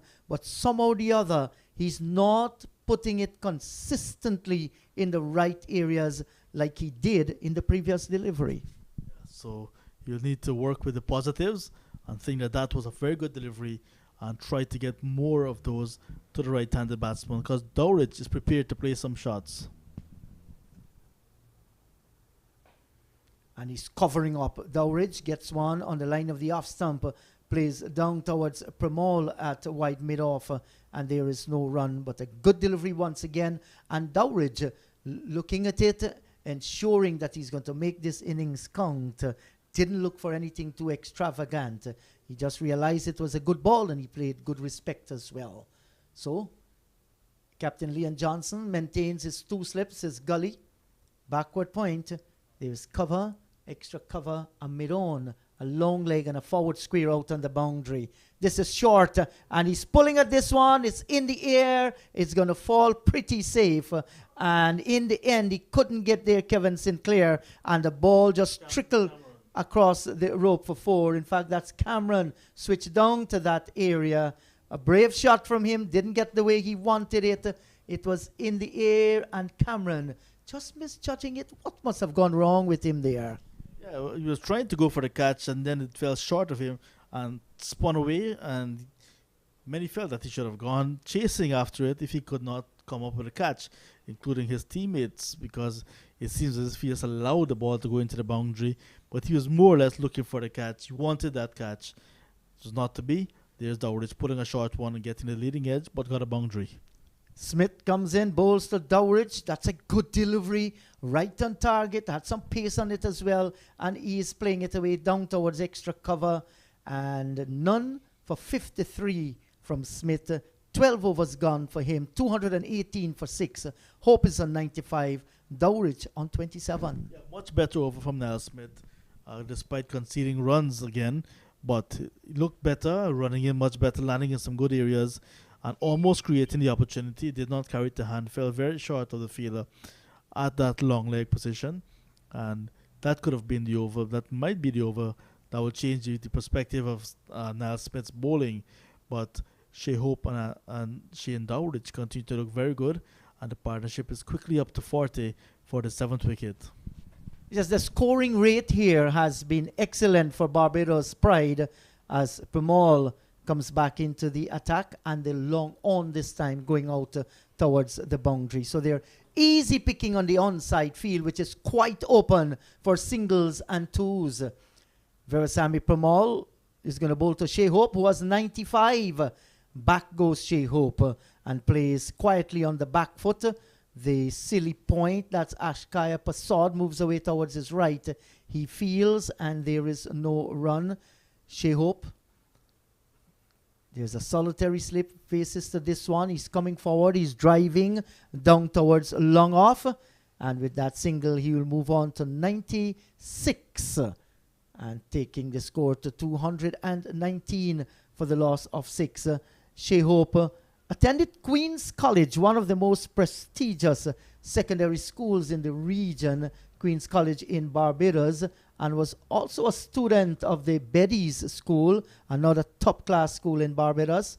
As we watch, Premal comes in, down the track comes Dowridge, and he smashes this one again.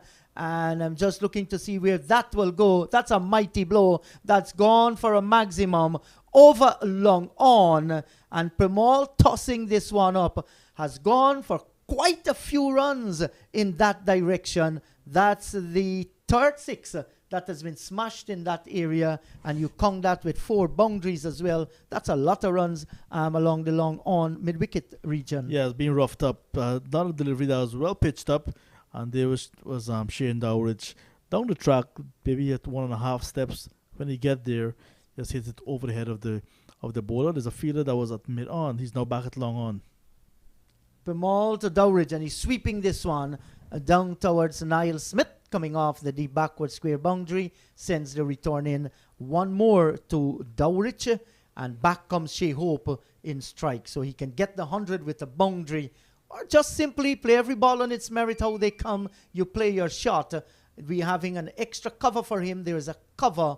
We have short third man and the point out on the boundary. Premal comes in, bowls to Dowridge, and he's in fact, Hope turns it away down towards forward square, and he gets another run.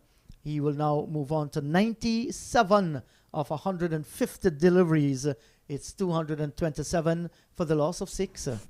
Yes, picking up the singles, and that's very important as well. So while the boundary balls will be presented by the bowler, I don't think Shea Hope will be trying to smash everything to the boundary. So he's just going to play it on its merit. He's on 97 and has lots of work still to be done. So the responsibility is with him. And here is Dowridge, sensible cricket, getting a delivery tossed up to him. He's coming forward, plays down towards short extra cover. There is no run. The over has been completed. Barbados Pride replying to the 490 for 7 declared made by the Guyana Harpy Eagles. They're 227 for the loss of 6. 263 runs away, and maybe we can say just 63 runs away from avoiding that follow-on, because 290 is that follow-on target. So they're looking a little bit better now, the Barbados Pride. This partnership has certainly put that into perspective. 49 runs for the 7th wicket between Shea Hope and Shane Dowridge. Dowridge, of course, being the aggressor, the one has scored more of the runs in this partnership, 34 out of 49. So he's mainly responsible for this good partnership, and in very quick time as well. Yes, so Shea Hope, the 28 years old, 66 first class match before this one, 3,706 runs with a highest of 215. He's standing there rock solid on 97. Here is Niall Smith. He begins his approach. He comes up and bowls to Hope. And he's turning this one away into the onside field. Surely will be looking for the second.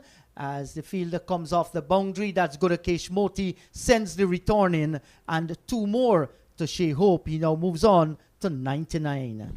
Yes, the gap is there on the onside. And the ball was on the line of middle stump and turned into the onside quite easily.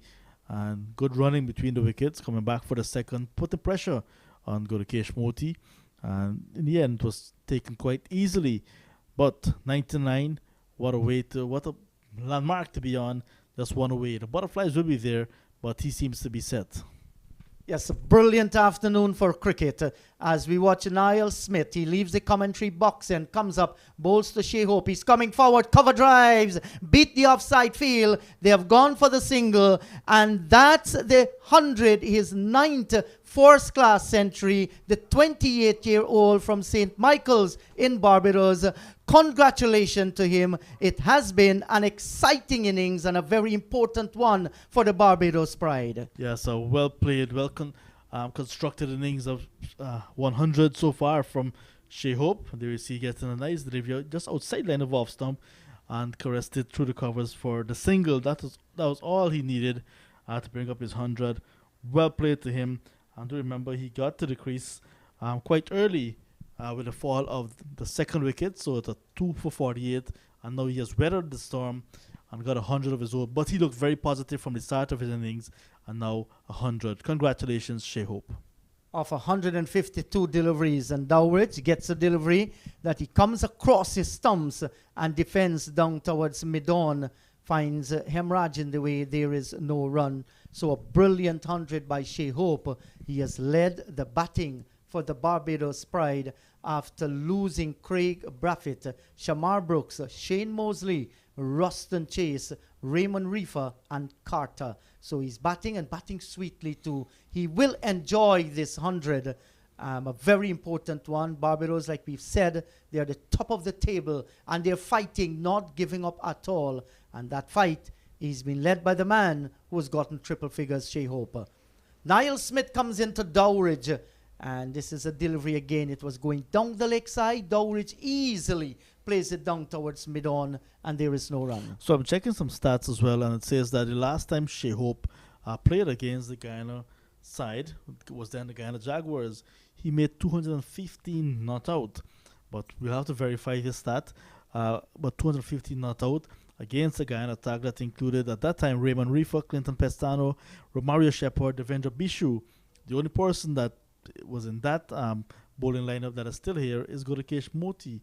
And so while he may like the Guyana bowling lineup, only Moti survived from that 215 assault. And he has faced the assault again here, Moti. This is played away down towards short cover by Dowridge. He's kept on 34. Smith, none for 56 from his... Well, in fact, one delivery to go in this over, 230 for the loss of 6. And that figures, they are definitely right. Shea Hope, 215, his highest first-class score was against Guyana. Yes, it was against Guyana. What I'm thinking about, if it was the last time he played against Guyana, if they played since then. But this one just came up. We'll have to verify that, perhaps during the tea break. That's interesting indeed. Yeah, so 2 slips, a backward point, an extra cover. Under cover, Smith comes in, bowls to Dowridge. That's a bumper. He didn't get up all that way, but Dowridge made it his mind clear early that he's going to go under it, and that is exactly what he did. So at the end of the over, 230 for 6, Barbados Pride. Hope on 100. Dowridge is on 34. Yeah, good short ball from Smith to end the over. And he do not want the batsman to get on top of him. He's already having an ordinary day, Niall Smith. So he wants to rough up the batsman a little bit. And this ball now 6 to 9 overs old, banging it in, getting the ball over the head of Shane Dowridge, but not a lot of effort is taken to get a ball over the head of Shane Dowridge. How many overs old, John? 69. 69. You like to hear that, 69. So Virasamy Pamal will continue, and a fit Pamal He's done well so far. His figures are good. He has picked up how many? 2 wickets, Versamy Premal. And he has been roughed up a little going over long on and mid-wicket for some runs. Hope is in strike. He's on 100. There is a long on there, but there's a huge gap from long on down towards the backward square area. And Hope is coming forward and carefully placing this nicely between the bowler and the extra cover down towards wide mid-off and getting a single in the process. So with that single, he moves on to 101, 231 for the loss of 6. And Barbados Pride, they now trail by 259 runs. Premal 2 for 58. He's in the 16th over. Bowls to Dowridge, and Dowridge is playing forward, defensive. Down towards mid-on, there is no run. And this has been a good little knock so far by Shane Dowridge. He has looked very fluent. His pull shots has been good. His driving has been good as well. Like this one, that's a glorious shot. Smack through the covers, out towards the boundary. Cameron trying to get at it and can't. It goes away. In fact, it's Sinclair down towards the boundary for 4. It was a fine shot. He had to bisect the short cover and the square cover. He got it there, and in the end, getting the boundary to Sinclair made a valiant effort, got the hand onto it, and it trickles across the rope for 4. A tight ring of feelers on the offside, and there he was, piercing it nicely, and with enough power also to beat the fielder that was deep coming around. Yes, and again, he's going for that shot there, not making contact. It goes into the gloves of the keeper, and they'll say, John, with the shot he played previously, it was with surgical precision. Yeah, well played, well placed. Timing was perfect as well. Got the rewards. Yes, and whether it's close to tee or not, once the ball is in the slot, Dowridge is going to play his shots. He comes forward, he defends, down towards Silly Point, where Akshaya Pasad is fielding. He's done well in that position. He's a brave man. You have to be brave to field at a silly position. So there's a silly point, short third man, backward point, extra cover and a cover, and he's coming forward this time, giving himself room, but finds a diving fielder down in that position, Chemo Paul. The over has been completed, 235 for 6. Hope is on 101, Dowridge is on 38. And the partnership 57, looking very good for the Barbados Pride, 235 for 6. As we get closer to tea on day number 3, the Barbados Pride, despite picking up the momentum, they're still with a lot of work to be done. But Hope and Dowridge, Hope earlier with Reefer, have given them a lot of hope.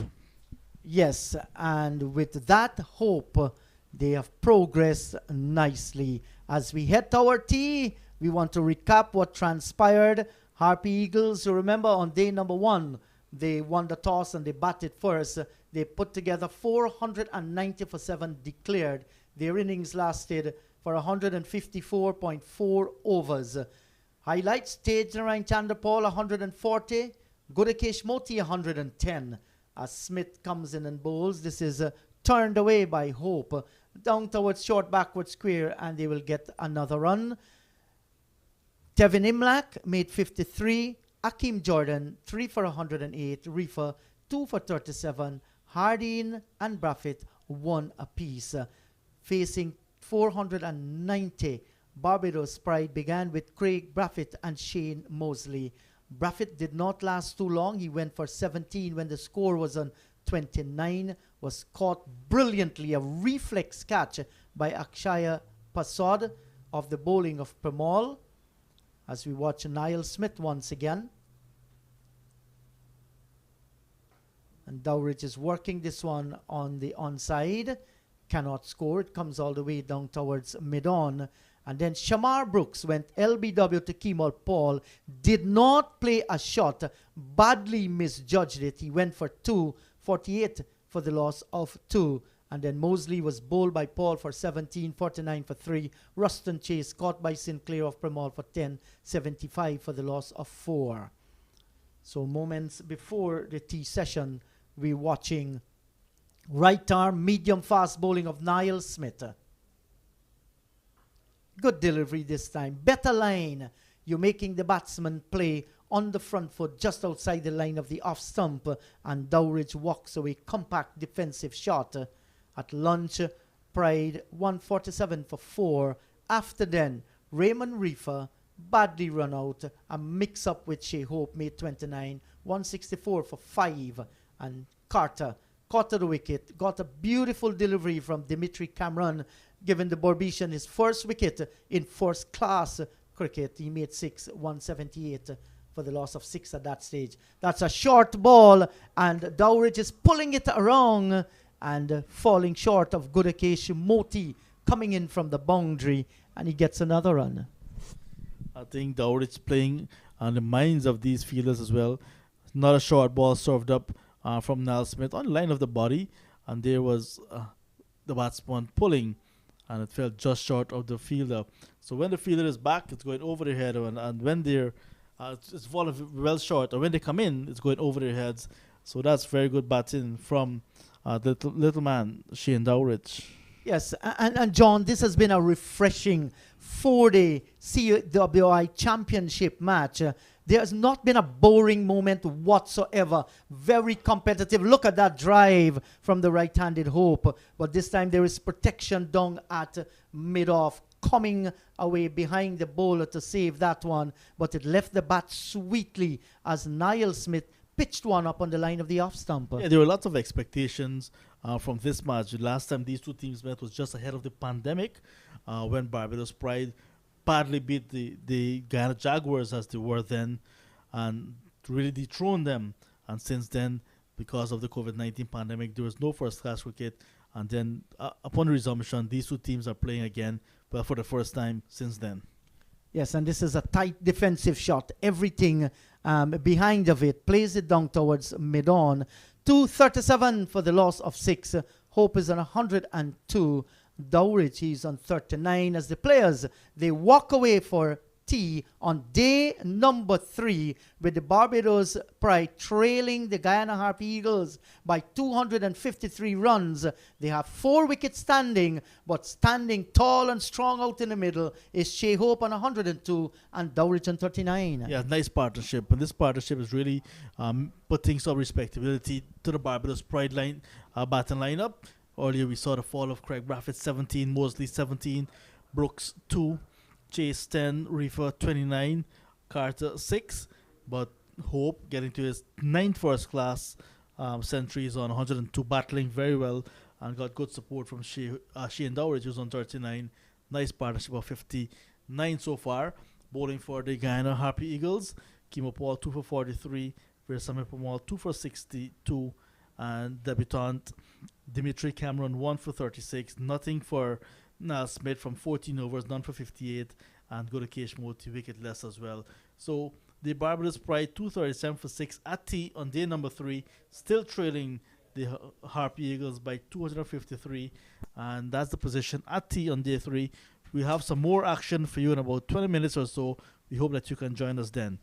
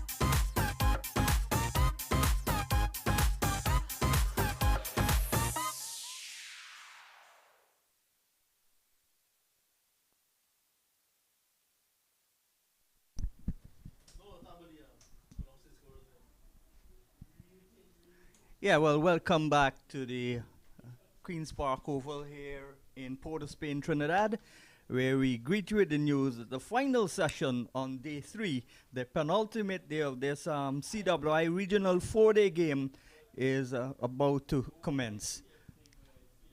Barbados chasing 490 for a first innings lead.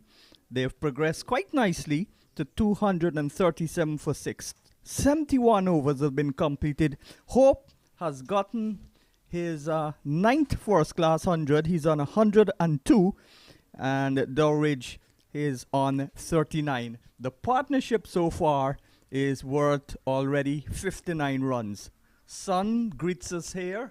The breeze continues to blow, and Moti will continue to bowl on the resumption from the southern end. So the first ball about to be bowled after tea. Barbados still need, though, 253 runs to get a first innings lead.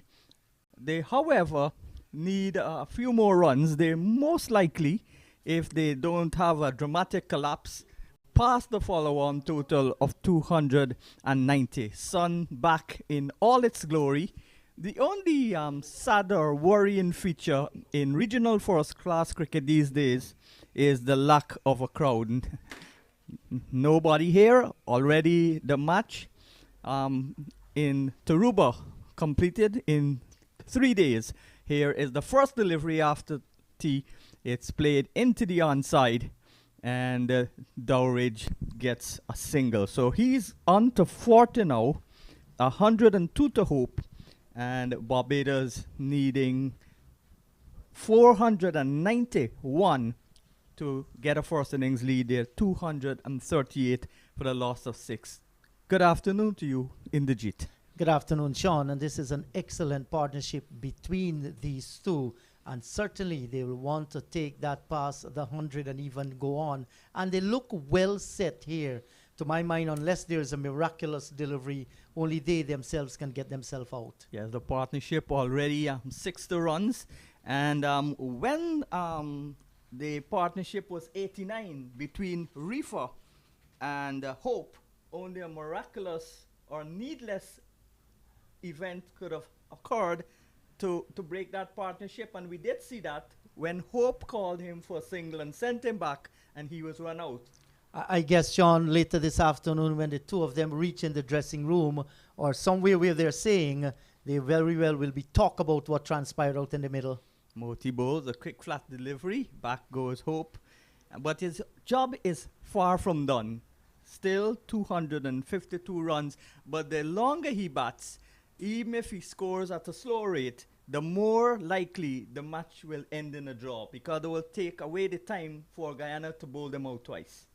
Yes, and no doubt that 217 he made against Guyana in 2017 in Barbados will be on his mind as well. Yeah, that was the last time he played against Guyana in a regional first-class game. The over is completed by Moti, and at the end of it, Barbados' pride going really strong, 238 for 6. Hope on 102, Dowridge on 40. The two of them have already added 60 runs. Yes, and Sean, while they've added the 60, they've added that 60 in real good time as well. You look at Dowridge, he came in to join Hope. He's already on 40, having faced just 54 deliveries. So while the partnership is growing, it's growing rapidly. And both batsmen seemed intent on going after the left-arm spinner with West Indies experience, test experience, where Sami Pomal hitting him for 3 sixes and a number of 4s. Yes, and they went actually through mid-wicket and over long on, because the mid-on was in. There was no mid-wicket. There was a deep backward square. So Johnson gave them the luxury to go, hoping they might get the leading edge because there was the long off and the extra cover as well. And it's always safer to play with a straight bat. So that's what they did, and it bore fruit for them. They've gone on now to 60 runs partnership, 238 for 6. And as I said, they just need a little over 250, 252 to be exact, to pass Guyana's score. There certainly, if something dramatic does not happen, they will avoid the follow-on. They have to get 290 to do that. And even if they are bowled out, something dramatic happens, and they're bowled out for, say, 280, and Guyana bowls back again, I'm sure this match will still likely to end in a draw. Well, there is still a lot of time left in this match here, and you never know what can happen, how Barbados responds in their second innings, or these two will take them very close to that 490. Lots of time remaining. Pomal bowling from the northern end of the ground. This is the first time we've seen spin from this end. Johnson introducing Pomal for the first time from the northern end. He was roughed up when he bowled from the other end, the Brian Lara Pavilion end. He's bowled 16 overs so far and conceded 62 runs. He's gotten 2 wickets, the same as Paul. Here is a ball outside the line of the off stump and slug swept. Nice shot. That's one of the favorite shots played by Dowridge. He likes the sweep. He likes the cut. Most likely when you're a short person, that's your favorite shot. And he goes now to 4-4. Again taking on the West Indies Test left arm spinner, 242 for 6. And that was a good looking shot. Nothing wrong about it. Everything was good.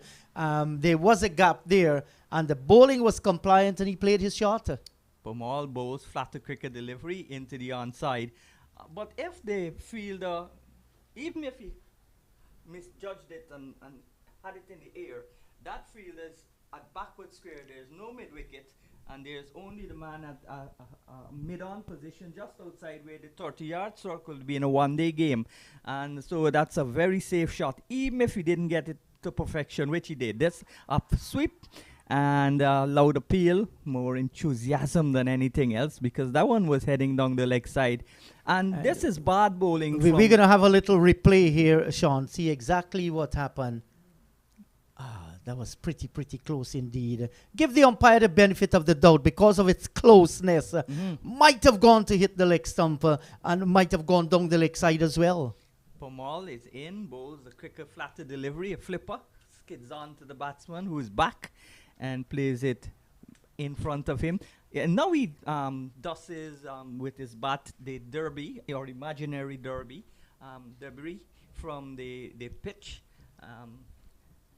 That's where the ball is keeping low.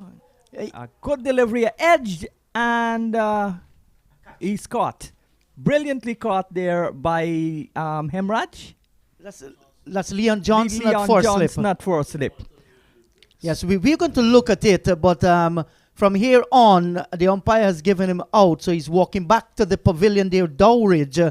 The four slip fielder took it on the second attempt. And no doubt we're going to watch the replay now as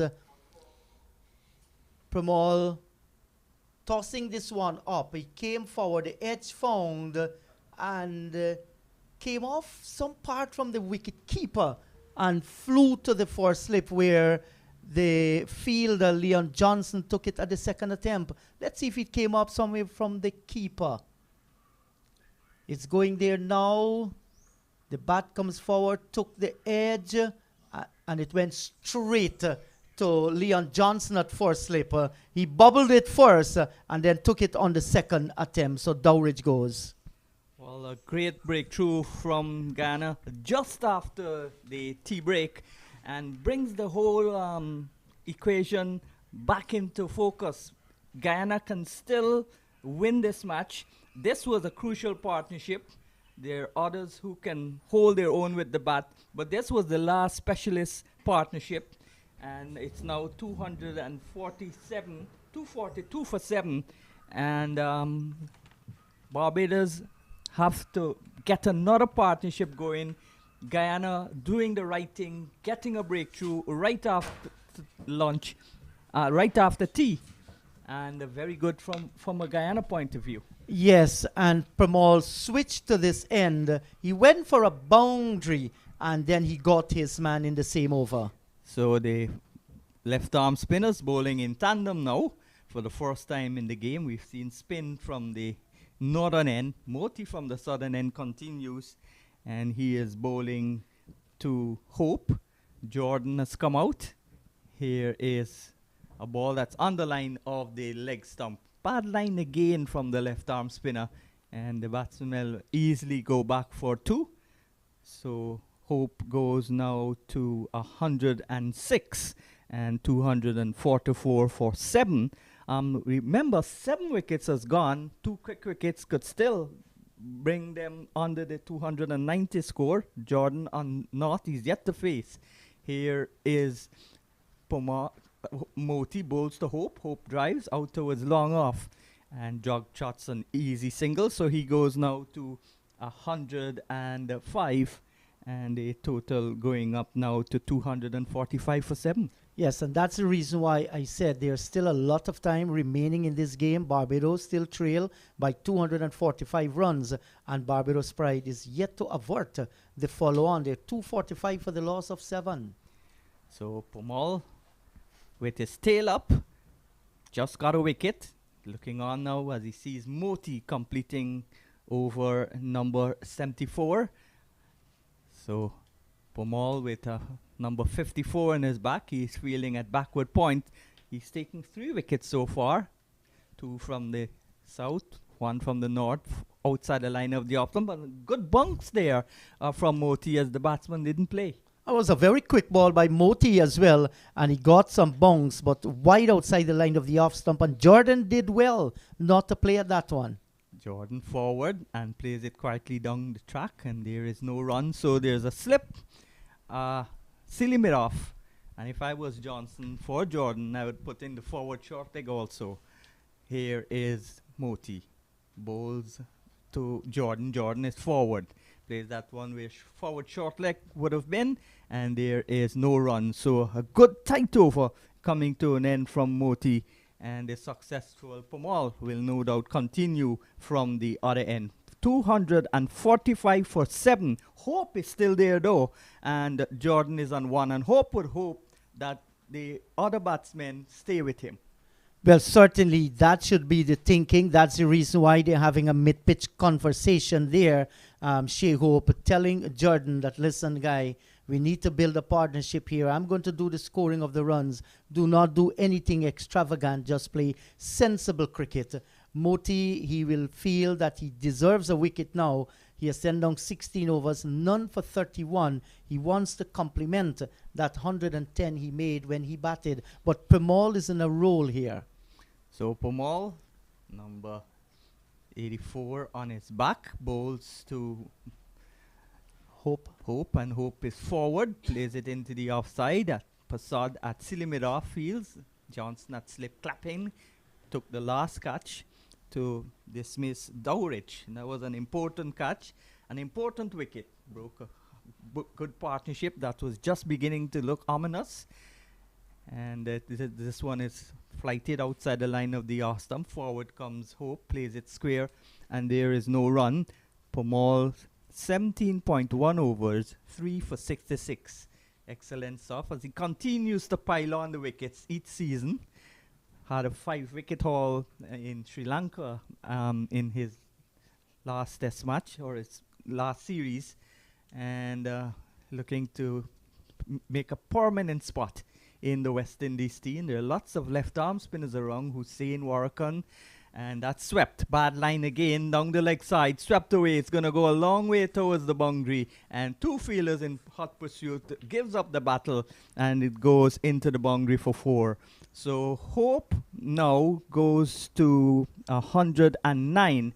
And the total going up to 249. Well, where there's life, there is hope. Yes, certainly. That was a fine shot by Shea Hope, sweeping on length, making good contact, and it went away down towards the boundary for 4. And it's good to see a West Indian batsman sweeping and sweeping to perfection. They recently came off a camp where one of the things they look at was how to play the sweep shot. Yes, the best way of playing spin when you can't read it is sweeping. Lara showed that he in did it Sri well. Lanka, and Sarwan to a lesser extent, and they still lost the series 3-0. Here is Pomal on his way to bowl to Hope. Hope is forward, and stabs it away into the offside. The over comes to an end. So at the end of the over, Jordan is yet to score. Hope is on 109, and Barbados 249 for 7. They need 491 to get the first innings lead. But first of all, they need to get to 290 to avoid that batting again. Yes, and certainly that is going to be foremost on their minds, because if that follow-on is enforced, if they do not get to that target, it might very well spell some trouble for Barbados' pride. Jordan will be facing up to the left-handed Moti. It is left on Moti there now. Do you think, Sean, you might be induced to put a forward short leg there, add some pressure? We know yes, I would put a forward short leg to add pressure when Jordan is batting. But just even for the presence of somebody there. Psychological effect. And Jordan is on his debut. This is the first time he's batting in first-class cricket. This is an edge, and it's all along the ground, out towards Pomal, who is a short third man, can't prevent a single. So he gives the strike back to Hope. Hope is on 109. He's one. This is good, intelligent communication, partnership between these two. Yes, and it's important that Jordan gets off strike and give it to Shea Hope. We're just early days yet looking at Jordan's batting quality. He's batting at number 9? Mm-hmm. And certainly he will want to impress. Here is Hope driving sweetly, but down towards the short extra cover, there is no run. So the 250 is up with that edge single to Pomal. So 250 now for the loss of 7 wickets. Moti spins away and bowls, and this is blocked away by Jordan. He's one. Shea Hope. Hope on strike. He's on 109. So Hope comes down the track. Nice, elegant inside-out shot, but straight to Chandra Paul at cover. And when he plays, he's so elegant, stylish. Yes, he is an elegant player. Very, very impressive. Shea Hope, forward he comes. That's why I'm so disappointed with his test record. Just 200s, and they were made in one game at Lord's, and 5 50s. And he's got so much of class. Maybe reminds me of Carl Hooper. I was just going to ask you that if you're more disappointed with him than Carl Hooper. Injudicious shot there. What did he look to do there? But I think he was looking to get the strike, to retain the strike. A foolish shot. Yes, if it I was. can say that. He just looked to hit the ball just for the sake of hitting it. When he got the good ball, you need to defend. If you are batting on 102 and you get a good ball, it doesn't mean that the other batsman, who's the tail ender, would get the strike and would be out. But if you get a good ball, the first thing you have to do is make sure that you're still there so the other batsman can support you. Because if you're gone, who is going to support? Yeah, that ball could have easily gone on to the stumps or even getting the edge and going to the keeper. And there's still 3 more wickets to come. It's not like the last pair batting out in the middle. Now, this is going to be interesting. They have to block the gaps where Jordan can score the single to keep him on strike there, to add to the pressure. And for the first time, Virasimat Pramal will be bowling to Akeem Jordan. Well, his first-class average, Hope, 66 matches, is only 34.1. And that's in itself a low average, but in these times, it's a reasonable average for a first-class batsman in the West Indies. Hooper's average in first-class cricket was higher than that. And his test average was higher than that too. Yes. And they say Hooper was an underachiever. Well, we know when you look at Carl Hooper, the role that he played in Cricket West Indies, I mean, you look on many innings when he was well set, he gave his wicket away. One thought that he would have ended Test cricket with an average of 50. Loose ball from Pomal, short and wide, but Hope doesn't put it away. Jordan, in fact, goes back and doesn't put it away. They've got the forward short leg, the silly mid-off, and the slip now for Pomal. Bowling to Jordan. Jordan, loose flash and misses, taken by Imlak. The oohs and the ahs going up there among the close fielders. Yes, they thought the edge was found and just testing the patience of the umpire and his knowledge as well. Well, umpire Carl Tuckett, a former international player for the West Indies from the island of Nevis, is very competent as an umpire. This is on the line of the leg stump and pushed away. Passat from forward short leg runs back, tosses the ball to Pomal. So both left arm spinners from the club of Albion in Central Quarantine, Berbice, bowling in tandem here. This is a ball that's swept away. Again, a good shot, this time from Jordan. And he gets a boundary. So he's on to now 5. Hope is on 109. And Barbados 254 for the last of 7. Good shot. That was badly lined by Pomal. Vivasamy Pramal outside the line of the leg stump, and the perfect shot played by Hakeem Jordan, getting himself a boundary. And you see the forward short leg taking evasive action. That was dangerous. And you got acres of space on the onside between the mid-on and the backward square. And this is a much better delivery. You're having the silly point, the first slip, and the forward short leg. You need to lure your man. He has to draw him on the front foot. That is what you're looking for. 7 men on the offside, 2 on the on. Forward he comes again. Good delivery. And that completes the over. So Jordan survives. Well, he doesn't really survive. He's just batting. Played like well. A batsman, a batter. And Jordan is on 5. Hope on 109. Barbados Pride 254 for 7. Yes, and so far, so good for Hakeem Jordan. He is on 5 and he looks very comfortable. He has faced 10 deliveries so far, survives Pramal and survives Gudakesh Moti as well. And scored a boundary also in that innings. Yes, that and little innings. it was an excellent shot played by him. Nice shot down through the forward square position for 4. Picked it up beautifully as Pramal drifted down the leg side. Moti, the first Guyanese spinner to score a century in first-class cricket, specialist spinner, because Roger Harper, of course, scored hundreds in regional cricket, but he was an all-rounder, off-spinning all-rounder. Moti primarily left-arm spinner, but I'm sure these innings, if he does it consistently, will give him genuine all-rounder status. Might very well happen. Well, now he should understand his batting qualities. Gudakesh Moti, it was a terrific 100 and will rank among the best we have seen in the West Indies. Here is a ball that's outside the line of the off stump, didn't turn. And a nice timing there by Jordan. Pushed it straight with a straight bat. And this shows that this young man, the debutant from Barbados, he can bat. Yes, certainly he has looked good so far. He has played every ball on its merit. They came off the meat of the bat. His forward defensive has been good in the last over to Pramal. And now to Moti. Moti in, bowls to Hope. Hope is turning it into the onside. Gets 1, explores the possibility of a second. Imlak whips the gloves off and sends the return back to Johnson.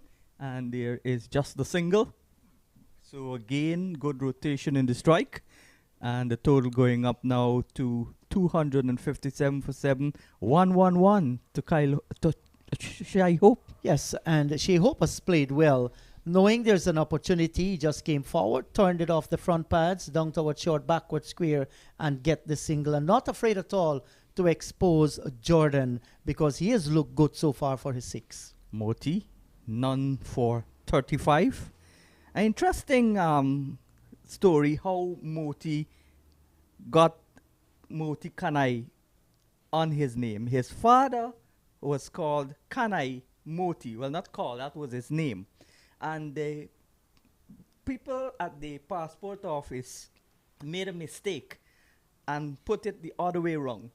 So they put his name as Moti Kanai. And then he got that passport.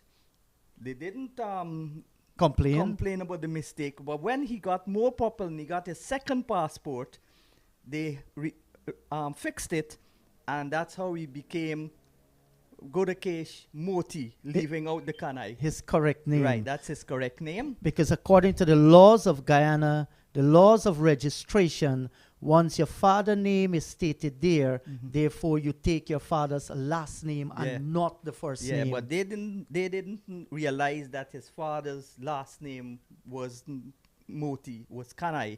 So they put it back to front. So that's how the Kanai came first in front of that's how the Kanai came last in front of the Moti, behind the Moti. Here's a ball on the line of the next off stump, played square into the wicket, and there is no run.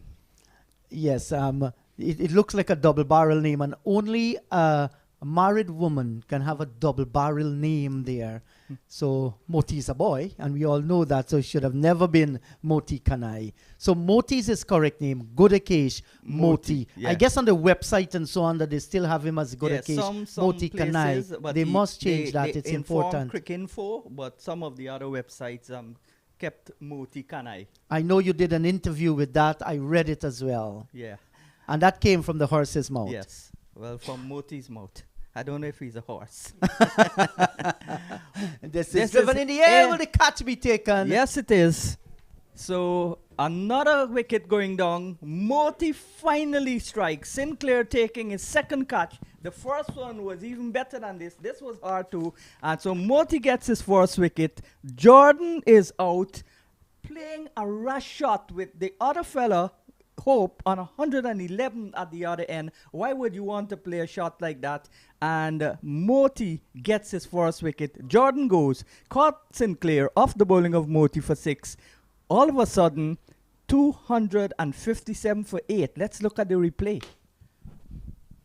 Yes, we have what he did there. He didn't stretch out to the ball. He played from the crease, and that was a well-judged catch by Sinclair, running away. Brilliant catch indeed. And he celebrates. Surprisingly, he didn't go on for the flick. Yes, that's what I was just going to say. He should have. Well, he only does that when he gets his own wicket. So he didn't get a wicket there, so he just stayed on his feet.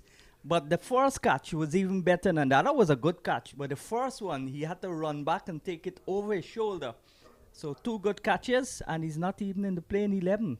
Yes. So we have seen Hakeem Jordan. This is his debut game. He bowled well, came out to bat, looked good, but then just trying to lift one in the air. Should have been playing flat on the ground. You have Shea Hope there, but I don't know. This is the first time we're watching him bat. Maybe that's the way that Hakeem Jordan bat. 257 for the loss of 8, and life can change. This innings has changed so far. When Hope and Dowridge were going great guns, there was great hope for the Barbados Pride team.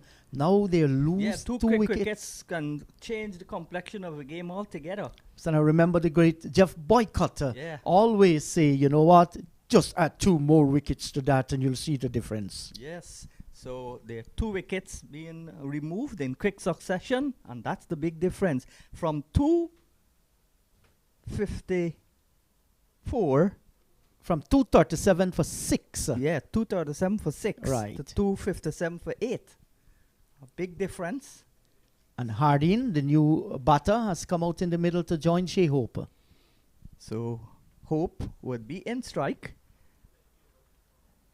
Hardin at the non-strikers end. Just a solitary slip in place. All the efforts of Barbados now will be based on how long and how well Shea Hope bats. And he will need that support. The question is, will he get that support? Because if they get bowled out below that 290. that's right. If they get bowled out below that, it simply means that most likely the Guyana Harpy Eagles will enforce the follow-on. And if Barbados Pride lose 1 or 2 quick wickets, that could spell disaster. There's a whole day to go tomorrow, so there's still lots of time in this game. And Barbados, if they get bowled out before they avoid the follow-on, Guyana must enforce it, even if it takes extra effort. It's a little harder. You spend more time in the field. That's the only way Guyana can win this match. Yes, and I think that definitely they are going to do that. And Sean, you're looking at the score, 257 for the loss of 8. Good batting pitch. You know, the Guyanese bowlers, they have stuck to the task. At times, Kemo Paul and Niall Smith would have been a little bit wayward, but in the circumstances, the entire team, I think they have done a good job in the bowling department.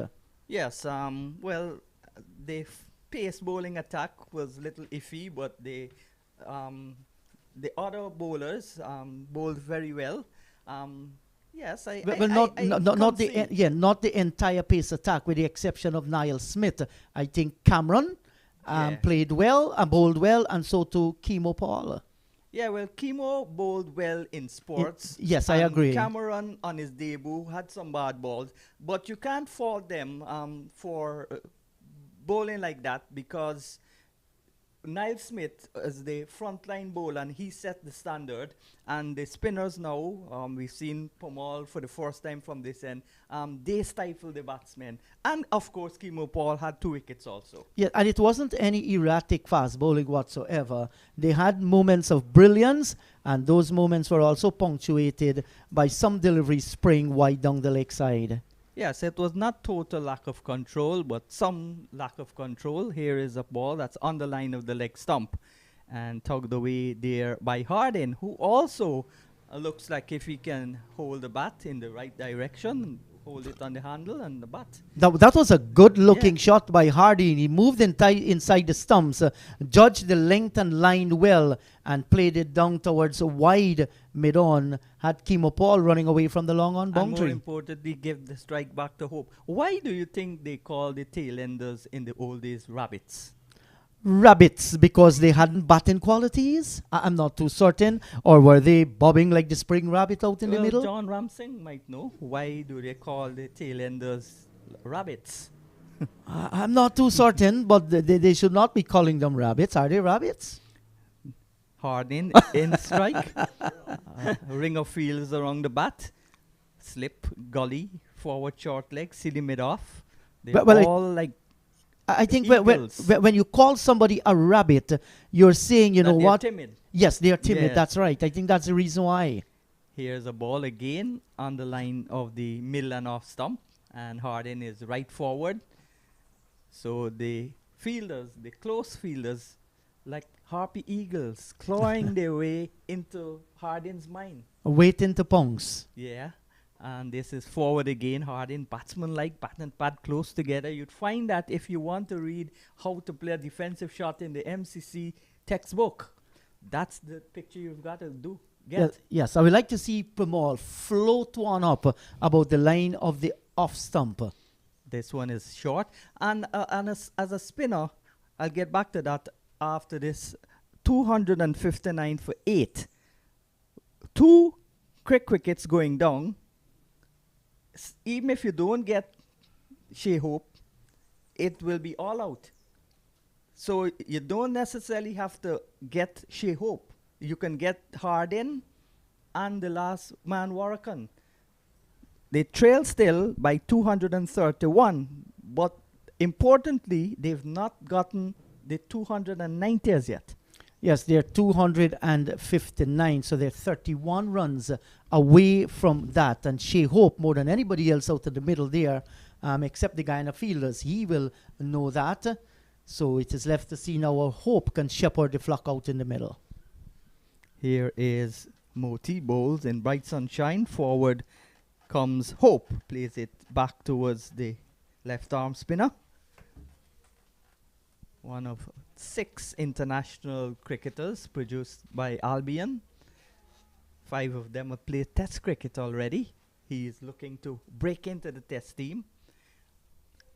And this is a good approach by the Guyana Harpy Eagles, Sean. They're just not looking to give Hope a single and then want to bowl to the next batsman. They're looking for wickets here, even against Shea Hope. This is the approach Yes, that but you that's need. what they have to do. They have to dismiss any batter that's in front of them, including Hope, because it's just 31 runs, as you said, and they know that, so they're going to get very attacking, get the wickets before, because if the Barbados Pride get to 291, then they will be assured they won't have to bat again, and the match will just go on, and it will end in a draw.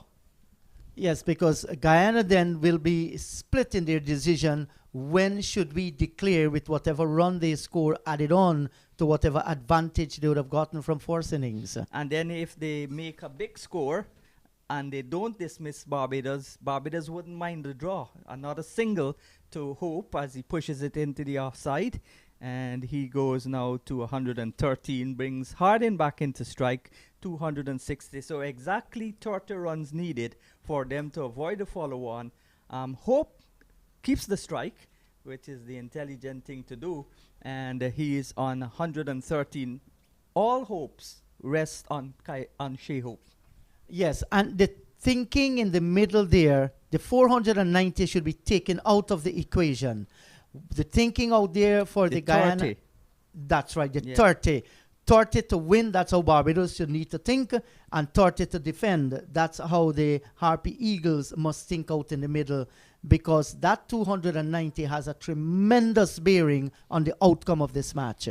Yes, still a sweltering heat. It's the hurricane season starting, I think, day before yesterday in Trinidad and Tobago. Well, we've not seen it yet. Hopefully we don't see it this year. This is outside the line of the Austin Pomal bowling a little flat again. If you're a spinner, that was what I was going to say. You got to let the batsman look up, bowl above the batsman high line. Not all the time, but most of the time. And then you can still bowl the arm ball, the quicker ball, and add variations. But your stock ball should be the flighted ball in a 4-day game or a test match, not a 2020 or a 1-day. Lovely shot down the track, using his feet and hitting it into the onside. Looking for a second, this could be another run out. No, Hope would be dreading that. He'd have nightmares tonight if he was run out again. Reefer was already run out because of him. And if he was to be run out now, that would be a nightmare. All night long, he would dream of that. He's gone to 114. Hardin is on 1. Barbados inching closer to the follow-on target. 29 away. They're 261 for 8.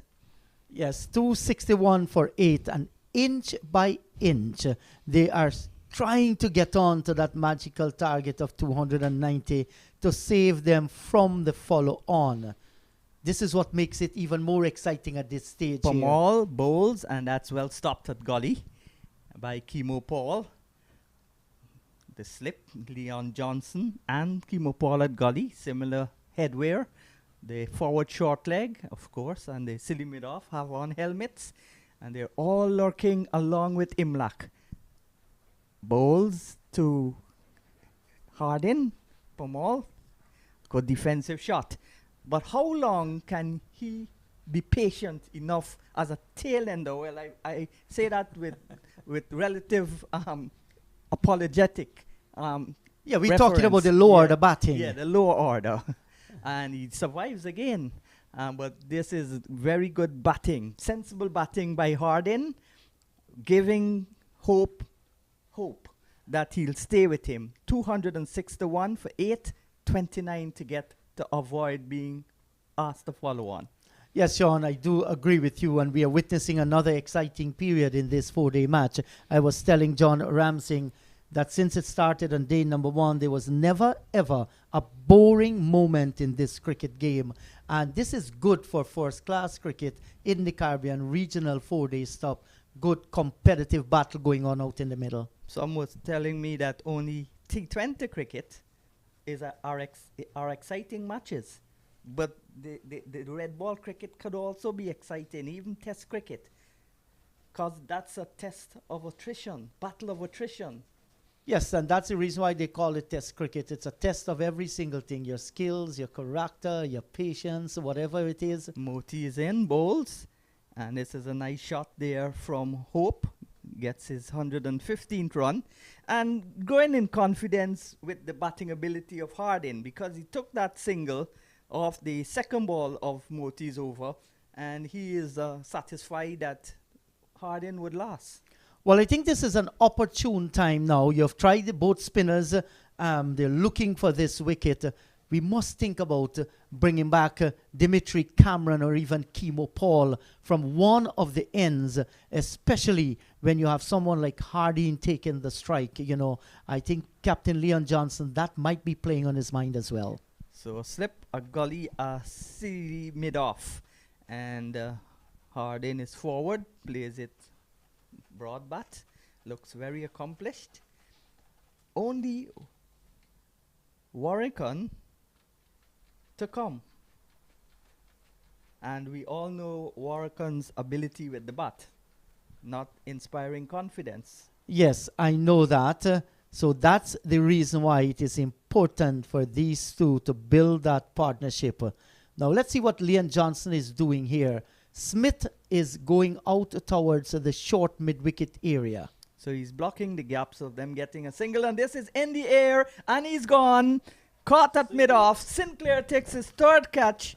Moti gets his second wicket, and Hardin, another irresponsible shot, looking to go over the top with the batsman Hope well set at the other end on 115. Another wicket falls. 262 now for 9 with only Warrington to come, and Hope must shepherd Warrington. All right, let's get that Jomel Warrington. Yeah, Jomel Warrington. Hope must shepherd him. It's 9 wickets down. Hope has to take most of the strike. And Sean, give Leon Johnson and the bowler credit for the demise of Hardin. Look, on the onside, he pulled in the fielder from the boundary, brought the fielder to mid-wicket. There was a mid-wicket, a mid-on, a forward short leg, and he brought in the wide mid-off as well. So Hardin saw that. His eyes lit up. He realized he could not have gone through the onside. He tried to dip it over extra cover, in the end holding out to Sinclair down at wide mid-off. Brilliant captaincy. Here you're having a proactive captain, and the bowler bowled it in the slot, and Hardin went for it, and he has lost his wicket. Well, Leon Johnson not only is the most successful captain in regional cricket with 5 titles, Tamar Lambert has 4, the second most successful. Jamaica also won 5 in a row, but Gale won the title in 2012. But Johnson is one of the better captains, but he has to get runs. He would have been the automatic choice years ago, or a few years ago, as West Indies captain. That's how good he is as a captain. But he has to be consistent with the bat. If only Leon Johnson could have made like 3 centuries in a season, I'm sure he would have been the West Indies captain. Well, we always spoken about that over the years as Warrington makes his way out in the middle, and he's going to take his first delivery from Moti. Moti's in to bowl to Warrington. Warrington is back and gets a ball that skids onto him. How did he get the bat in the way? One would never know, but he did. He survived. He got it in the middle of the bat as well. Yes, he's got one delivery to face. Here is Moti on his way to bowl to Warrington. Nice flighted delivery and well played by the left arm spinner with West Indies experience. So another chance for Hope to get the strike, and Warrington wouldn't want to get out for a duck on his birthday. 262 for 9. It's not going to be a good present whatsoever, not a nice gift. He's yet to score though. But getting back to Leon Johnson, Sean, even when he made the West Indies team, you know, why on earth would he have been asked to open the bat in? And that and was he got absolute. 54. Yeah, I know. Yeah, and was dropped after that. Yeah, but and he was never an opening batsman. So you put a guy there, knowing his ability to read the game, knowing his knowledge of the game, knowing his success as a player then, and you put him to open the bat in Test cricket as well. Yeah, Leon has had a lot of unfortunate occurrences in his life. Even when he made his debut, when he got 60-something odd, when they checked the replay, he wasn't out, and he asked Edwards at the other end. They were competing for the same place. Edwards said he didn't see. This is a ball that's on the line of the off stump and played away into the offside by Hope. I remember too, Sean, in Guyana, Gajanan Singh, talented player, was asked to open the batting for Guyana against Jamaica. He wasn't an opening batsman. Here is Pomal bowls to Hope. Hope is forward.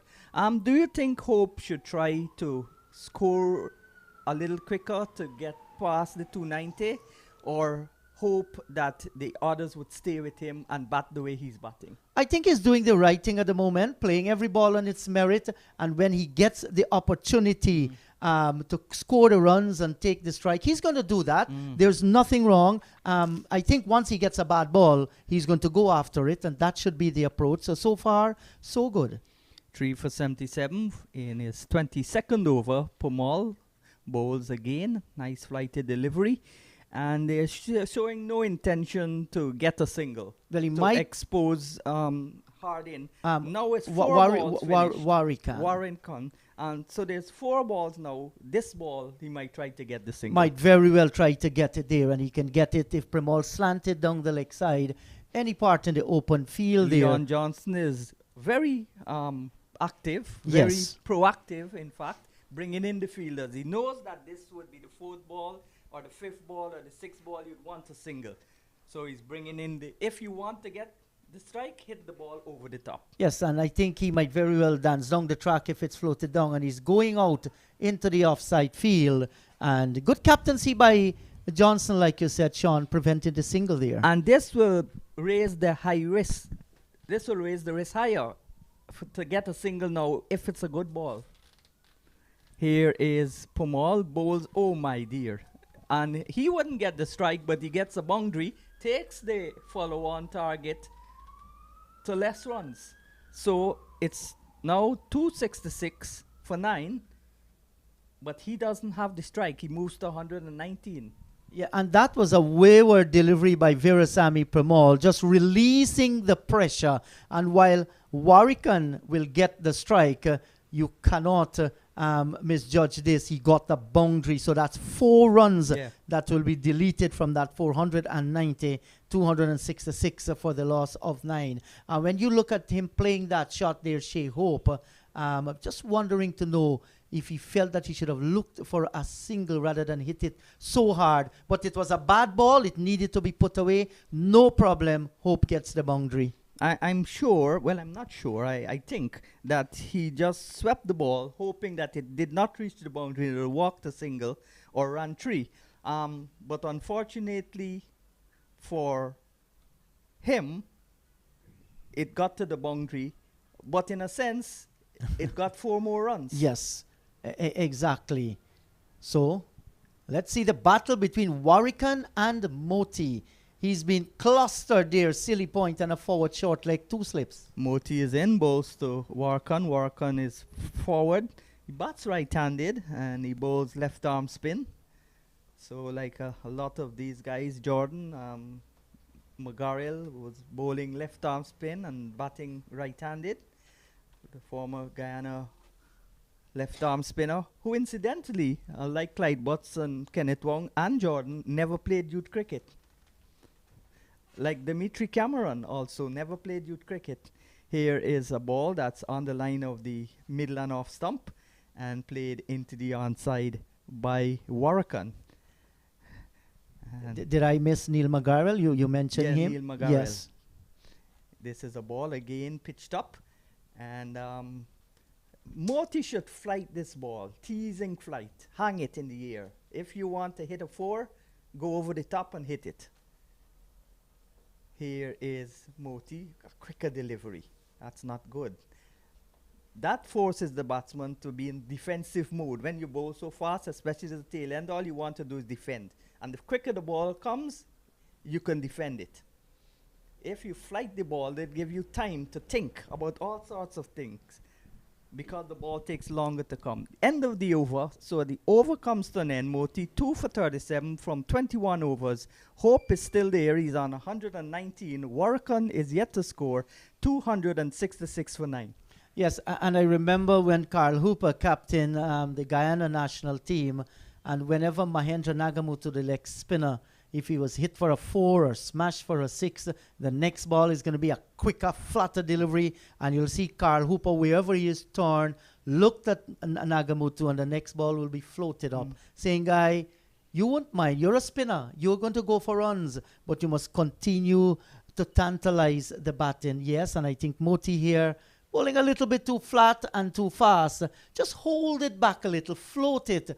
You mightn't get big turn on the pitch, but just allow the pitch to do a little with it. Here is Pomal, his fellow Albion teammate, bowls, and that's hit into the onside. Well, now, I hope decides he's not going to go for the single of the first ball. He wants to keep the strike as much as possible. No problem with that so far. It's very early in the over. He is well set and he is in command.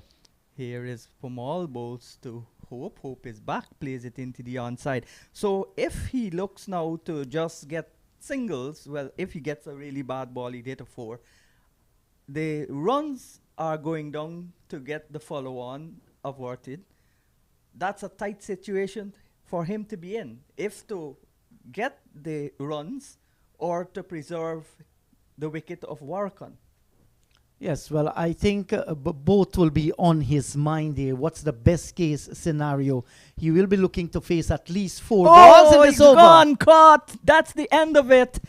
Warwikan at the non-strikers end, yet to score on his birthday, watches in dismay and disbelief as Shea Hope on 119 is caught at slip by Johnson off the bowling of Pomal, who's got 4 for 81 now, continuing his rapid progress in first-class cricket, 266. Barbados pride should be put into bat again. Well, I think that might very well happen. And that was a beautiful delivery ball by Virasamy Premal. Shea Hope, who has been batting there on 119. He groped forward to the left arm spinner. He was forced into the shot. Good little turn, the edge found, and Johnson took a fine catch as well. So Braffett was caught by Pasarov Premal for 17. Mosley bowled Paul for 17. Brooks LBW Paul 2. Hope caught Johnson bowled Premal 119. Chase was caught by the substitute Sinclair of Premal for 10. Reefer run out by Imlak for 29. Carter caught Imlak bowled Cameron 6. Dowridge caught Johnson bowled Premal 44. Jordan caught the substitute Sinclair of Moti for 6. And Keon Hardin caught by substitute Sinclair of the bowling of Moti for 1. Warwikan was left not out on naught. There were 11 extras. Their innings lasted 84.3 overs. And we'll just bring you the bowling in a moment. Kimo Paul, 15 overs, 2 for 43. Niall Smith, 14 overs, none for 58. Premal, 22.3 overs, 4 for 81. Cameron, 12 overs on debut, 1 for 36. And Moti, 2 for 37 of 21 overs to back up his majestic 110 when he batted. So we have given you the entire scorecard, and in a moment we'll let you know what the lead is like. So far, the highlight, 140 by Chandapal, 110 by Moti, Imlak 53, Bramble 38, Jordan 3 for 108. So Barbados trail by 224 runs. Just needing 24 runs to avoid the follow-on, they could not have done that. Yes, well, a couple of wickets this afternoon could put the game in Guyana's favor totally, because tomorrow, even if they make about 300 runs and they're dismissed like half hour after tea, Guyana will only have a few runs to make to win the match, batting second. Well, at this stage of the game, we can say that Guyana is by a length and kicking in front in horse racing parlance. We're going to take a break from the Queen's Park Oval. The news is that Barbados, their innings has folded for 266. They trail Guyana Harpy Eagles by 224 runs. Maybe in another 15 minutes or so, you're going to join us for more live commentary from Queen's Park.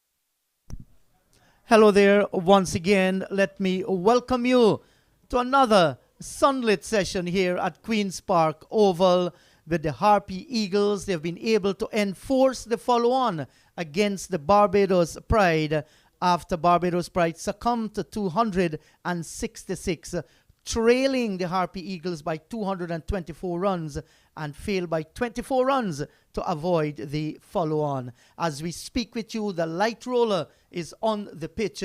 The two openers, Craig Braffett and Shane Mosley, they're already out in the middle. So too the umpires and the Harpy Eagle fielders. With me in the commentary box once again is John Ramsing.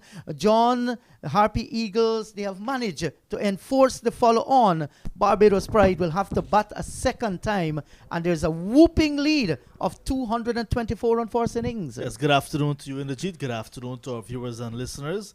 Yes, that 224 runs certainly looking very big at the moment, because do remember the Barbados Pride, they were in the field first and second day for most of that time, and they were obviously tired. They lost 2 wickets in the few overs that were allowed to them when they were batting in the start of their first innings, and because of that, that did not give them the start they wanted. They lost 2 early on day number 3 as well, but they were 2 good partnerships.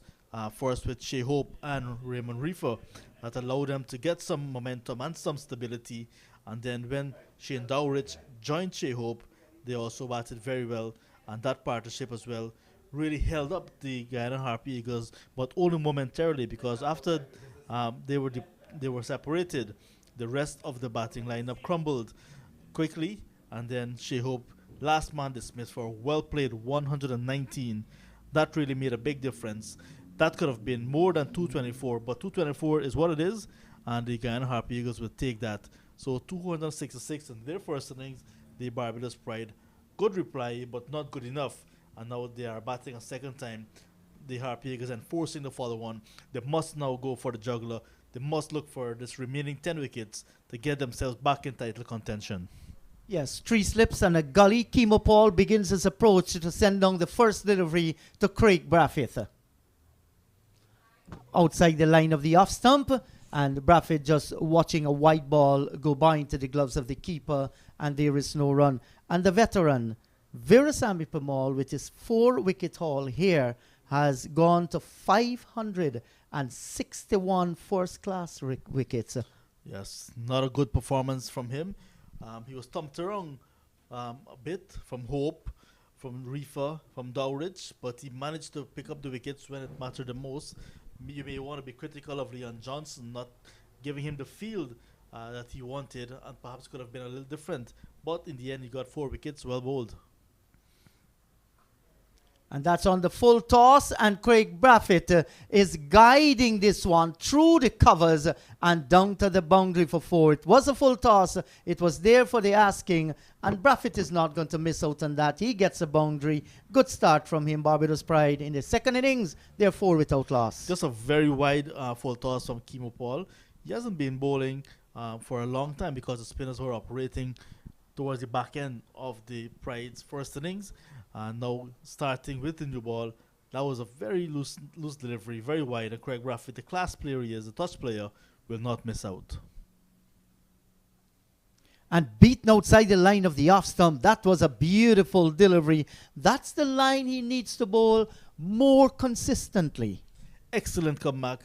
And just before the play started in this second innings for the Barbados Pride, I saw there was a big discussion going on with Kimo Paul and with Leon Johnson at the top of the mark where Kimo Paul is running from.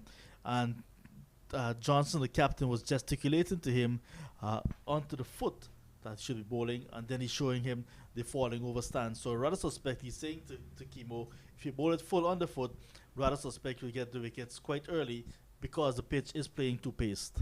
Yes, well, Kimo hasn't listened to him because he sprayed this one wide outside the line of the off stump.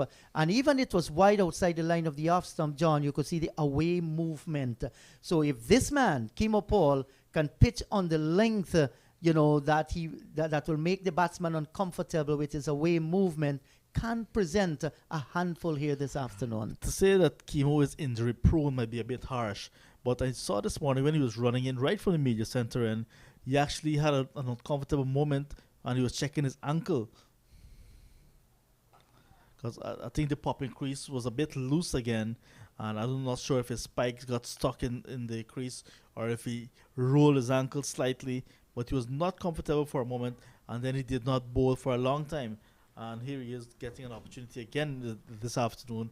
But he looks good so far, so hope that whatever happened is not anything too serious. But what's the case, John? In your opinion, is it a little bit lack of water on that part where we see it begins to crumble up and becomes very, very sandy? We've seen that the ground staff had to come out with a piece of board, hammer it into the soil.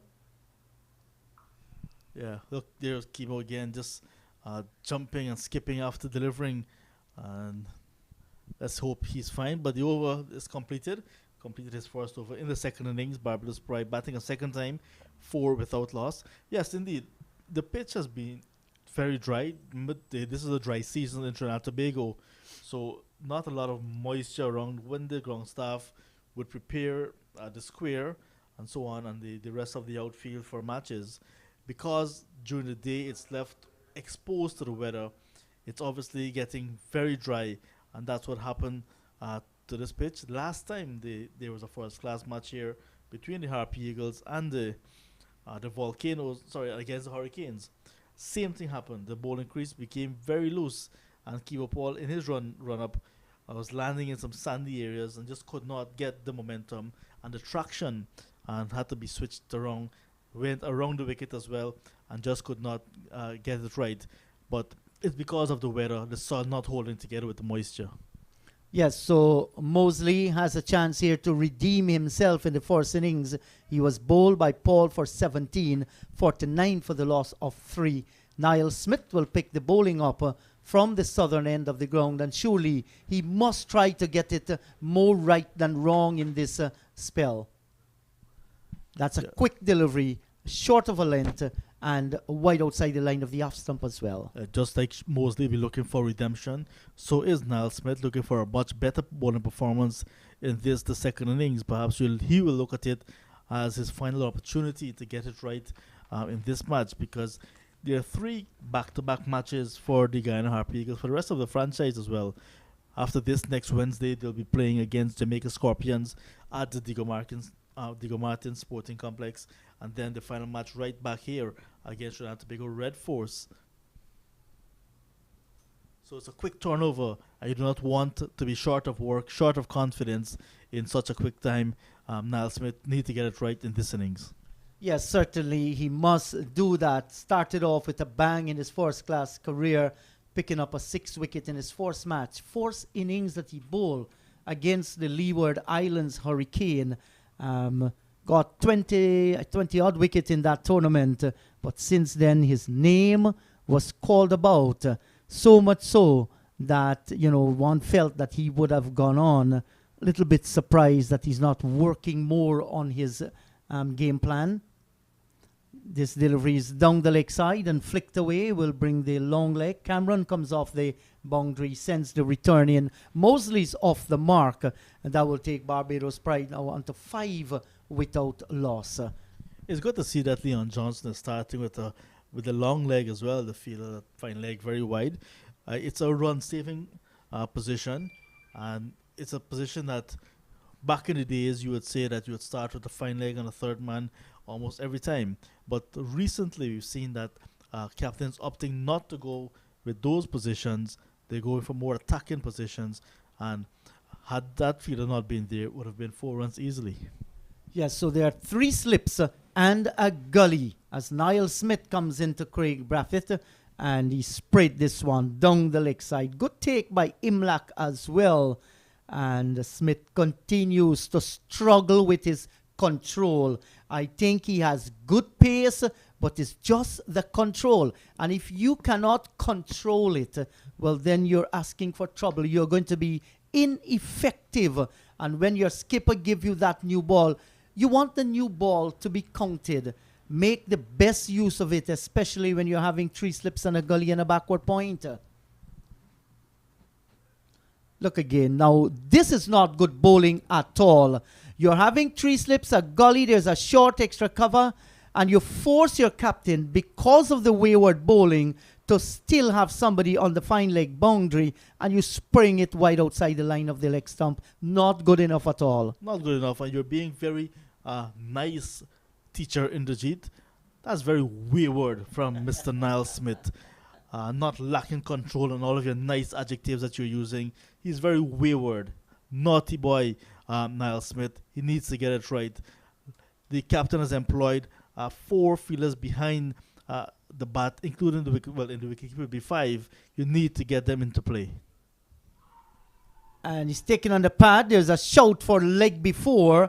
And let's see what's going to signal out. Should be a leg by signal now by the umpire. That was very high there too, as it took the left-hander on the pad. The over has been completed. Smith none for 2. 7 without loss. Braffett is on 5. Mosley is on 1. And John, you see, when you're a school teacher and a child does something indifferent, you cannot say to that child, you are wrong. You need to say that to that child, it can be done differently. All right, so Niall Smith, you can do it differently. And you need to do it differently. But you're right. He's a big man. He's not a child. He was wayward. And you called it as it should be called. Not a good start for Niall Smith. And he has the pace, like I said. Just try to get your control going, or else, batsmen are not going to take you seriously at all. Yeah, you look at, like I said, the quick turnover, and you look at what the Guyana Harpy Eagles have brought to Trinidad and Tobago. There are 2 travelling reserves in left-arm spinner Anthony Adams, and then the other is Ransford Beaton with international experience, but not in the 13, so could not get into the final 11. So should something happen to one of the other players, we saw already wicketkeeper Bramble and Vishal Singh. Vishal Singh not starting and Bramble starting but not continuing. And that's taken on the pad. Not a bad shout, but going down the leg side. Much more tight in line this time to the left-handed Mosley. But Paul will be trying to get it on middle stump and the off stump, or outside the line of the off stump. But in the circumstances, not bad at all. Well, it's difficult for Keeper Paul to get that leg before decision bowling over the wicket to the left-handed batsman. More often than not, you'll find him pitching outside leg stump, or maybe just on about leg stump, coming back into the left-hander. No ball. And that's a no ball, and flicked away down towards long leg, and they will come through for the single. And John, with the injured Anthony Bramble, there's still some swelling. You went and had a visit there on his hand. That might very well make the way for the introduction of Ransford Beaton. Because if Niall Smith doesn't improve in this inning, he needs to be given the opportunity to go back into his practice session, see what he has done wrong, and give the informed Beaton a chance that I feel he deserves. Here's a drive, lovely looking drive, through extra cover. Pemal is after it. He's going to pull it back just about now, and then in fact, it's Hemraj. He's about to send the return. He doesn't release the ball, but it was a flowing cover drive. Yeah, full delivery once again from Kemo Paul, and that's why Craig Braffett had no difficulty in driving down to cover. This time, not getting the timing right, and not a lot of power on the shot, but it was enough to get 2 runs. Good chase as well from Hemraj. He looked good. Braffett moves on to 5 as Kemo Paul tries once again.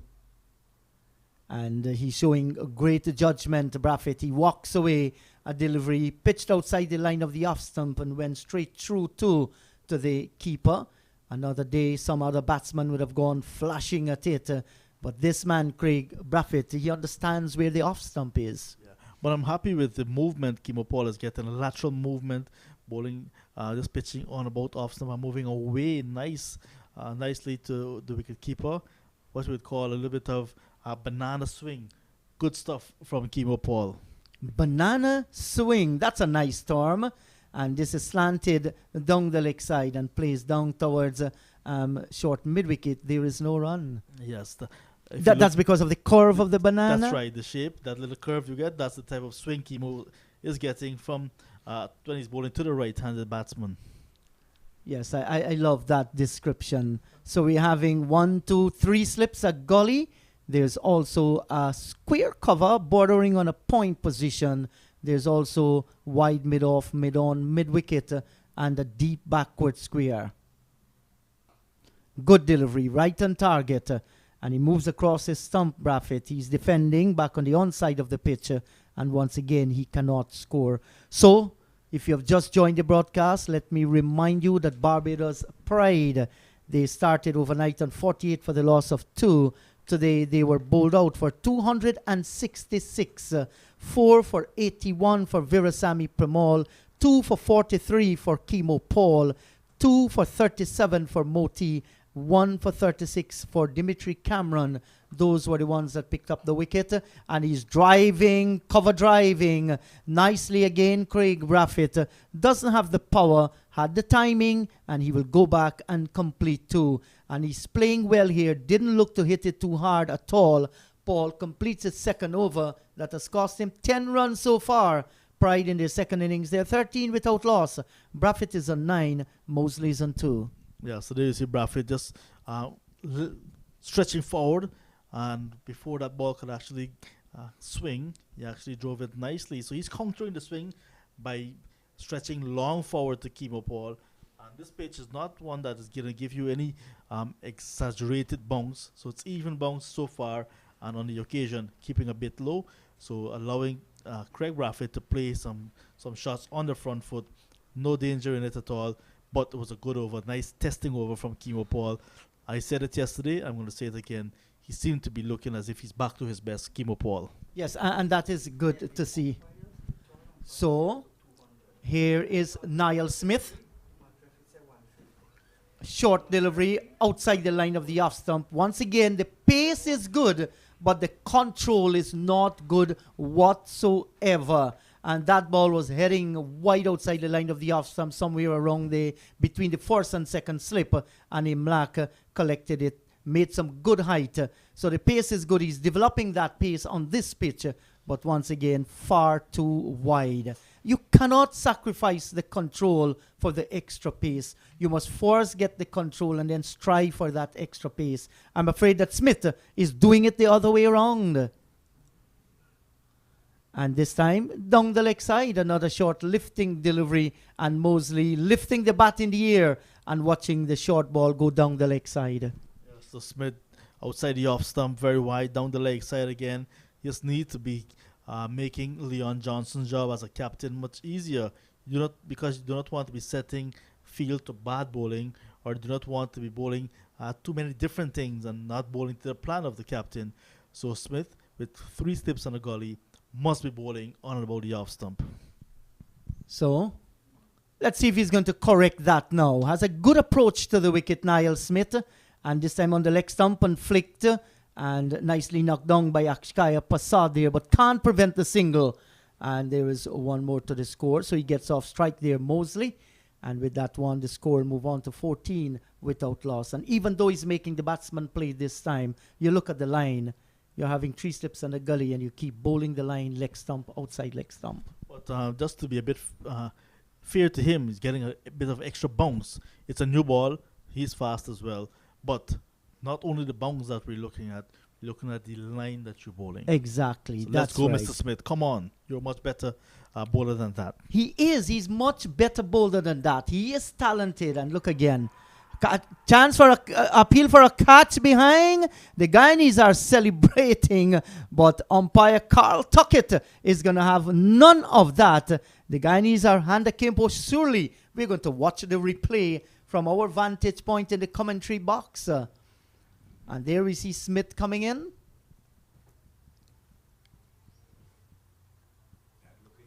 Did it touch the gloves? Did it touch the gloves? That's touch and go. Can we see it one more time? We're hoping we have a chance to see it one more time. But let's see. We're looking at again. Thanks so much to our technician. Well, that had some gloves on it. Definitely. Only Carl Tuckett didn't see it out in the middle. That's another short, sharp, rising delivery that is tucked off the body, down through backward square. They have taken a 1, so 1 more to the score. He's lucky to survive, John. Yes, and that's excellent work from our cameraman Joel to pick it up nicely, and also good work from Moti diving save there a moment ago. But you're right. Well, you asked our technician, Mr. Roddy Lalman, to give you 3 opportunities before you recognize that there's a little bit of glove on it. Carl Tucker, the umpire, had 1 chance. No, but we had one angle as well, and he was in a better position. He's looking at it with 2 eyes. It was a short rising delivery, and the gloves was in front the batsman when it took, when the ball took it and went through. I'm not questioning his motive. It was just a part of his judgment. Yes. So no hearting on the umpire. Mistakes are made. He is human. The over comes to an end at 16 without loss. That could have very well been the breakthrough that the Guyana Harpy Eagles were looking for in the second innings of the Barbados Pride. And there we see it again. Yes, definitely glove to the wicketkeeper, Tevin Imlak, who went up immediately in the entire slip cordon. You don't want to say that they would have to go up once the slip, once the wicketkeeper went up, but they were convinced. And then you saw the batsman gesticulated to the umpire, tight pad. Tight pad was nowhere close to that ball. And he's lucky to be there, Craig Braffett. But from a Barbados Pride standpoint, they're happy that he's there because once he can bat and bat long, he will make a big difference in the Barbados Pride drawing this game and losing it. Because from this position, that's the only 2 results we are seeing possible. Yes, John, you're right about that. I do agree with it. And that's where technology comes in at the international level. You'd have had the replay, you'd have had the third umpire making the decision. And many of those things happen in cricket. Just imagine the days when cricket was played without the necessary technology. What would have been some of those decisions? Paul is pounding this one in that it balloons off the bat. There were oohs and ahs there, but Hemraj, he's feeling down at short mid-wicket, and there was also Tejnarain Tandapal close in. Neither could have gotten there. He's feeling at short backward square, and Mosley got a short delivery and didn't play it well. No, just popped it up in the air nervously, you would say, from Shane Mosley. That's a good delivery once again from Kemo Paul. The ball that was pitched, a short pitch delivery, and did not get up high enough, but awkward bounce for the batsman. And this time he gets a bat on to ball. Mosley turning it away off the pads, down towards Tejnarain Tandapal, down at the short backward square, and there is no run. And somebody did mention, John, in 1971, the talk of the tongue or the song of the place was West Indies couldn't get Gavaskar out at all. Fast forward 2022, Barbados Pride couldn't get Tejnarain Tandapal out at all. 140, batted for a long time. We were in the land of Calypso. As this is a short delivery, good delivery by Kemo Paul, and well played by Mosley as well.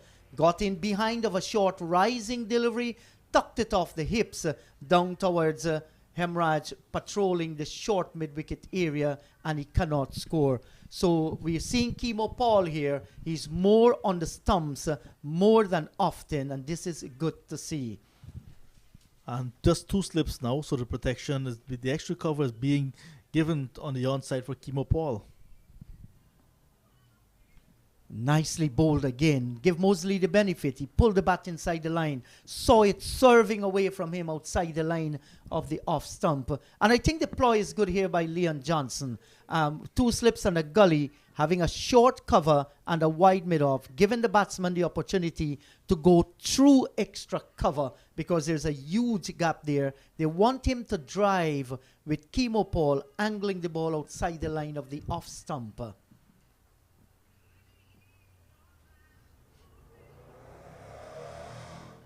And this time he's taken on the pads, a little bit bat onto it, and it came down off the body, touches the pad, no harm done. And Kemo Paul continues to bowl well in his third over, far better over this time. Yeah, looking very good this afternoon, Kemo Paul, bowling with the new ball in the final session on day number 3. Just if you look on the scoreboard, it'll tell you that 14 overs after this remaining. So Kemo Paul probably realizing this may be just a one spell from him, and he can give it his all. And that's another sharp rising delivery. The return comes in. They were looking for the single. Craig Braffett, he wasn't going anywhere while Mosley took 3-4 steps down the track. Good thing that no harm was done as Paul completed his over. 3 overs, none for 10. We're watching the replay there now. The return came in. And John, what is it? That would have been touch and go Touch because and go. Tajan Ryan Chandler Paul picked up the ball as Mosley fended it off his armpit area. And Chandler Paul sent the return and Mosley was sent back. And I think he was actually just in. But the ball did not hit the wicket. The keeper did not take it either. A direct hit perhaps would have make it interesting. Yes, and John, gone are the days when batsmen knew that they nicked a ball and they were going to walk. I remember Brian Charles Lara, that great West Indian son. He didn't even nick one and he walked away to the pavilion thinking he was out. You can recall that? Yes, at Border. Yeah, and he walked away.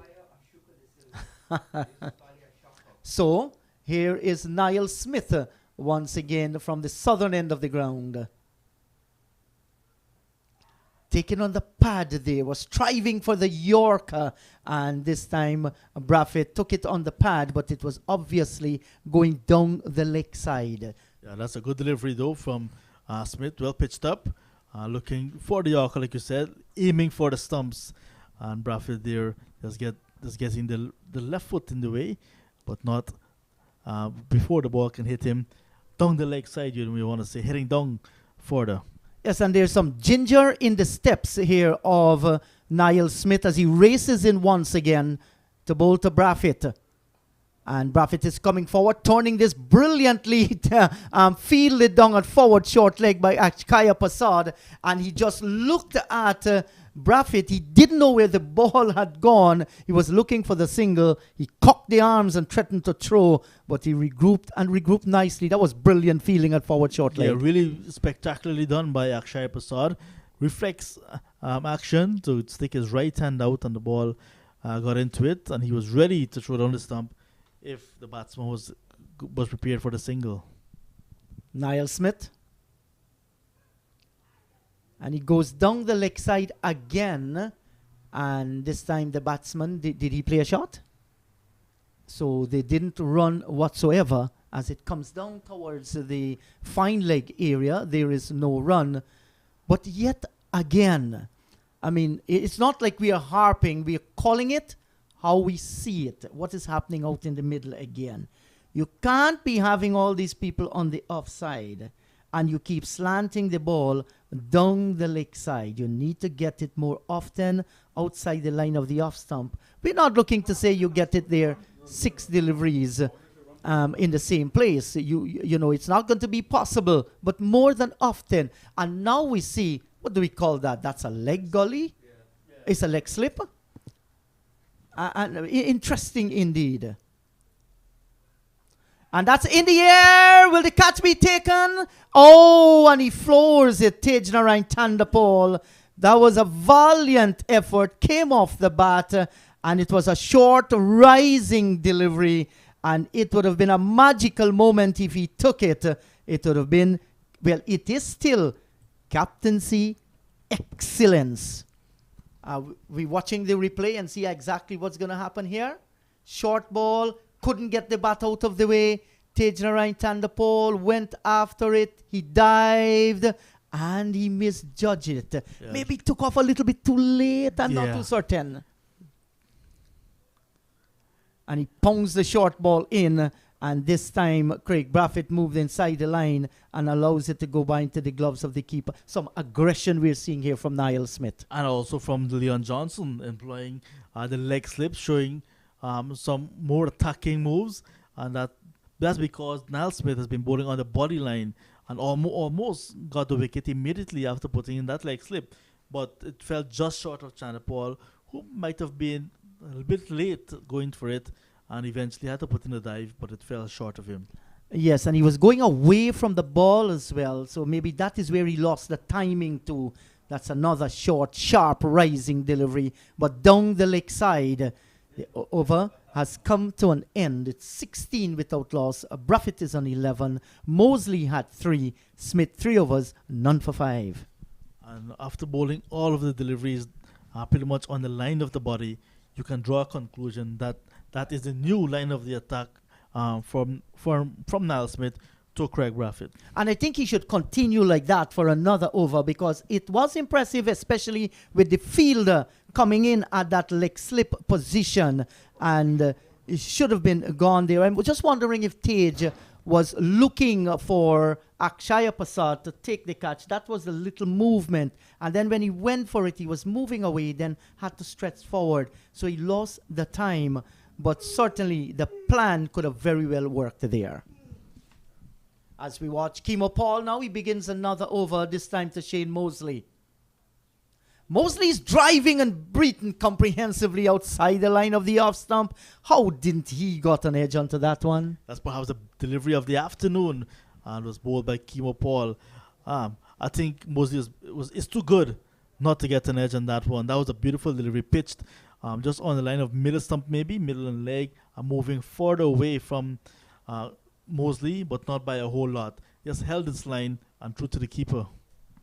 That's brilliant bowling by Kemo Paul. So lots of trouble now for the Barbados Pride opening batsman. Another good delivery outside the line of the off stump. Did he pull the bat inside the line, or was he genuinely beaten? Looks as if he was beaten again. So there's Shane Mosley gesticulating now that he should have left it alone, but he was nervously trying to play at it, just a nibble at it, you may say. But some of the experts may also say he played inside the line. Yes, our friend Roddy Lalman, our technical man, we call him the technical guru, just indicating that he might very well pull the bat inside the line. And here's a drive from the left-handed Mosey, very stylishly too, down to Cameron at wide mid-off. There is no run. And John, we have come here and reached a very friendly and professional group of people. Roddy Lalman, the technical guru, Joel, Philip, the cameraman, Chris Biru, that's our scorer, and also joining us today, Chelsea Lalman, scoring as well. And they've all been doing a fantastic job ensuring that Cricket 360 remains professional. Outside the line of the off stump, and he's covering up Shane Mosley down towards wide mid-off, and there is no run. So just like it takes two batsmen to complete one run, it takes an excellent team to give you a good production. Yes. So thank you very much to the team behind the scenes. Exactly. And I think they call this the rodeo production. Roddy will say to me, give me a little wave if that's still on, the name rodeo. Yes, he says. As we watch Kemo Paul, he turns in the distance and prepares to move in once again to bowl to the left-handed Shane Mosley with 2 slips and a gully waiting.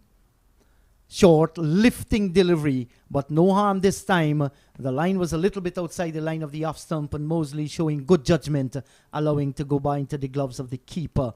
So the match continues to be interesting. It continues to be an exciting one. Not boring at all. It has been good so far since ball number 1. Here we're having the Guyana Harpy Eagles putting the Barbadian Pride on the severe test.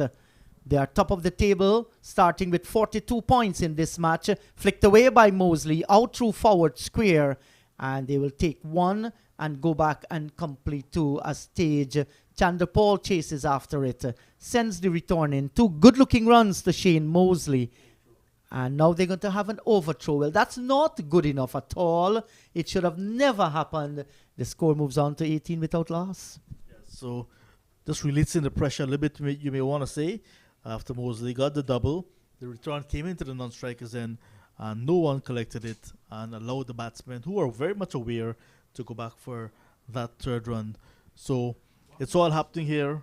It's all happening here at the Queen's Park Oval with the Guyana Harpy Eagles.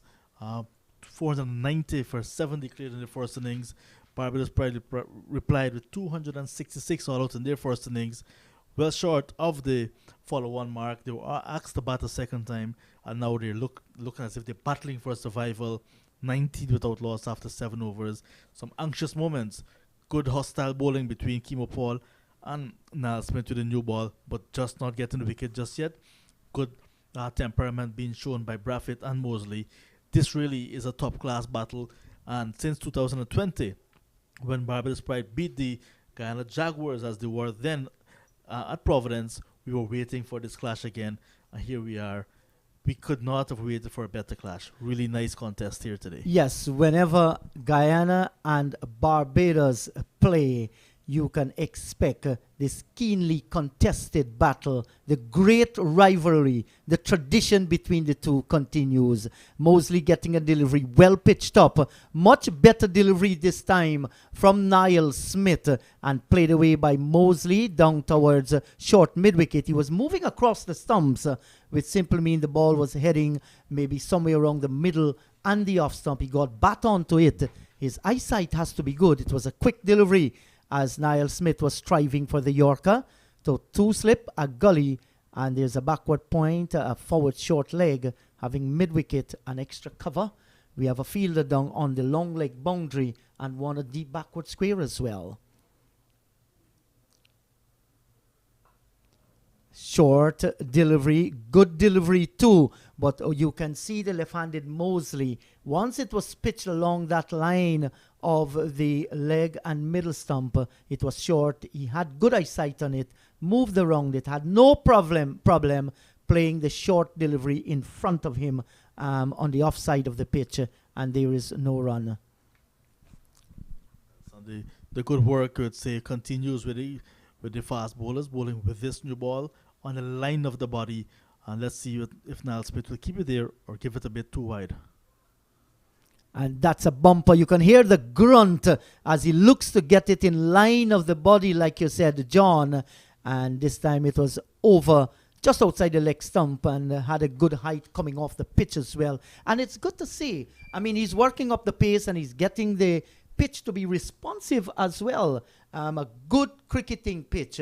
And I think once you put in the hard work, you are going to get wickets. Yorkers are still part of the game, you know. Of course. So we need to remind some of these bowlers because he's a bit too short on the occasion. Let's see if he's going to bring it back much fuller for a Yorker maybe.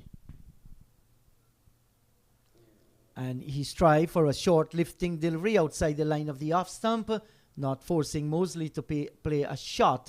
He walks away. And the ball goes by into the gloves of Imlach. Once again, there is no run. So Niall Smith just straying there a little once again. Would have loved to see the battle between himself and the right-handed Crave Braffett continues. But that has not been the case because it would have been a show between Mosley and himself. Here is Niall Smith once again. And this is flicked. It was uppishly but very safe indeed as it went away down towards mid-wicket and he cannot score. Because the shot that the batsman is playing and the ball is going towards the mid-wicket area, it simply tells you the line that Niall Smith is bowling as well. When he tries to get it on the line of the off stump, he's going a little bit wide. But there's been a much better performance in comparison to what he did in the first innings. Look more aggressive here, and much more of his deliveries would have been in the right areas. Now we're seeing that the long leg is going out towards the boundary. Hemraj comes down towards gully and exchanging with Cameron, who goes towards mid-wicket. Will we see the short ball to present the hook shot? Short lifting delivery, but outside the line of the off stump. The over has ended 19 without loss. Braffett is on 11. He has faced 22 deliveries so far. Mosley on 6. He has faced 26. Yes, a nice over this time from Smith. A much better one over which he kept Mosley very quiet. Mosley trying just one shot, trying to pull, but made no contact. 19 without loss. So it's a good steady start, you may want to say, because they have to weather the storm. Braffett and Mosley not giving their wickets away easily at all. Or just battling nice against Kemo Paul and Niall Smith. Looks as if it's going to be a bowling change with Kemo Paul making way for the debutant and Dimitri Cameron. And maybe at this point in time, we'd like to say good afternoon to Mr. Mahendra Hardial and the team at Regal Stationery and Computer Center. at 69 Seafood Street in Camberville, where they say every day is a sale. Yes, Regal Sports. Hello to you, Mahendra. Want to say hi to Cap Global Inc., my friend Archie Mohan out in Canada, Badesh Thakur in the United States of America, Bax Travel Service and Big B's Restaurants.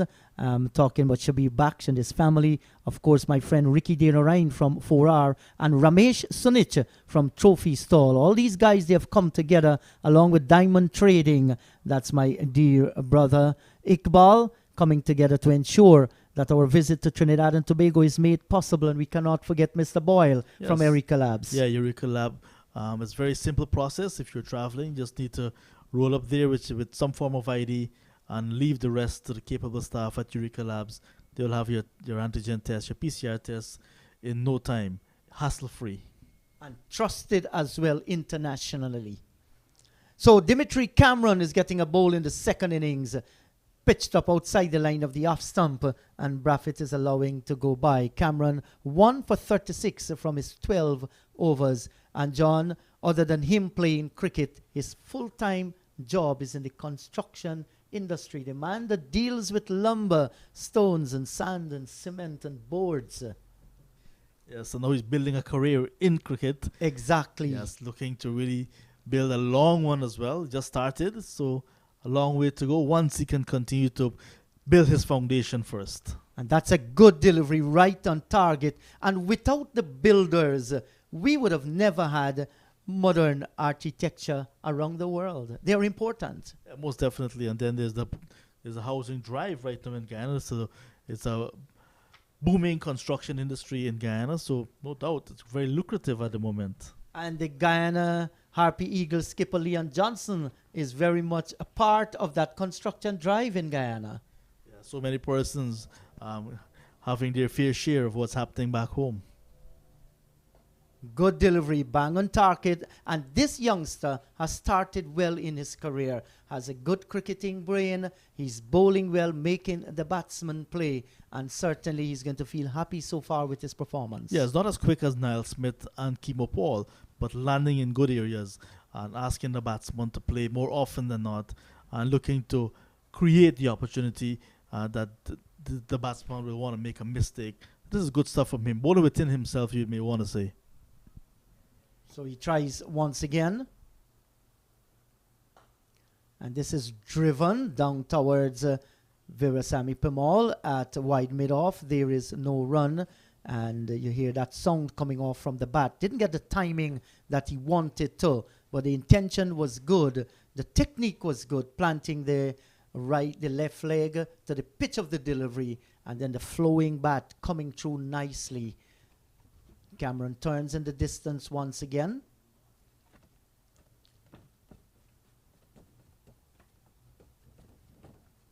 And that's a short delivery. And didn't stray in his line, and Braffett is very equal to it, standing tall and defending back on the onside of the pitch, and there is no run. So Niall Smith in the first innings when he bowled, none for 58, Paul 2 for 43, Pemal 4 for 81, Cameron 1 for 36, Moti 2 for 37. The highlight of the Barbados Pride innings was that fine century 119 by Shea Hope, the last man to walk back to the pavilion. Short down the leg side, and this is turned off the body down towards a long leg. A little bit of a misfielding out there, and that's by Niall Smith, allowing the second run. When you thought he had it covered, he allowed the second run. 21 without loss. Braffett is on 13. Mosley on 6. Cameron ends his first over, none for 2. Yeah, he did all the hard work there, Niall Smith, to get to the ball, running around to his right. And then when he was about to pick up, fumbled a little bit and allowed the extra run. Good start from Cameron, the debutant. Just got the wicket of Jonathan Carter in the first innings. But other than that, he bowled very well. Could have gotten a second wicket. That of Shea Hope much earlier. But the catch was floored by the wicketkeeper, Tevin Imlach. And this time, just a loosener, you'd want to say. And I think he's going to look at it the right way. Do it the fundamental way. Start with some line and length. Then look to work on your pace. Good start to Cameron. Yes, so Barbados still trail by 200 103 runs, and that's quite a number of runs. So that makes it more important for them to have a solid partnership, where they can really go past that runs, and you never know, set something and give Guyana a chance to bat out in the middle. Things can happen, but the Guyana Harpy Eagles, they have other thoughts, and it's going to be Smith to continue from the southern end of the ground, and he'll be bowling to the left-handed Shane Mosley. Here we watch Niall Smith once again. And he's coming forward, opening the face, down towards backward point. Godakesh Moti is planted there. Can't get past him in the first innings. Braffett made 17. Shamar Brooks made 2. Shane Mosley 17. Ruston Chase 10. Raymond Reefer 29. Carter 6. Dowrich 46. Jordan 6. Harding 1. Hope 119, 266 all out. There were 11 extras in that innings. Here is Niall Smith once again. Bowls to Mosley, short and wide, outside the line of the off stump. Imlach moves away towards his left. He collects, and once again, there is no run. So the shadows are lengthening here at the Queen's Park Oval. It has been brilliant sunshine all along. This ground has been lightning fast. We have seen little pushes that went screaming away towards the boundary. It's a good atmosphere to look at the cricket. The only absence is the absence of spectators to watch a regional first-class game, which have been of top quality as well. Big drive, and he misses outside the line of the off-stump Mosley as it goes by into the gloves of the keeper. And the slip cordon there, you saw them very anxious as Mosley went for that drive. Just throwing caution to the wind there, Mosley. Yes, and you can see the ball was pitched just on the line of middle and off, moving away, and Mosley trying to get a bat on ball, was beaten for pace, and the ball went into the gloves of the keeper. So Mosley, perhaps not showing the amount of patience that the Barbados Pride would want him to. And also we see Niall Smith just sticking to his game plan. Yes, he has faced 30 deliveries for his 6, Mosley. And this is lined with the wicket, and he's on driving brilliantly through mid-wicket and out towards the boundary for 4, striving for the Yorker, straying on the line of the leg stump, and Mosley capitalized. He's now gone into double figures, 25 without loss. Yes, a very nice shot. He looked in total control. The ball was pitched up from Niall Smith on the line of leg stump, and there's Mosley. Most Caribbean batsmen are very strong on their pads, and there's Mosley. You will not miss out on that one. Another boundary to him. Into double figures now, 10, 25 without loss. And now the deficit is under 200 runs for the Barbados Pride. That's 199. It's a short ball, and he's pulling this one around down towards the deep backward square there. It was in the air, but fell pretty short of the fielder coming in there, and they get the single. So one more to Mosley has gone on to 11. And there's a vast difference. At one thing it was 6 from 30. Looking much better, 11 for 32. Yes, just because of that one boundary, that changed the whole complexion of his innings, Shane Mosley. But once he hung around for a little longer, giving Craig Braffett good support, you'll see that his strike rate will also increase, because both of these batsmen, opening batsmen, the first thing have to see off the opening bowlers, allow the new ball to get a bit old, and then take it from there and cash in. So that will be the order of the day for the openers. Yes, this is short, lifting outside the line of the off stump from Niall Smith. It goes down towards extra cover boundary area. And does it have enough to go away for 4? Yes, it has gone away down to the boundary for 4 there. Well, he just guided it there. Short delivery outside the line of the off stump. He gets the boundary, Craig Braffett, to bring the over to an end. It's 30 without loss. Braffett moves on to 17. Mosley is on 11. And with a huge gap, John, in the offside field, with the leg slip in place, a man down on the long leg boundary and a forward square. This time he chose to bowl it wide outside the line of the off stump when he was very effective lining those short balls with the body of Craig Braffett. Yeah, Craig Braffett is a world class player, so he will not miss out on that. And he crashed in with the boundary, but it was agonizingly close. A chase for Tejan and Chanderpaul, much like what Chanderpaul was doing when he was batting, hitting the ball in the gap and allowing the fielders to go chasing after it, and then the ball would just win the battle ahead of the fielder. So nice battle, nice passage of play this afternoon after the Barbados Pride was sent in for the second time, following on. So 30 without loss after 10 overs. So the scoring rate, despite some of the some good overs from the Guyana Harpy Eagles opening bowlers, scoring rate is still a healthy one, 3 runs per over. Yes, and Barbados Pride, they have batted through a very difficult period when both Kimo Paul and Niall Smith, especially bowling to Craig Braffett, with those short lifting delivery body line bowling, they have managed to come through that little period and looking much better as far as Cameron started with one outside the line of the off stump. And John, I think you have some news for us. West Indies women cricket will be going to Guyana. What's the starting date there for that tournament? Right, so there's an official release coming out from Cricket West Indies today saying that the women's Super 50 and women's T20 Blaze will be played in Guyana and will be starting on the 7th of June. 7th of June, and that will be at 3 venues. The 50 overs will start first, the women's Super 50, 7th to 17th. And this is short of the back foot goes Mosley, and he cracks it through the extra cover region down to the boundary for 4. It was there for the asking, and the Barbadian looks good rocking on the back foot and scoring through the offside. Yeah, that's a very beautiful shot from the left-handed Mosley. Not trying to hit it too hard, just caressed it nicely into the gap. I mentioned that Cameron does not have the pace of Smith or Kimo Paul, so not a lot of effort there for Mosley. Just had to time it and place it into the gap, and he got the boundary that he was looking for. Yeah, so the Super 50 will start on the 7th and run until the 17th of June. Matches will be played at 3 venues: Enmore, Everest, and Providence.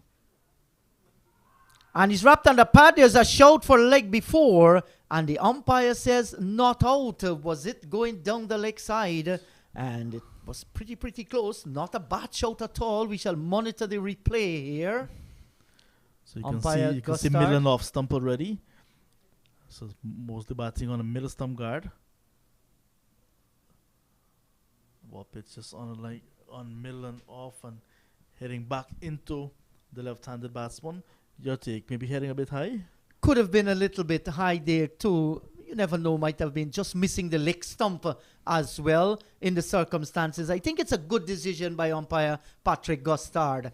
And this time he's beaten all over the place. It kept low. And you look at Mosley there. He was on his knees as that ball, did it went through him or did it went outside the off stump? We shall monitor it on the replay. Yeah, that's Mosley lucky to be there actually, because that ball kept very low and came back in after pitching as well from Dimitri Cameron. Missed the outside of off stump, and look at the wicketkeeper as well on the ground trying to stop it. So once again we see the pitch playing with variable bounce. Yes, unpredictable there. At the same length, it was getting up around the top of the knee. This one went really close down, Cameron, to Mosley, and he's whipping this one away out down through backward square, and he gets off strike. He gets a single to Mosley. That will take the score into 34 without loss. Yes. So after the Super 50 for the women's, they'll have the women's T20 Blaze with 3 matches being played per day from June 19 to 25. All of these matches will be played at Providence. It happened before. Matches will start at 10 a.m., 2:30 p.m. and 7 p.m. It will be round robin, both of these tournaments. Each team will play each other once, and then they'll be the champions. Cameron over the wicket now. That's a good delivery, right on target. And Craig Braffett comes forward. He defends. He plays it back on the onside of the pitch, and there is no run. as the men with the water, whatever beverage, they are coming out very, very hot in the middle there. 35 without loss. Braffett is on 17. Mosley is on 16. And John, that tournament, like you said, will be held in Guyana, where the prediction from the Met Office in Guyana, it's not a good one at all. They released a monthly report, especially for agriculture, and inside of that, the La Nina season has started, and that's going to run through the month of May, June, and into July as well. So once again, we see cricket being scheduled for the rainy season, and that's not very good at all. But it's set, and I'm hoping that if the rains continue closer to the start of this tournament, and the grounds are not able to be sufficiently prepared and ready for action, maybe better sense prevail to have the tournament shifted to another territory, just to have these women play their cricket. Well, you never know what might be the logistics nightmare for all these things. Having said that, Providence, you're going to have cricket there at Providence, but the concern will be at the ground at Enmore and Everest as well. We are hoping, though, we still had a few matches in the under-15 competition in Guyana. We're still having matches played by the ladies. Those games are being played at Providence. So you can never know what can happen. We hope that the rain stay away, but that's into the rainy season. Yes, let's hope that the rain stay away, and that would be enough to give the cricketers some time in the middle.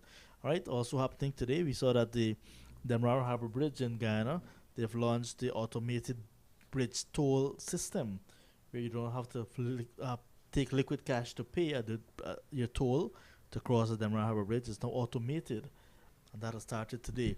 And also, while that is happening, we've seen a release coming out as well, saying that the Demerara Harbour Bridge may have to be closed for several days to facilitate repairs. And the Public Works Minister, the Honourable Juan Edgel, saying that the date for that has not yet been decided, but maybe for 3 to 5 days, coming very soon. Well, we might very well see that they must put things in place there. We might see one of those big steamers, those big boats operating Vreden Hoop, Georgetown area, and more Bucking Broncos as well to help with the transportation.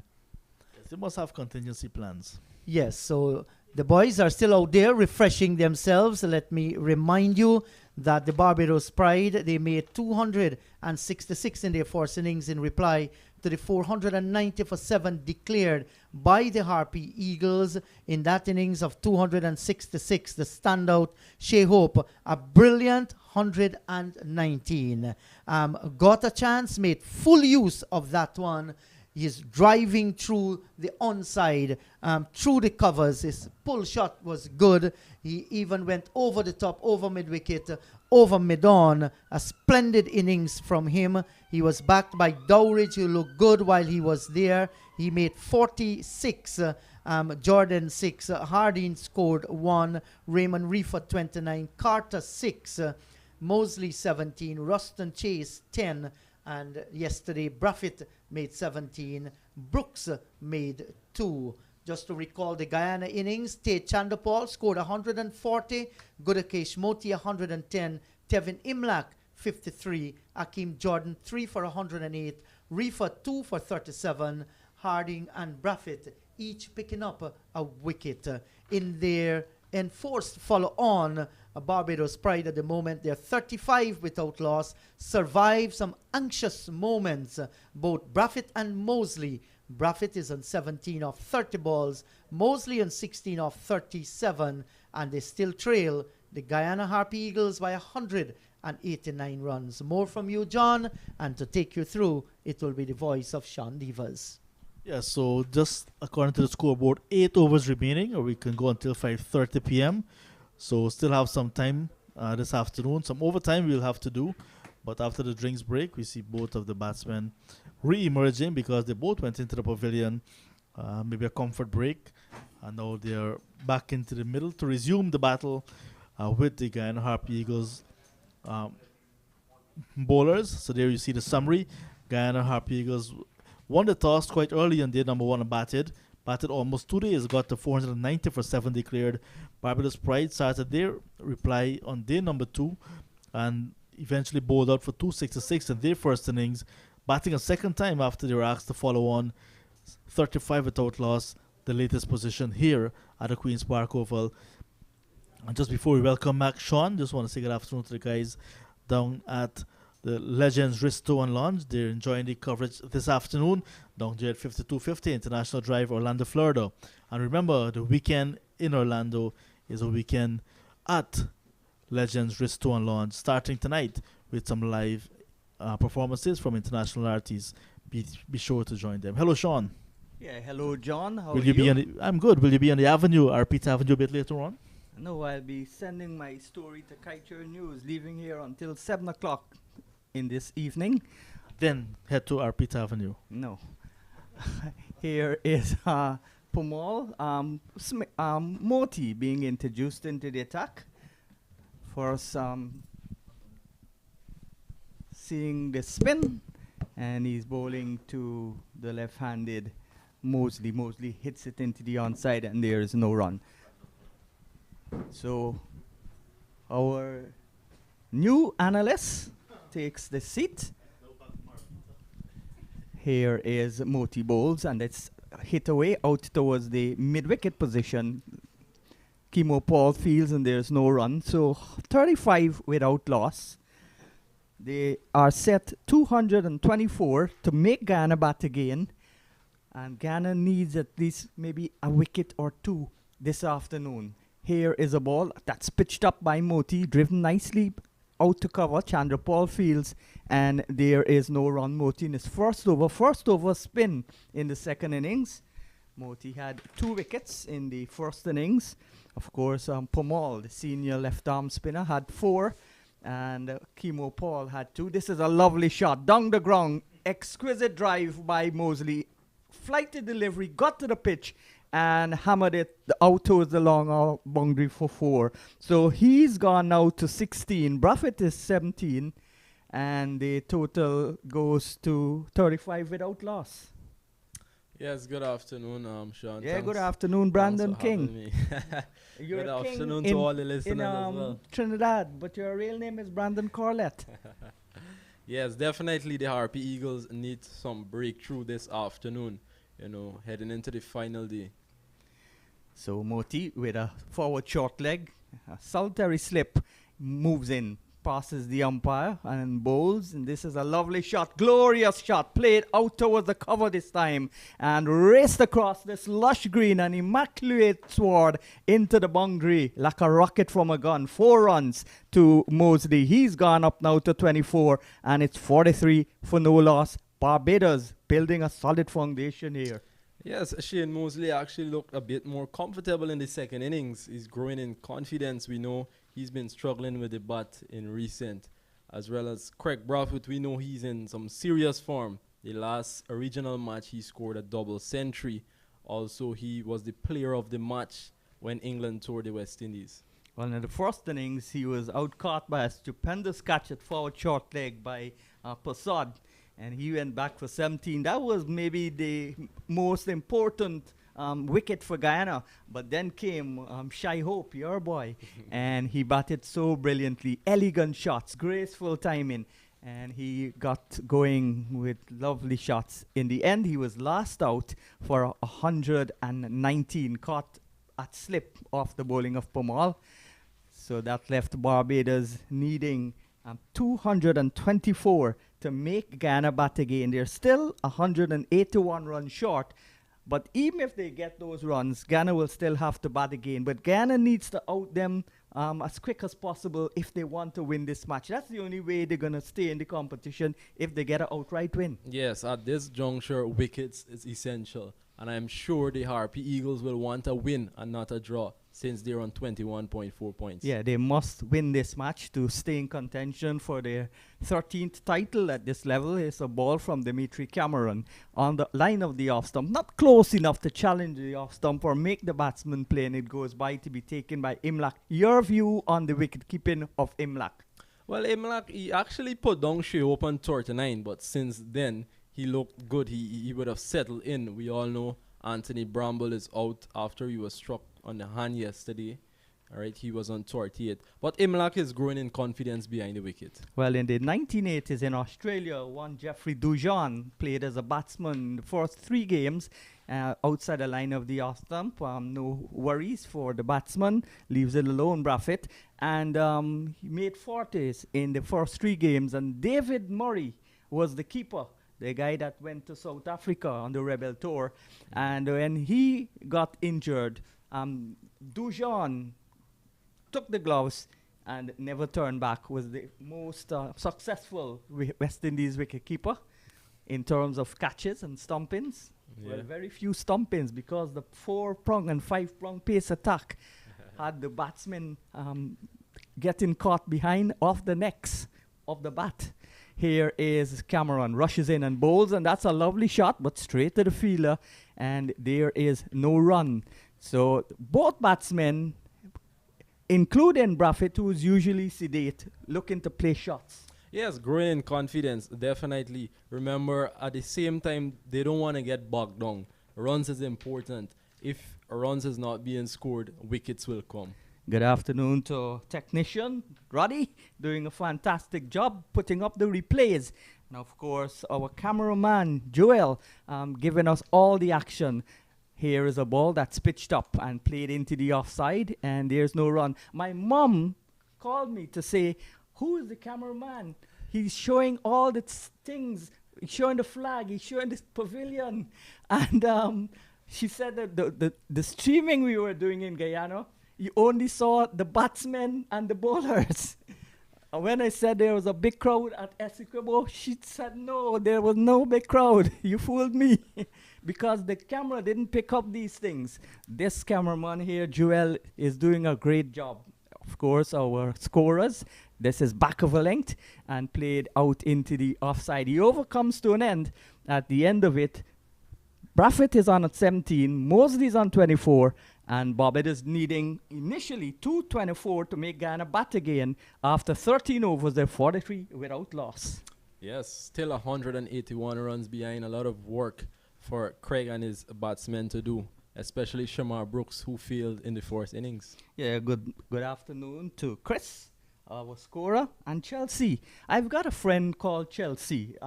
Good afternoon to Luke Latif and Saucy, and their daughter is called Chelsea. They live in Chaguanas. I call Chelsea Gaitrin because she's half Guyanese and half Trinidadian. Good afternoon to you. They're in Chaguanas. Good afternoon to Visham Ramsawak in Tunapuna. Here's a ball that's on the line of the off stump as Moti starts a new over from the southern end, or the Brian Lara Pavilion end. Blazing sunshine here at the Queen's Park Oval, the shadows of the replaced screen, and of course the media center going onto the ground. But the only problem is there's nobody in the stand. Yes, there are some people, like about 5, in the Caribbean stand. I just saw them there.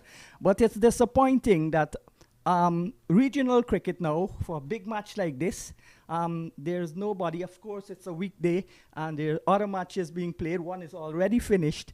And so tomorrow we might see some more people coming into the ground. Weekend, Saturday. Today is the beginning of the weekend. Here is Moti bowls, and that's back of a length.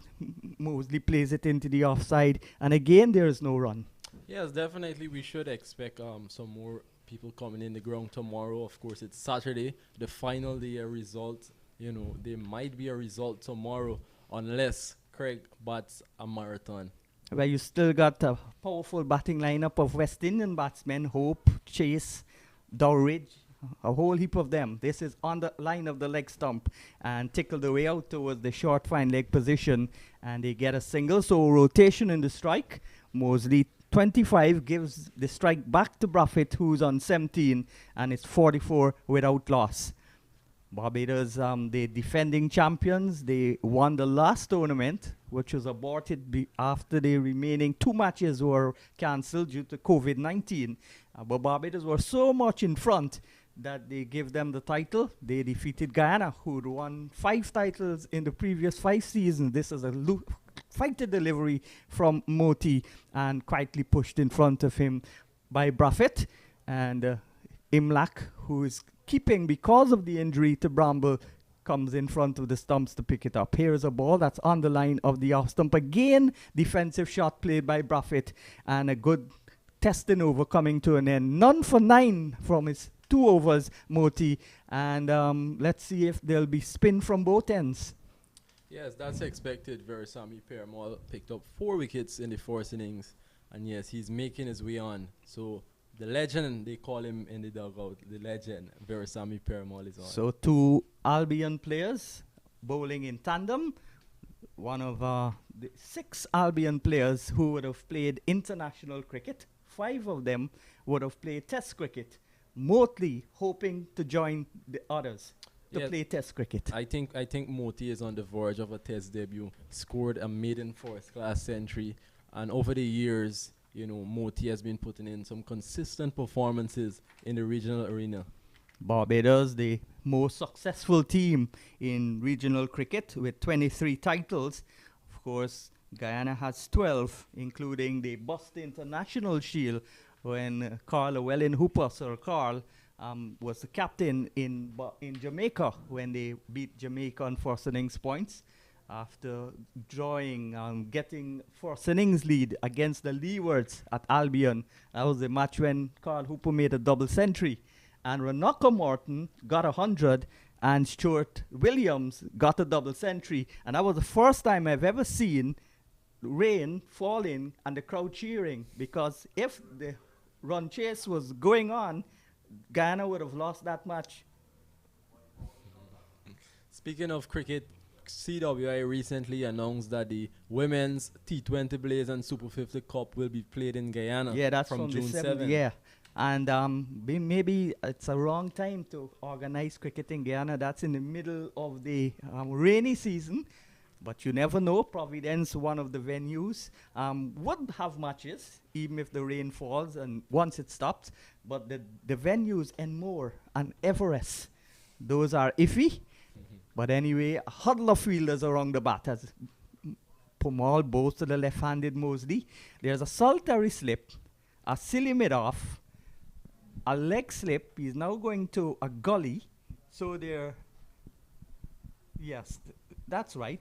Pumal is spinning the ball in towards the left-hander. Why would you move the leg slip to put him at gully? So there's a leg slip, a slip, a silly mid-off and a forward short leg. Pumal in, bowls, and he's beaten outside the line of the off-stump. Loud appeal. Not out, says the umpire Gustard. The Jamaican keeps his hand down.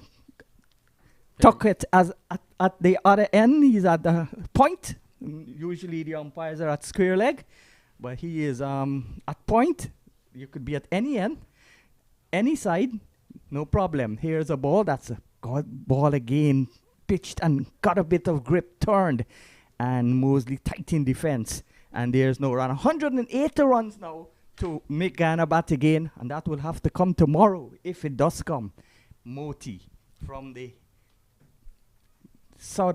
northern end of the ground bowls, and there's a defensive shot played by Mosley, and there's no run. The Savannas in the background, though they Queen's Park Savannah, they keep the Calypso events right here, Brandon.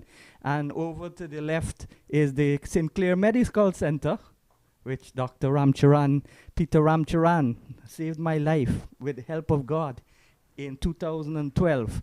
Good afternoon to everybody listening. Of course, those in Barbados, Ezra Mosley, and all those at the Nation News, those at CMC, everybody listening. Here is Pumal. Flighted delivery. Forward comes Mosley. Plays it back towards the bowler.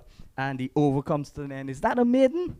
Yes, it's a maiden. So Pumal starts with a maiden. And Braffett is kept on 17. Mosley on 25. 44 for no loss. 15 overs gone.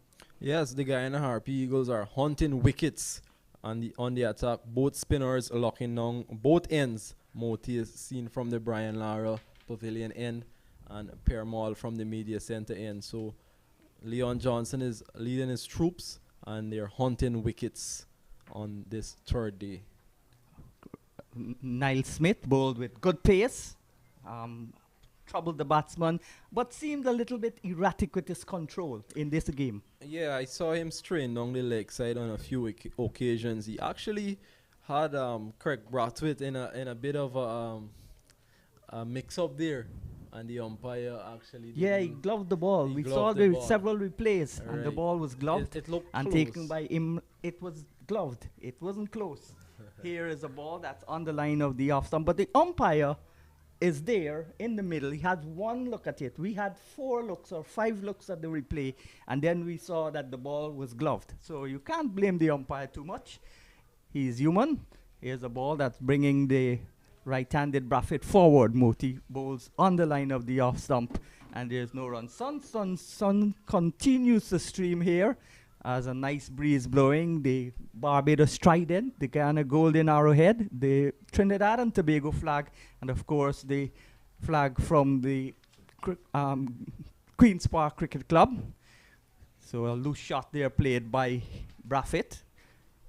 He would want to play a Tej Narayan Chandrapal-like innings, but forever. This is on the line of the off stump. It's steered away past the slip down towards Pumal at short third man, and there's no run. But this is going to be a battle for batting time and, of course, getting runs also to deny Guyana an outright win. Exactly. I couldn't agree more with you. Forward he comes, turns it into the onside, and there's no run. The last 2 times these 2 teams met in the 2019-2020 tournament, Barbados won both matches, both in Guyana, at Providence, and in Barbados. So they're looking now for revenge, the Guyanese, and they're leading the tournament, the Barbadians. 44 without loss, 17 to Mosley, 17 to Brathwaite, 25 to Mosley. Yes, the Harpy Eagles actually came in this match struggling, low on confidence, and in terms of the head-to-head between Barbados, they lost 1-2, and drew 1 in the last 5 encounters. So the Harpy Eagles will want to get a win here at least. Well, these 2 countries would have played the very first-class game in 1865 when they played at the Garrison Savannah, which is horse racing. Now this is a loud appeal. Ball bunks from Pumal, and Mosley's back, taken high up on the pad. And the appeal goes up. The appeal will go up for anything now. Very close, not so close, anything. That was actually a surprising delivery. Normally the ball keeps low from this end. So Perumal got that one to turn and bounce. Yeah, well, that end is the end that has variable bunks. So the ball will keep low, some will bounce. Forward comes Mosley back towards the bowler. In 1865, Guyana played as Demerara, and they played at the Garrison Savannah. That's used now for horse racing, and they had a return match at the parade ground, which in fact is the first-class venue for Guyana. The parade ground is the ground opposite the Botanical Gardens. There's a school which Carl Hooper went to, Christchurch. They play school matches on that ground. This is a ball that's back and across, and he comes back and plays it nicely into the onside. Guyana with 11, 12 titles. They're looking for their 13th. Of course, they won their first title in 1973 when Rohan Kanai was the captain, but Leon Johnson with 5 in a row is the most successful captain, not only in Guyana, but in the West Indies. Mar Lambert, has 4. Although Jamaica's equaled Guyana, well, Guyana's equaled Jamaica because Guyana did it later with 5 titles in a row. Christopher Gale won in 2012.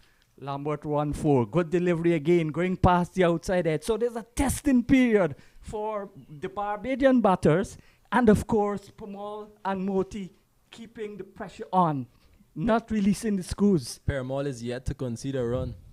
Yes, this is his second over. One more delivery, barring a wide or no ball, and I'm sure that wouldn't happen. Not from Pumal. Back and across, ball spins in, but a little bit too short, and played easily into the onside. So another over is completed. 17 overs gone. Still 44 without loss. Mosley on 25, Brathwaite on 17.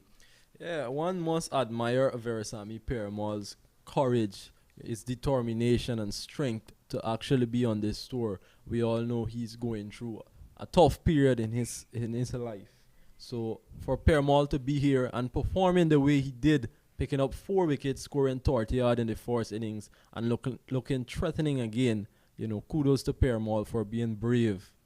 Yes, well, the entire Guyana Harpy Eagles, they're playing with black bands on their hands, on their sleeves, to signify the death of Pomal's mother, who was killed by his father. So Pomal now can lose a mother and a father. Yeah, that was really tragic. I remember that happened once before. Well, I don't know how many times before. I know at least once before when Humchan Puran, who had played for Guyana, he was here playing club cricket, and he returned, and his family wanted to surprise him as Moti comes in and bowls that short, too close to cut, and gets it bubbling away out to cover, and there's no run. And his family came up to the airport, and they had an accident. I think his 2 children and his wife all died. And Humchan Paran used to play for Port Morant, right in Quarantine Barbados. So cricket, he continued playing cricket like Pomal, and cricket saved him. Yeah. So Moti, with a slip, a silly mid-off, and a forward short leg going down, comes in and bowls to Braffett. Braffett is forward and stabs it out into the offside, and there's no run. So a lack of crowd, nothing strange to regional first-class cricket in Guyana, in Antigua, in St. Lucia, in Jamaica. The first-class cricket now don't attract a big crowd. CPL, the T20 does. Wherever it's being played, it's going to be played for the next 3 years, the finals and semi-finals in Guyana. I want to say good evening to Charles Ramson, the sports minister in Guyana. Well, he's the Minister of Culture, Youth and Sports. This is a good delivery, kept low and went past the edge. So troubling times again for Braffett as the tandem bowling from Moti and Pomal continues. Threatening. Both bowlers are looking threatening here, and a wicket might come soon. Here is Moti, taller than Pomal, and bowls slightly different from Pomal. He bowls a little slower, but he's gotten a bit faster, maybe because he's patting himself off as a senior compatriot. Pomal usually bowls the ball with lower trajectory, and but he's had tremendous success at the regional level. Every year for the last 5 years, he's gotten over 40 wickets. He actually holds the record with 67 or 69 wickets. In a season. Yeah. Right. Permal dominated regional cricket over the past 5-6 years, I would say. And he actually returned to the West Indies team, deserving call-up. And now, again, he is performing here in this regional tournament, and he wants to return to the West Indies team. West Indies going off to the Netherlands for 3 one-days, and then Pakistan. The only Guyanese in that team is Romario Shepherd. It's been captained by Trinidad and Tobago wicketkeeper batsman Nicholas Puran. Pomal starts a new over, bowls to Mosley. Mosley plays it with the turn out towards Chandra Paul, who comes to his right from backward square. As the shadows continue to lengthen on the ground, you can see the shadows now of the players. You saw the shadows of the replay screen and of the media center, but now you're seeing the shadows of the players, which means it's getting later in the afternoon. It's just about 22 minutes past the hour 5. This game will conclude, today's play will conclude at 5. So Guyana looking to hustle in the overs. The more overs they bowl, the more likely they can get a wicket. Yeah, actually approximately 8 minutes more to the close. So Permal and Moti will obviously continue to bowl. And more pressure on the batsman. Leon Johnson, who's been an excellent captain. As I said, he's the most successful captain in the West Indies. But he needs to get consistent runs. If he got runs, he would have surely been the West Indies captain. It's only himself to blame that he's not being consistent enough. He's got the leadership ability. He's got the know-how to be the leader, but he has to get runs because we don't want to go back to the Mike Beerley days when you just picked a captain for the sake of him being a good leader. That happened in England. So here is Pomal going round the wicket. And good, sensible attitude there from Mosley. Changing his gloves, pushing it around, and wasting time. But that's allowed, that's normal, that's accepted. And that's very good. He knows what time it is, how long he's got the bat, and trying to eke out the time as best as possible.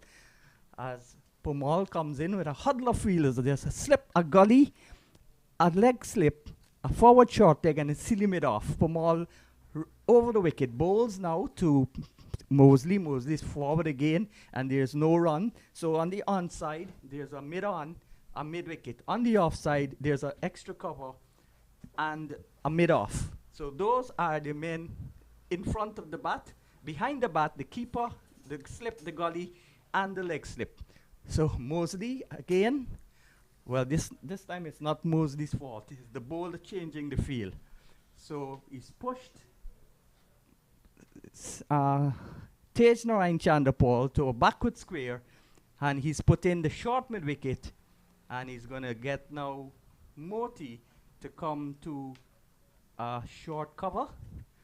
Yes, so Pomal is settled. He got his field set, and let's see where he'll bowl. I'm thinking we'll bowl the ball on the line of the leg stump. No, he doesn't bowl it on the line of the leg stump. And he bowls it on the off stump. Push back.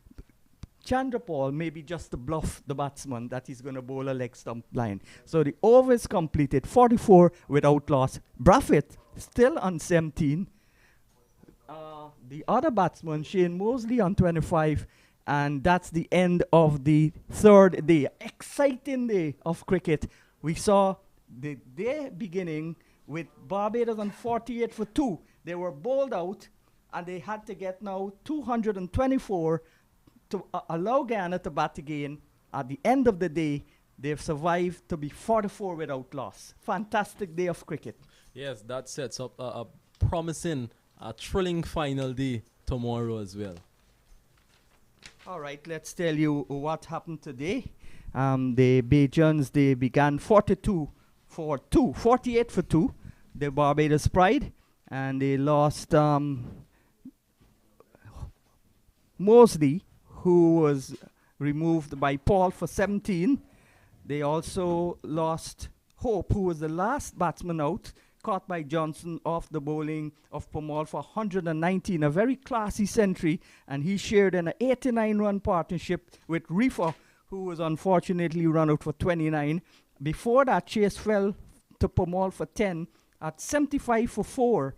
And then Pomal, Reefer was run out at the 5th wicket to go at 164 for 5.